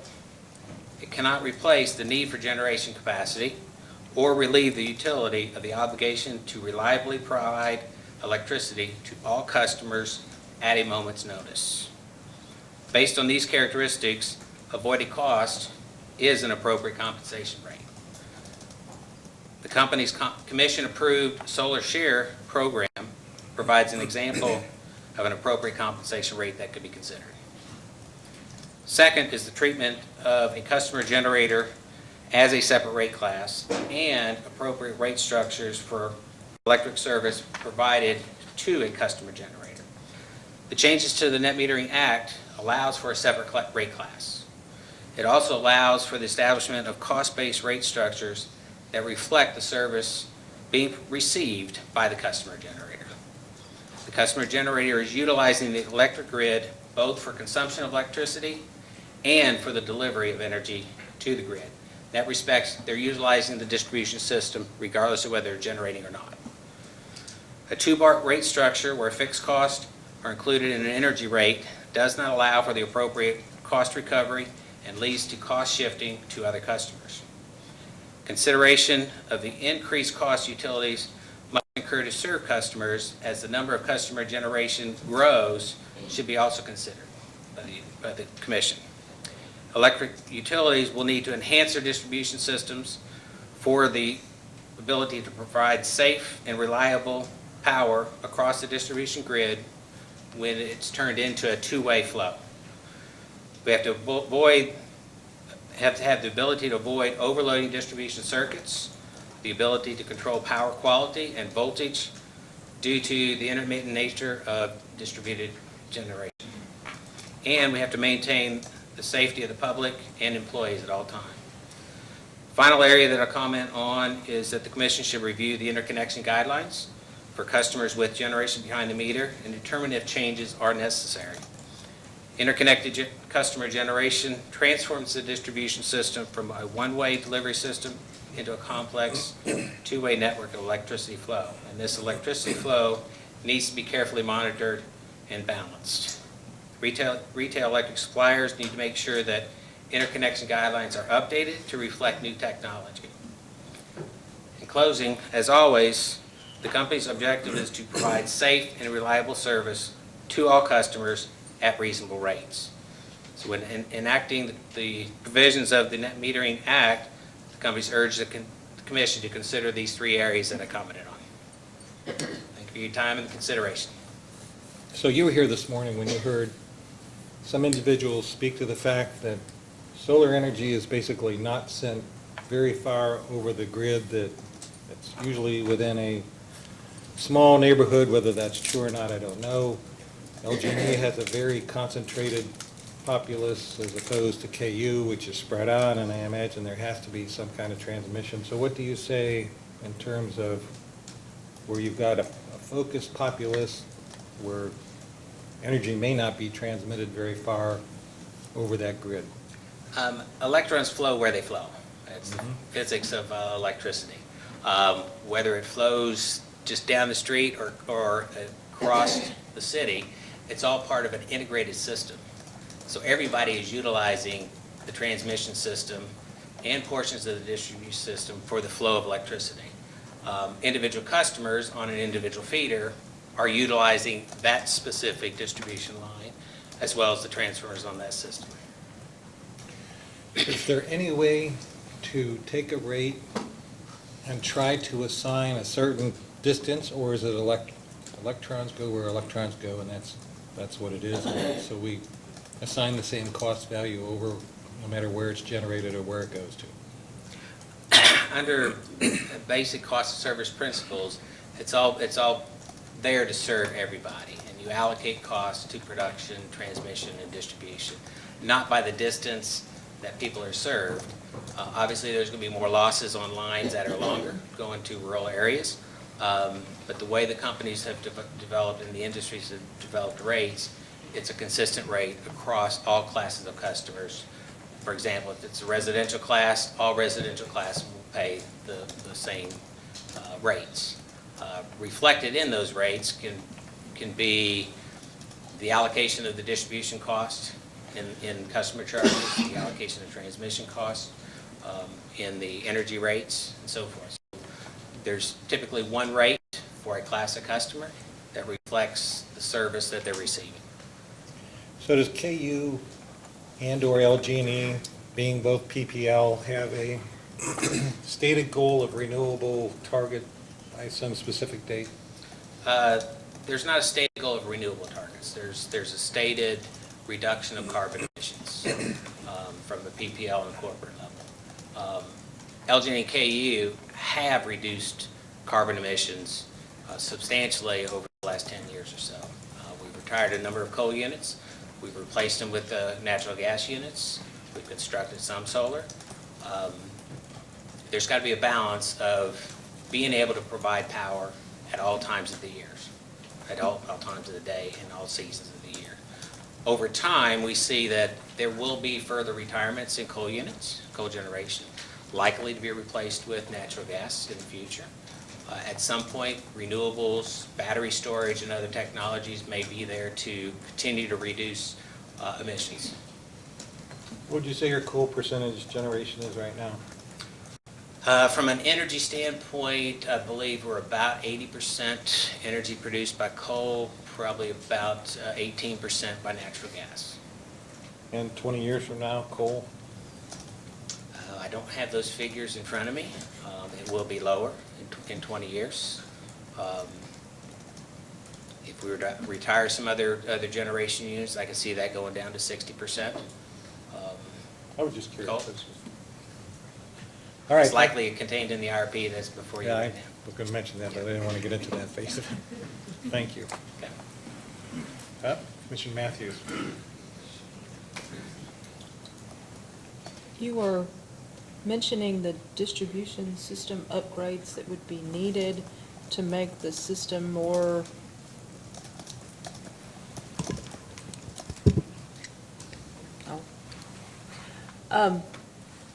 does that happen at the 1% cap, and is the 1% cap still there? Does it happen at half of 1%?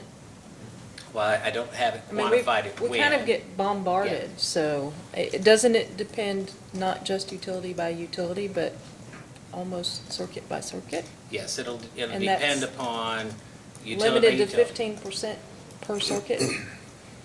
Pardon? Still limited to 15% per circuit for net metered customers? That's what the gentleman said this morning. I think we would just have to look at to see how dense the generation is and how it affects the circuits. It's something that needs to be looked at.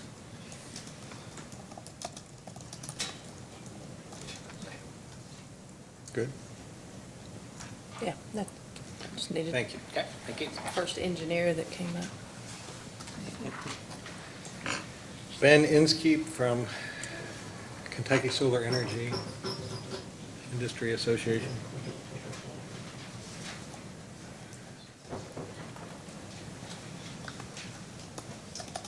I was hoping to come up and introduce Ben as president of KCA for just a moment. Be my guest.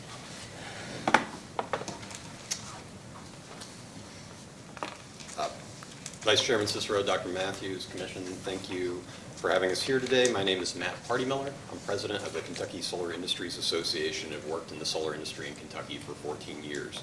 KCA is a trade association representing the solar industry in Kentucky. Our members include a broad variety of solar businesses operating in the Commonwealth, from small installers based here in Kentucky to large companies that operate in many states across the country. On behalf of the solar industry, I'd like to thank the Commission for providing us the opportunity to provide input on the implementation of the Net Metering Act. Net metering has been one of the most important policies in the United States generally, and in Kentucky specifically, for enabling the growth of distributed solar.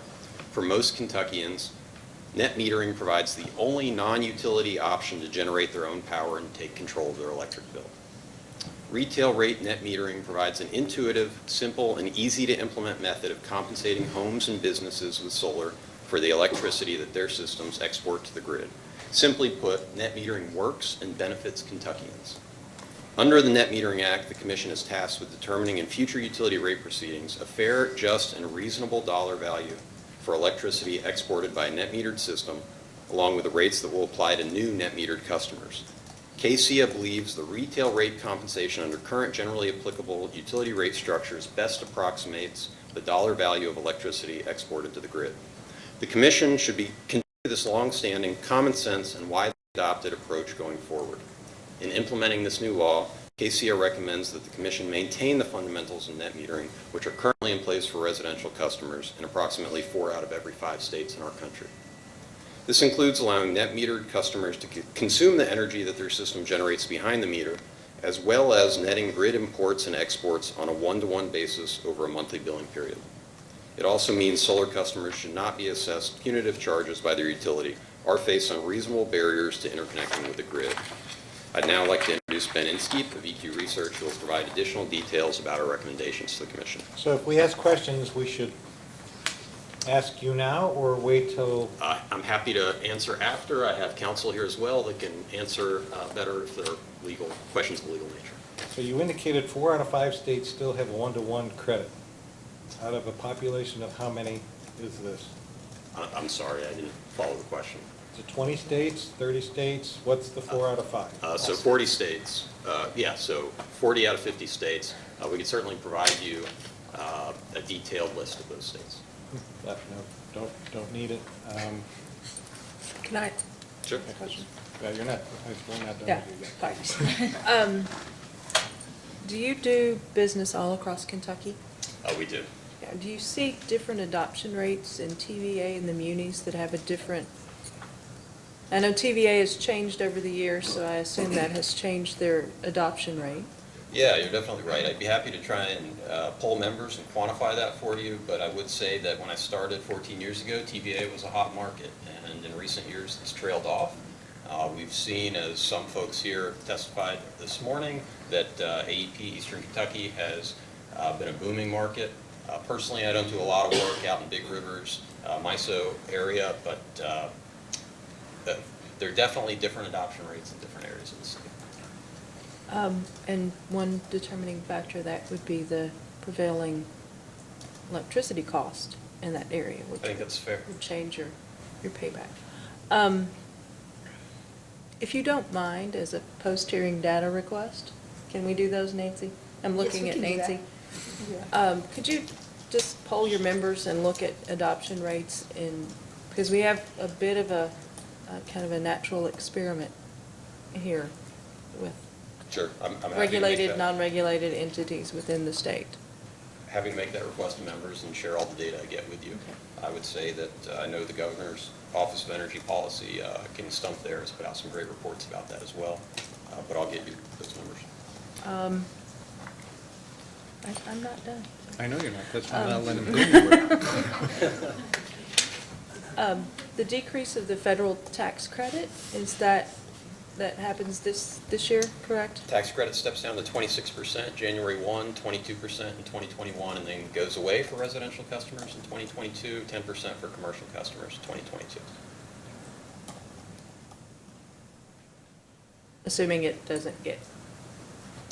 Sure, our industry association is certainly trying to have that in. Life expectancy of panels? Sure, a typical panel has a 25-year production warranty behind it. We're starting to see, and I guess I'd look to the developers who are signing PPAs, long-term PPAs, to better understand what perhaps more sophisticated entities are judging life cycle to be, and we're seeing 30 years now, pretty typical, some are 40. Ben could probably answer that better. I guess I should have asked Dr. Levine. He could have answered if his 1975 panels are still running, or still operating. Sure.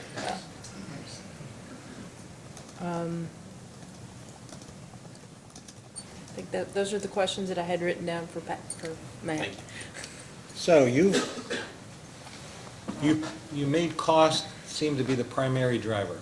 In other words, I heard lots of comments this morning about climate, health, economic development, and whatever other, but some are intangible, some maybe not so much intangible, but you specifically talk about it needs to be one-to-one in order to maintain a growth in the solar industry, if I understood your comments correctly. You didn't mention anything else. Was there a reason for that? So traditional net metering offers lots of values. I think Ben is going to go through that list in more detail. I would say that consumer understanding is a tremendous value of that one-to-one rate. When you start changing the rate, just sitting down at a dinner table and having a conversation with a homeowner about how that would impact their monthly bill becomes very difficult. For instance, if I say you were to install a solar array on your home, you could offset electricity you're drawing from the grid, and if you happen to feed any back, you'd be credited at a, say, 50% rate. We would look at your bill and we would not immediately be able to determine what that means, how much electricity you would be exporting versus consuming. It would be more difficult then to quantify savings, and that would introduce some element of uncertainty that I think would slow your adoption.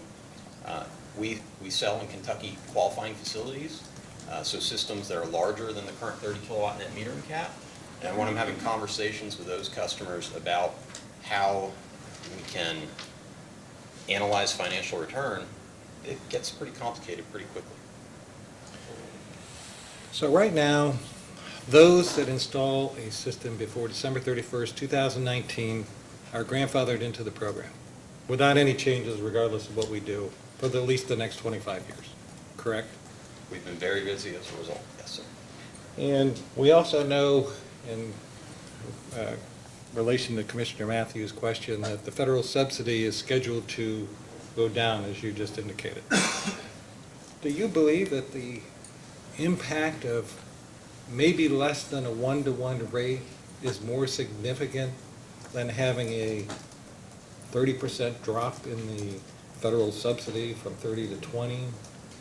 Especially on an installation that may be $20,000, 30%, you got $6,000 right off the bat that has to be recovered over some period of time.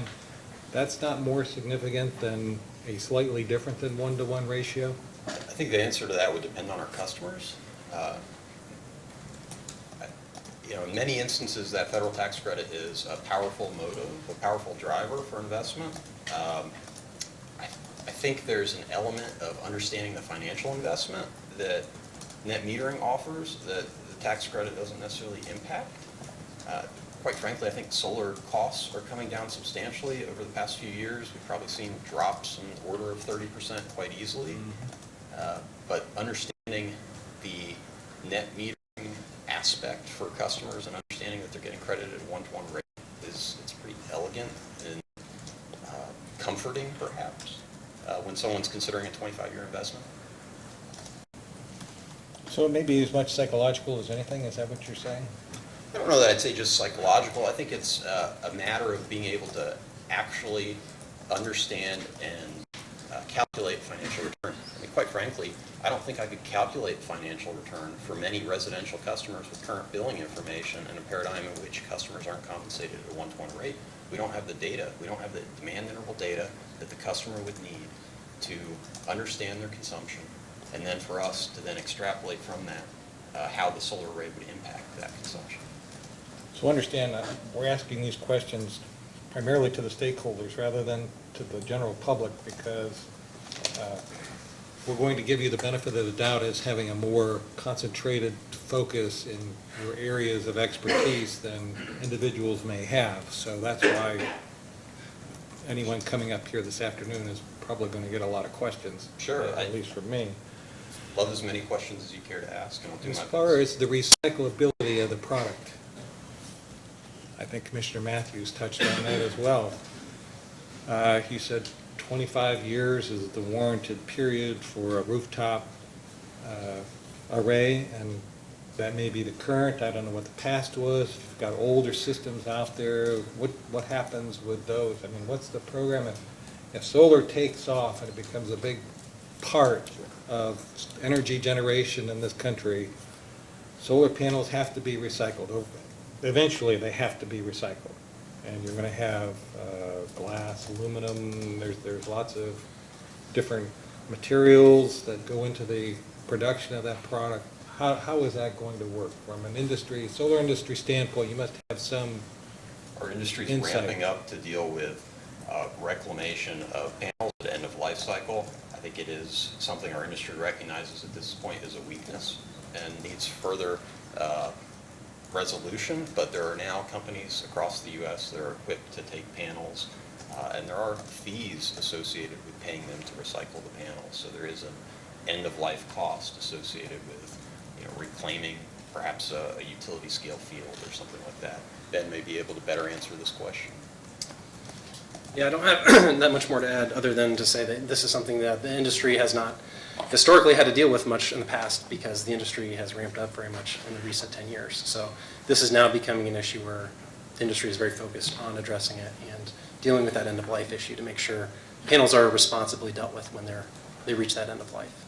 So when a consumer says, I'm interested in putting a solar array on my roof, and you go through the federal subsidy and what the credits are and what the potential credits are and how long it's going to take to recover the value of his investment and what that return is going to be over some period of time, is that salvage cost included in that calculation that says, hey, don't forget at the end here, you're going to have to pay X number of dollars to recycle this product?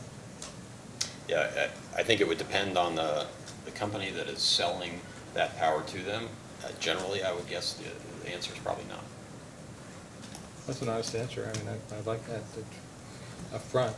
We've got to look at everything on all costs, and that's just something from my perspective that I was interested in. So, Commissioner Matthews, do you have anything else?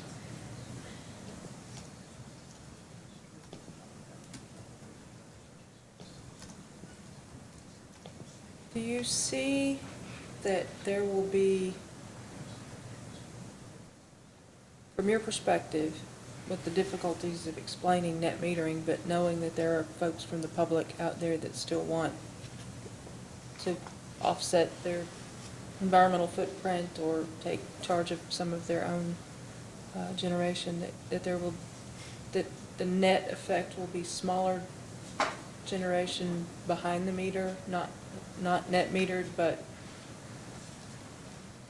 smaller installations that almost load reducing?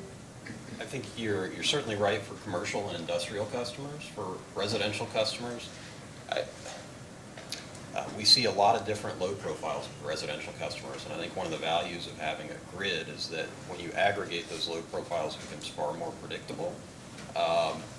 And I think some customers are going to be able to partake in behind-the-meter systems that are meaningful, but I think there's many that would have a very reduced system size as a result of, say, netting at avoided cost or something.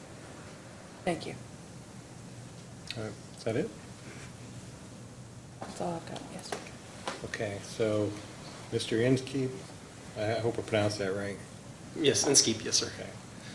My name is Ben Inskeep, and I am a senior energy policy analyst at the consulting firm EQ Research. I assisted KCIA in preparing the written comments in this proceeding, and I'm speaking today on behalf of KCIA. In considering the potential changes to existing net metering compensation rates and rate design, we recommend that the Commission thoroughly examine all of the costs and the benefits of net metering. We believe that a full accounting of the costs and benefits of distributed solar will show that maintaining retail rate net metering and existing rate designs for net metered customers are fair, just, and reasonable. Since net metered systems generate electricity that is primarily used by the customer on-site, they provide distinguishable benefits compared to utility scale resources that are located off-site away from where the generation is consumed. For example, net metered solar avoids the line losses associated with delivering power on transmission and distribution, on the transmission and distribution system. It can also help defer transmission and distribution system investments.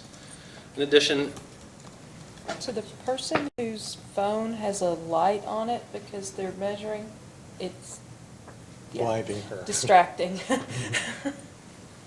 Okay. Sure thing. So there's also a number of other additional benefits that we've highlighted in our written comments, and I won't go at them at length because we've already discussed them earlier today. But therefore, compensating net metering generation at a utilities avoided cost rate under PURPA, as some parties have suggested, or some stakeholders have suggested, could substantially undervalue distributed solar and result in unjust and unreasonable rates. Despite the claims made by utilities about net metering being a subsidy and causing a cost shift, Not a single jurisdictional utility has been able to offer any empirical evidence that such a subsidy or cost shift actually exists in Kentucky. Numerous net metering studies from states across the country over the past 5 years have actually shown the opposite. It shows utility rhetoric does not match the reality on the ground. To quote from a recent report by the Lawrence Berkeley National Laboratory, quote, "For the vast majority of states and utilities, the effects of distributed solar on retail electricity prices will likely remain negligible for the foreseeable future." In short, there is no need to make major changes to net metering in Kentucky right now. With rooftop solar growing, Kentucky's solar market is still nascent compared to most states. Currently, we only have about 11 megawatts total of net metered capacity installed in the Commonwealth. Furthermore, the Net Metering Act has explicit guardrails that ensure any impacts of net metering remain negligible. So, for example, the Net Metering Act limits overall net metering participation to a cap of 1% of a supplier's single-hour peak load. In addition, it also restricts eligibility to systems that are 45 kilowatts or smaller.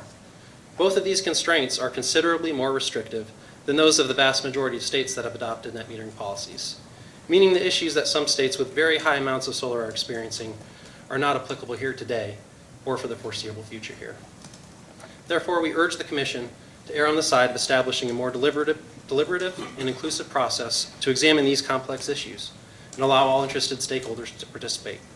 The Commission should avoid adopting a poorly vetted proposal that could destabilize the private solar market across Kentucky, causing job losses and undermining this economic development opportunity for our state. We would also like to note that we believe the time is right for the Commission to open a proceeding to update the net metering and interconnection guidelines to further streamline these processes and reflect advancements in technology that have occurred since they were adopted a decade ago. Finally, KC's written comments outline a number of areas where the Commission could provide some valuable clarity on how it intends to implement specific provisions of the Net Metering Act. One area I'd like to briefly highlight here is the importance of establishing a standardized and regular reporting requirement for utilities with respect to the remaining available net metering capacity, so the Commission, customers, and solar businesses here have transparency on the progress each utility is making towards its 1% cap. In closing, we appreciate the opportunity to provide comments today. I'd be happy to answer any additional questions you have. Commissioner Matthews? You made a comment that said that because of the small volume here, it's not like other states that have large volume, which I presume you're California, Arizona, those types of states? Sure, Hawaii, where 1 in 3 households on Oahu have home solar. I mean, that's a far cry from where we're at today here. Here's my question for you. Yes, sir. California generates, it's called the ducktail, and it generates a large volume of solar energy at a certain point of the day. Mm-hmm. And that, basically, that energy is given away or basically paid to be taken into surrounding states because of the difference in supply and demand during those times. How does that affect the overall viability of the solar industry and then the traditional generation when you look at that type of depression of electric prices during those given times? That's a really great question. That duck curve has been an issue that California has recognized that as an issue at specific times of the year on particular parts of the grid there. So one way that they're dealing with that successfully is in their reliability requirements to make sure they have enough ramping capacity. So they're really doing a lot of storage, the energy storage that's paired with that solar. And to be quite honest with you, that specific issue that's happening in California is a result of just the vast quantities of solar they have on the grid. We're talking like 10 gigawatts. So, not anywhere close to happening in Kentucky in the near future here where we are facing that same kind of value deflation as more solar is coming on the grid. So that's something that, definitely as the industry matures and down the line, we are going to need to think about that more closely. But right now, we're really, not really approaching that issue being a concern here. It's a different issue totally, but Yes, sir. as we're looking toward the future, rather than just a snapshot of the current time frame. I know we're starting at a low volume, but the goal of everyone, if you listen to all the comments that were made, is to eventually have a clean climate and the eventual elimination of fossil fuels. So the California problem, whether it's solar, wind, or whatever it may be, there's going to be generation at certain times that are going to exceed demand. Battery storage, from what I understand, The standard right now is 4 hours. The maximum may be 8 hours, but technology hasn't been developed enough to go beyond the traditional 8 hours. So there's ways to take that energy, where you pump water uphill and bring it back down later in the day in order to push a turbine, kind of like a hydro-powered project. But how is the solar industry going to get around the fact that at some point there's going to be a reliability issue if technology doesn't catch up with the production? There's going to be times of the day where you've got to have traditional generation delivering a load to those that their power that's stored in the battery runs out, because Kentucky, we don't have all the sunshine that California has.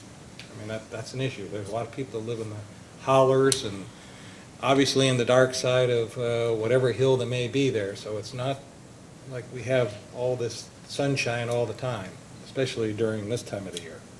Yes, sir. I appreciate that. That's a very thoughtful question looking ahead here.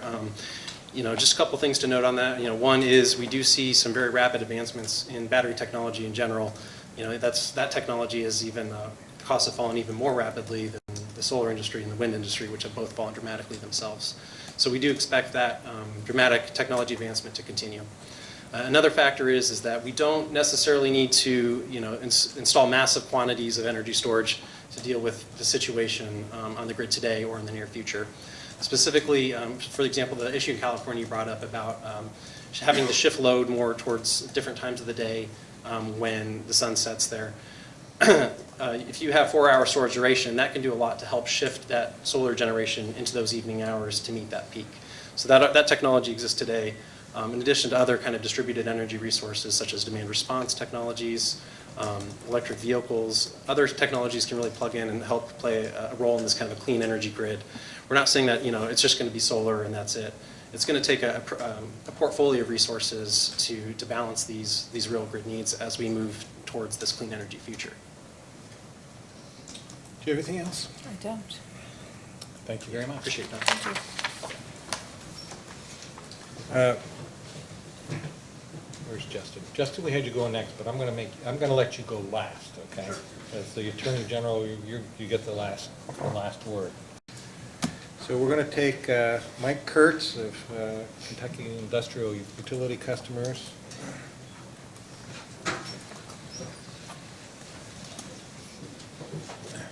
Thank you, Vice Chairman Cicero, Commissioner Matthews, Mike Kurtz for Kentucky Industrial Utility Customers.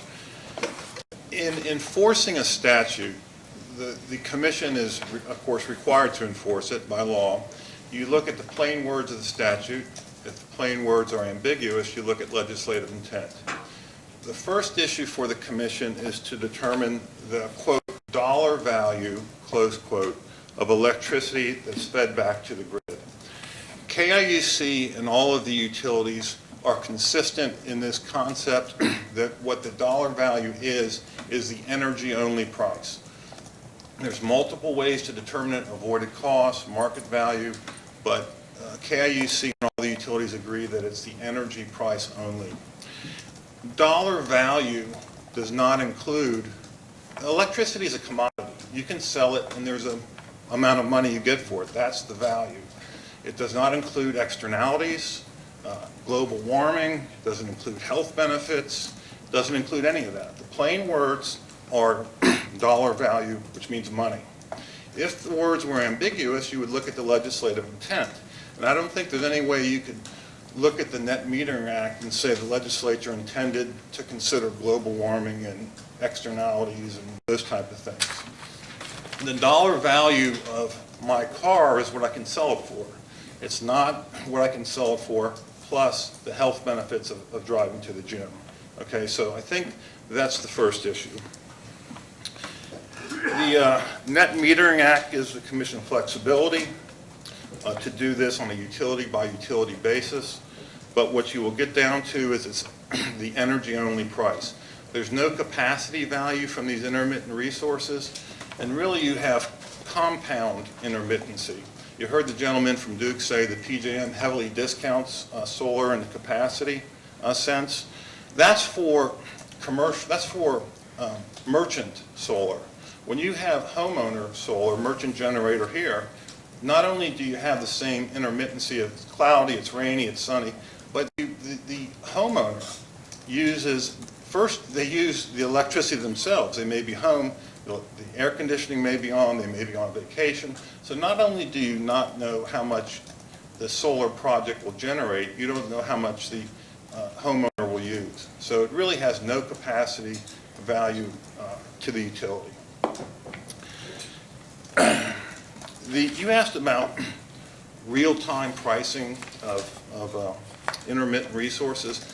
I have one of the cogeneration schedule from one of the East Kentucky cooperatives, Big Sandy.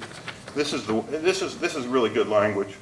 QF will be credited monthly for the electric power produced by non-dispatchable generation facilities at the value of the real-time locational marginal price for energy set by PJM at the East Kentucky zonal node during each hour. That's market price of energy. Not all the utilities in Kentucky are part of PJM, but that's the proper way to value intermittent generation in PJM. That's the dollar value. The next issue is the utility shall recover all costs necessary to serve customer generators, including fixed and demand-related costs. The rates established for all the residential customers in this state are a two-part rate. A customer charge to recover metering and billing is fixed, and a volumetric charge that recovers transmission, generation, distribution, fuel. Those two-part rates were not designed to meet the new statutory standard. So you're going to need to have a separate rate class like the utility suggests. You're going to need to design new rates for customer generators that meet the statutory definition, the requirement that they pay for all the fixed and demand-related costs associated with service to them. AEP has proposed two alternatives in their testimony to do this.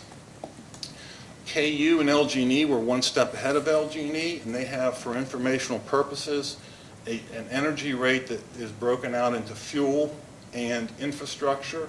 The infrastructure is the demand component that should not be avoided by customer generators. But that's the type of issue you'll need to address in the next phase on an individual company basis. That's it. Commissioner Matthews? I don't have anything. So you've sat through most of the testimony. What would you say to those that advocate delaying any implementation beyond the one-to-one for a period of time in order to gather more data? I mean, you're on the industrial side, so you're a consumer, you're not a utility. So what would you? I would say no. I would say the commission wouldn't be doing its job. The utilities are allowed to file these cases beginning, I think, 1st of next year, and the commission will be required to process them. 6 weeks. Yeah, and the commission will process them. There's enough data to enforce the statute. There's no question in my mind. Anything else? Thank you, Mr. Kurtz. Mr. Fitzgerald, Tom Fitzgerald, is he here? Coming in. That's because there's seats left in here. Figured it was safer But I'm going in there. Mr. Vice Chairman, Commissioner Matthews, I'm Tom Fitzgerald. I direct the Kentucky Resources Council, and I'm honored and pleased to be here today to provide some supplemental comments. We have already filed preliminary comments. My understanding is, based on my conversation with counsel for the commission and based on your statement at the beginning of this session, that we will be able to electronically file supplemental comments before the end of the day. That's correct. And I will try to do that before 11:59. As you are no doubt aware, the Kentucky Resources Council provides legal assistance to individuals, to community groups, to local governments on a range of energy and environmental issues. We have had the privilege in the past to represent elders in the form of AARP.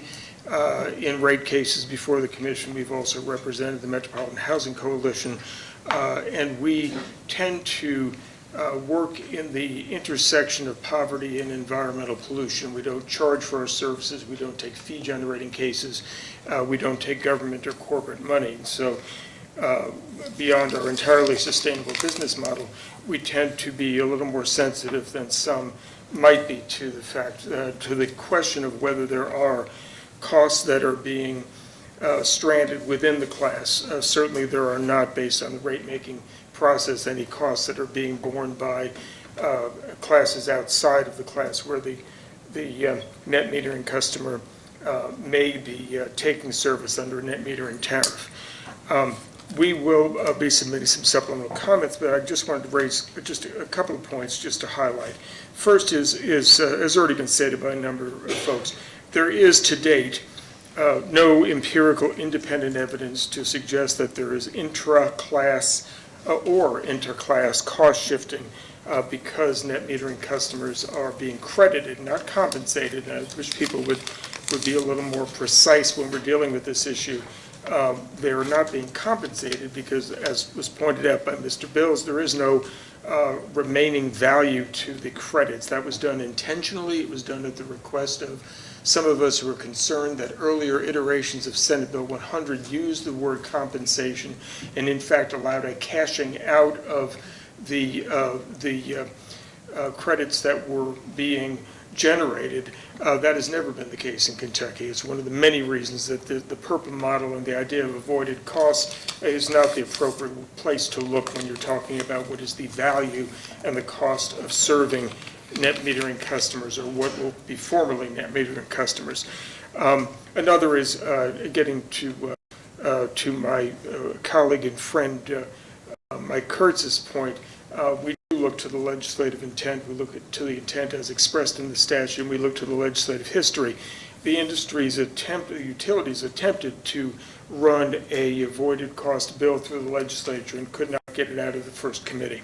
So the legislature has clearly considered and rejected the idea that we should default to avoided cost as a standard for looking at the compensation to be given to this very small class of distributed generation customers.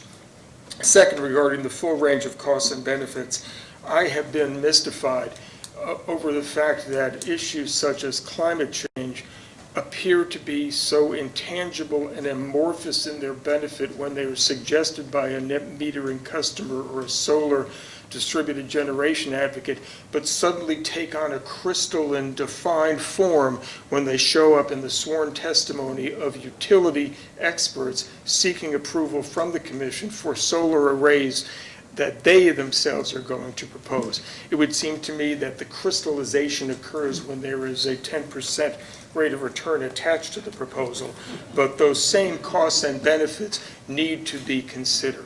As to whether environmental costs of health and environment are within the purview of the commission, I've been paying, and every ratepayer in this Commonwealth has been paying environmental surcharges for years based on the installation of pollution control equipment which was intended to protect human health and the environment. It is entirely disingenuous for the utilities to suggest, since they have come after installing that equipment in order to meet public health mandates, that the benefits of a solar technology that does not generate those pollutants should be ignored. Finally, I would encourage, it was in this very room that I had the privilege of representing the solar installers in the development of the initial net metering guidelines. I would hope, as my late brother would say, that we look at collaboration and not collaboration when it comes to setting the value of solar under this, because we're capable of much better than what was shown by the utilities during the legislative process. Thank you very much, and I'm happy to answer any questions that you have. Well, I do have one comment, because you talked about benefits being intangible but crystal clear utilities versus those that speak to the benefits and health and whatever else it might be. And when those types of benefits are brought by the utilities to the commission, I call those foo-foo benefits. In other words, they're not known and measurable. They're there to justify a cost. The commission discounts those for what they are. If there are any type of benefit that can be identified, those are taken into consideration for the rate structure. If they can't be known and measurable, then the commission discounts those. So yes, the utilities do bring those at times. Certainly. And we do not pay a lot of, I don't pay a lot of attention. And I appreciate it, Vice Chairman. There are, in fact, if you look to the utilities' own future projections of demand and how they intend to meet that demand, they are costing the controls over of greenhouse gases. Those are in there. They give a high, low, and medium range, but they have in fact put a quantifiable monetary value. And when they're projecting out the demand profile, of course, in most of the cases, they're looking at capacity that is excess to sufficient and overly sufficient at this point. So we're not looking at new generation, but when they have done so, and they have come for proposals to do a natural gas combined cycle rather than a new coal-fired plant, or they're looking at purchasing in the market rather than constructing new capacity, they are factoring in and monetizing the cost of climate compliance, because there's no one who is vaguely familiar with this field who believes that the next generation of capacity will be constructed, operated, and mothballed before there will be a mandated control and price that will be set for climate mitigation. And so it is on the horizon, but even if you're looking at those that have been more thoroughly vetted, the generation of a kilowatt of solar power does not bring with it the fine particulates, the sulfur dioxides, the nitrogen oxides, the ozone precursors that are generated and are still emitted, notwithstanding the installation of controls, from a kilowatt hour that would be generated in its absence by a coal-fired plant. So it's the old sauce for the goose, sauce for the gander. If we are going to recognize as legitimate the environmental goals of public health when it comes to allowing utilities to install and pass along to customers the cost of environmental compliance to meet those standards, then we must look at the positive benefit of the lack of necessity for operating those plants, the remnant pollution that is emitted notwithstanding the application of those controls, because there are still people getting sick, still people dying from exposure to these pollutants, which is why, as the health science improves, we still see a ratcheting down of those levels, because the goals are set based on human health. And while it may seem very crude to say it, there is actually a monetization of those avoided costs and what it's worth that is contained in the EPA regulations and has been thoroughly vetted, litigated, challenged, and is there. So we have external areas we can look at and say, that's the value of not generating that additional ton of fine particulates. And so as we're looking at this unique situation with this relative handful of customer generators who are not merely using less like somebody who's installed efficiency controls, who is not being singled out and punished for using less electricity, we need to look at the fact that they are making a contribution to their neighbors. Typically, that's where the electrons are going. So happy to answer any other questions, and I've got to say, I appreciate more than you know the fact that you opened this administrative case, because this is a good time to vet a lot of these issues initially rather than doing it in the context of a particular utility in a particular rate case. Thank you. With a timeline, I'm sorry? with a very aggressive timeline. That's right. Thank you very much. Do you have any questions, Commissioner Matthews? Yes. I don't often get to ask him questions. So you're saying that the net cost, if you're reading the legislative language, you would read the word cost as net cost, correct? Yes. And if you recall, Commissioner, when you look at the phrase dollar value, it doesn't appear by itself in this sentence. One of the things I was always taught when you're doing statutory construction, you give effect to every single word in the statute so as not to create any surplusage or redundancy. And what it says is the dollar value of the electricity fed into the grid over the billing period, I believe, as prescribed in KRS 278-466. So you have to look to that section, which talks about the cost-based, and then I look to the language of the letter that the commission sent as a corporate body to the ranking member, to the chair of the Senate committee, indicating that costs and benefits were clearly within the province of the commission, provided they were tangible, which gets back to your point, Vice Chairman. Known and measurable. So for environmental benefits,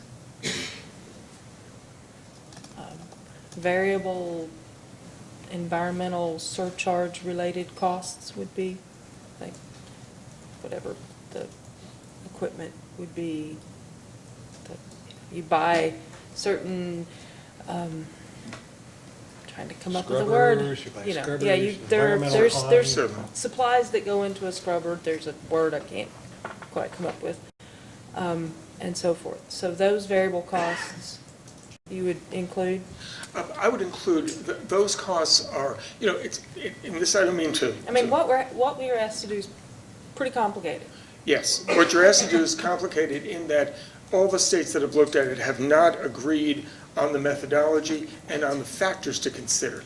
The National Renewable Energy Laboratory and I believe NARUC have talked about some factors that they believe are typical, and those include the avoided costs of distribution, impact on the grid, and those I'm looking forward to exploring in the context of a proceeding where everybody's under oath and we can get down to looking at real numbers and real issues.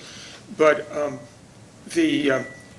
the avoided costs of pollution associated with this generation, I think, are what I'm looking at, the incremental costs of not generating that additional uncontrolled pollutants. Because even with the controls, there are still pollutants being emitted. So I focus more on that because the idea is, you know, the reality is the utilities, and you have seen this, utilities have a lot more capacity, and so they're not really interested in people using less of the product. And even though we've been telling people for years to do just that.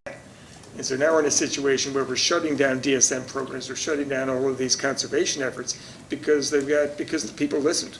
Why we're singling out this group of customers is beyond me, but that's your mandate, is to find a fair, just, and reasonable rate.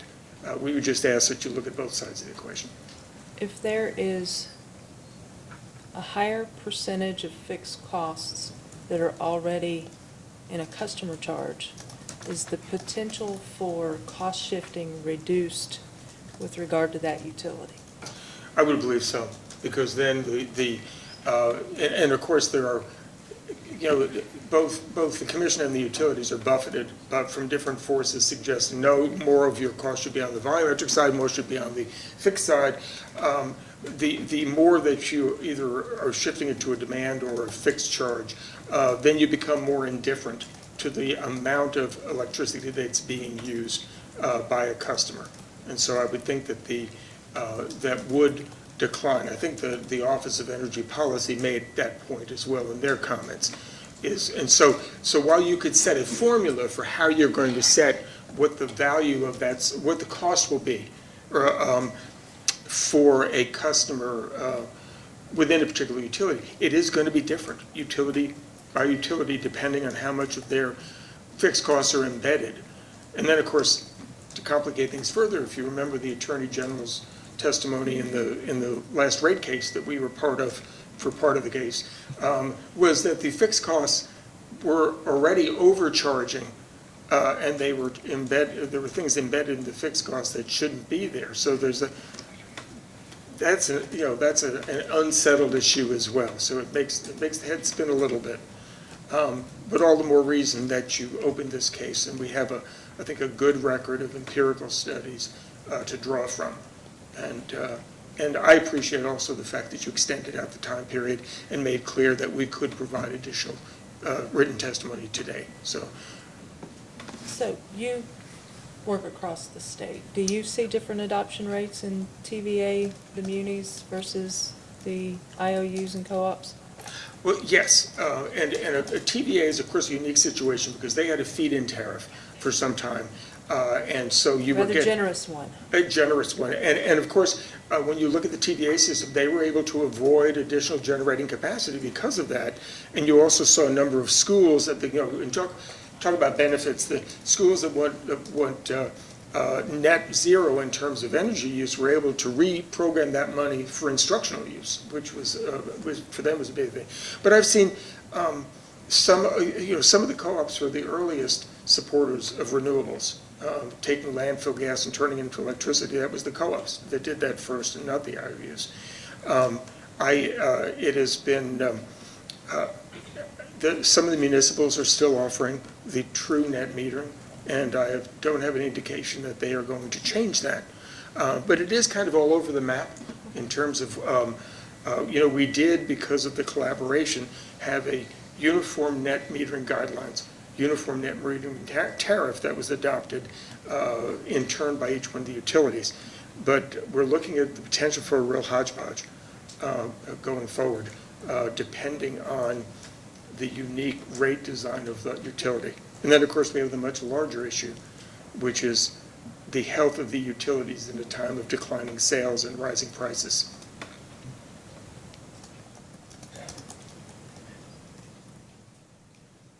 Thank you all very much. I appreciate your on today. Appreciate your patience with me.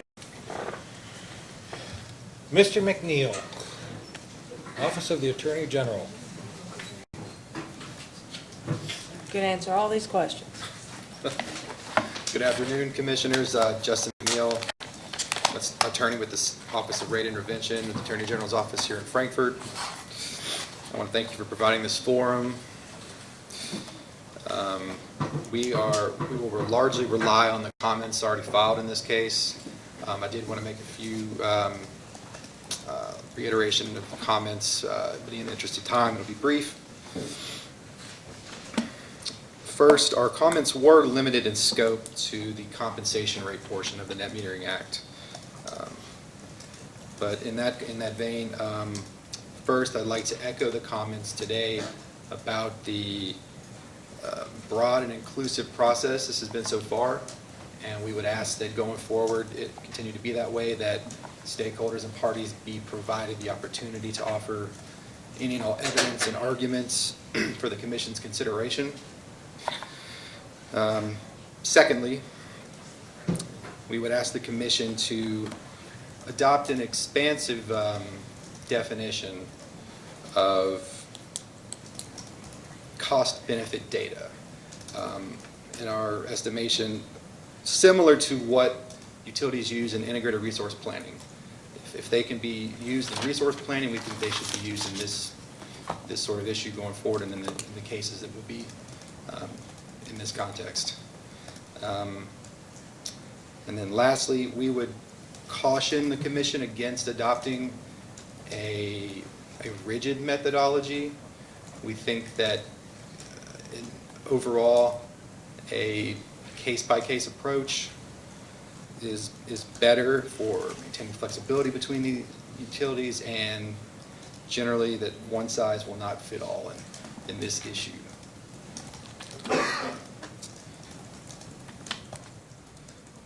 And that is all I have. Commissioner Matthews? I don't have anything. Thank you. I do have one. You said that it should be applied in the same respect as an IRP, Integrated Resource Planning. For those that don't know, that's a planning process for utilities looking forward and how they're going to have their energy generated, what types of generation is going to be. But it's a process that usually by the time it comes to the Commission is almost already outdated. I mean, to be honest. Right. I think what we would say is that would be the floor for which those costs and benefits to be considered are those in the resource planning. You are right that sometimes those don't look far ahead enough, or technology is changing so fast that by the time the IRP report is issued, it's already beyond that into some other type of resource rather than, I mean, look at how fast solar and wind have come on, renewables in general. If you were doing an IRP plan that was due this year, you would have started 4 years ago. I don't think anybody would have anticipated the amount of coal plant retirements and conversions to gas turbine and the renewable portion of how fast this has gone forward, so. That's correct. I'm not sure that that's the best way to do it, but. Well, it wouldn't be limited to that, but I think that's a good starting point for consideration of those And costs and benefits. the commission does not really interact on IRPs to the extent that the commission interacts on other And a rate-making process. rate-making. Correct. Correct. Okay, well, thank you, Mr. McNeil. Thank you. Do you have any comments that you want to make before we wrap this up? Just that it's been nerd heaven, I've enjoyed it. Sorry.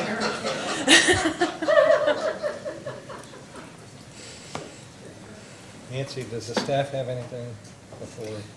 We just have one brief question for Mr. Party Miller. I'm sorry, I was looking at it. How long do you think it will take for you to poll your members and be able to answer the data request? And please feel free to consult with your counsel. We don't want to give you too little time, but we do have a certain amount of time we want to get the report out by.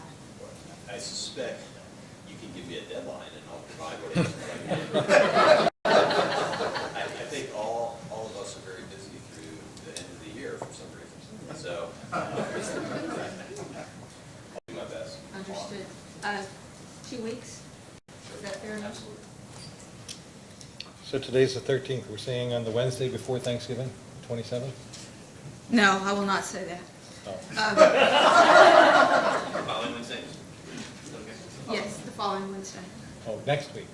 No, the December. Oh, 3 the weeks. December 4th day. Yes, yes, to give them 3 weeks to account for Thanksgiving. December 4th, okay. Okay, with that being said, thank you everyone for attending. This is a process that will be a learning for us as well as everybody else, and we do appreciate your comments. And with that being said, the meeting's adjourned.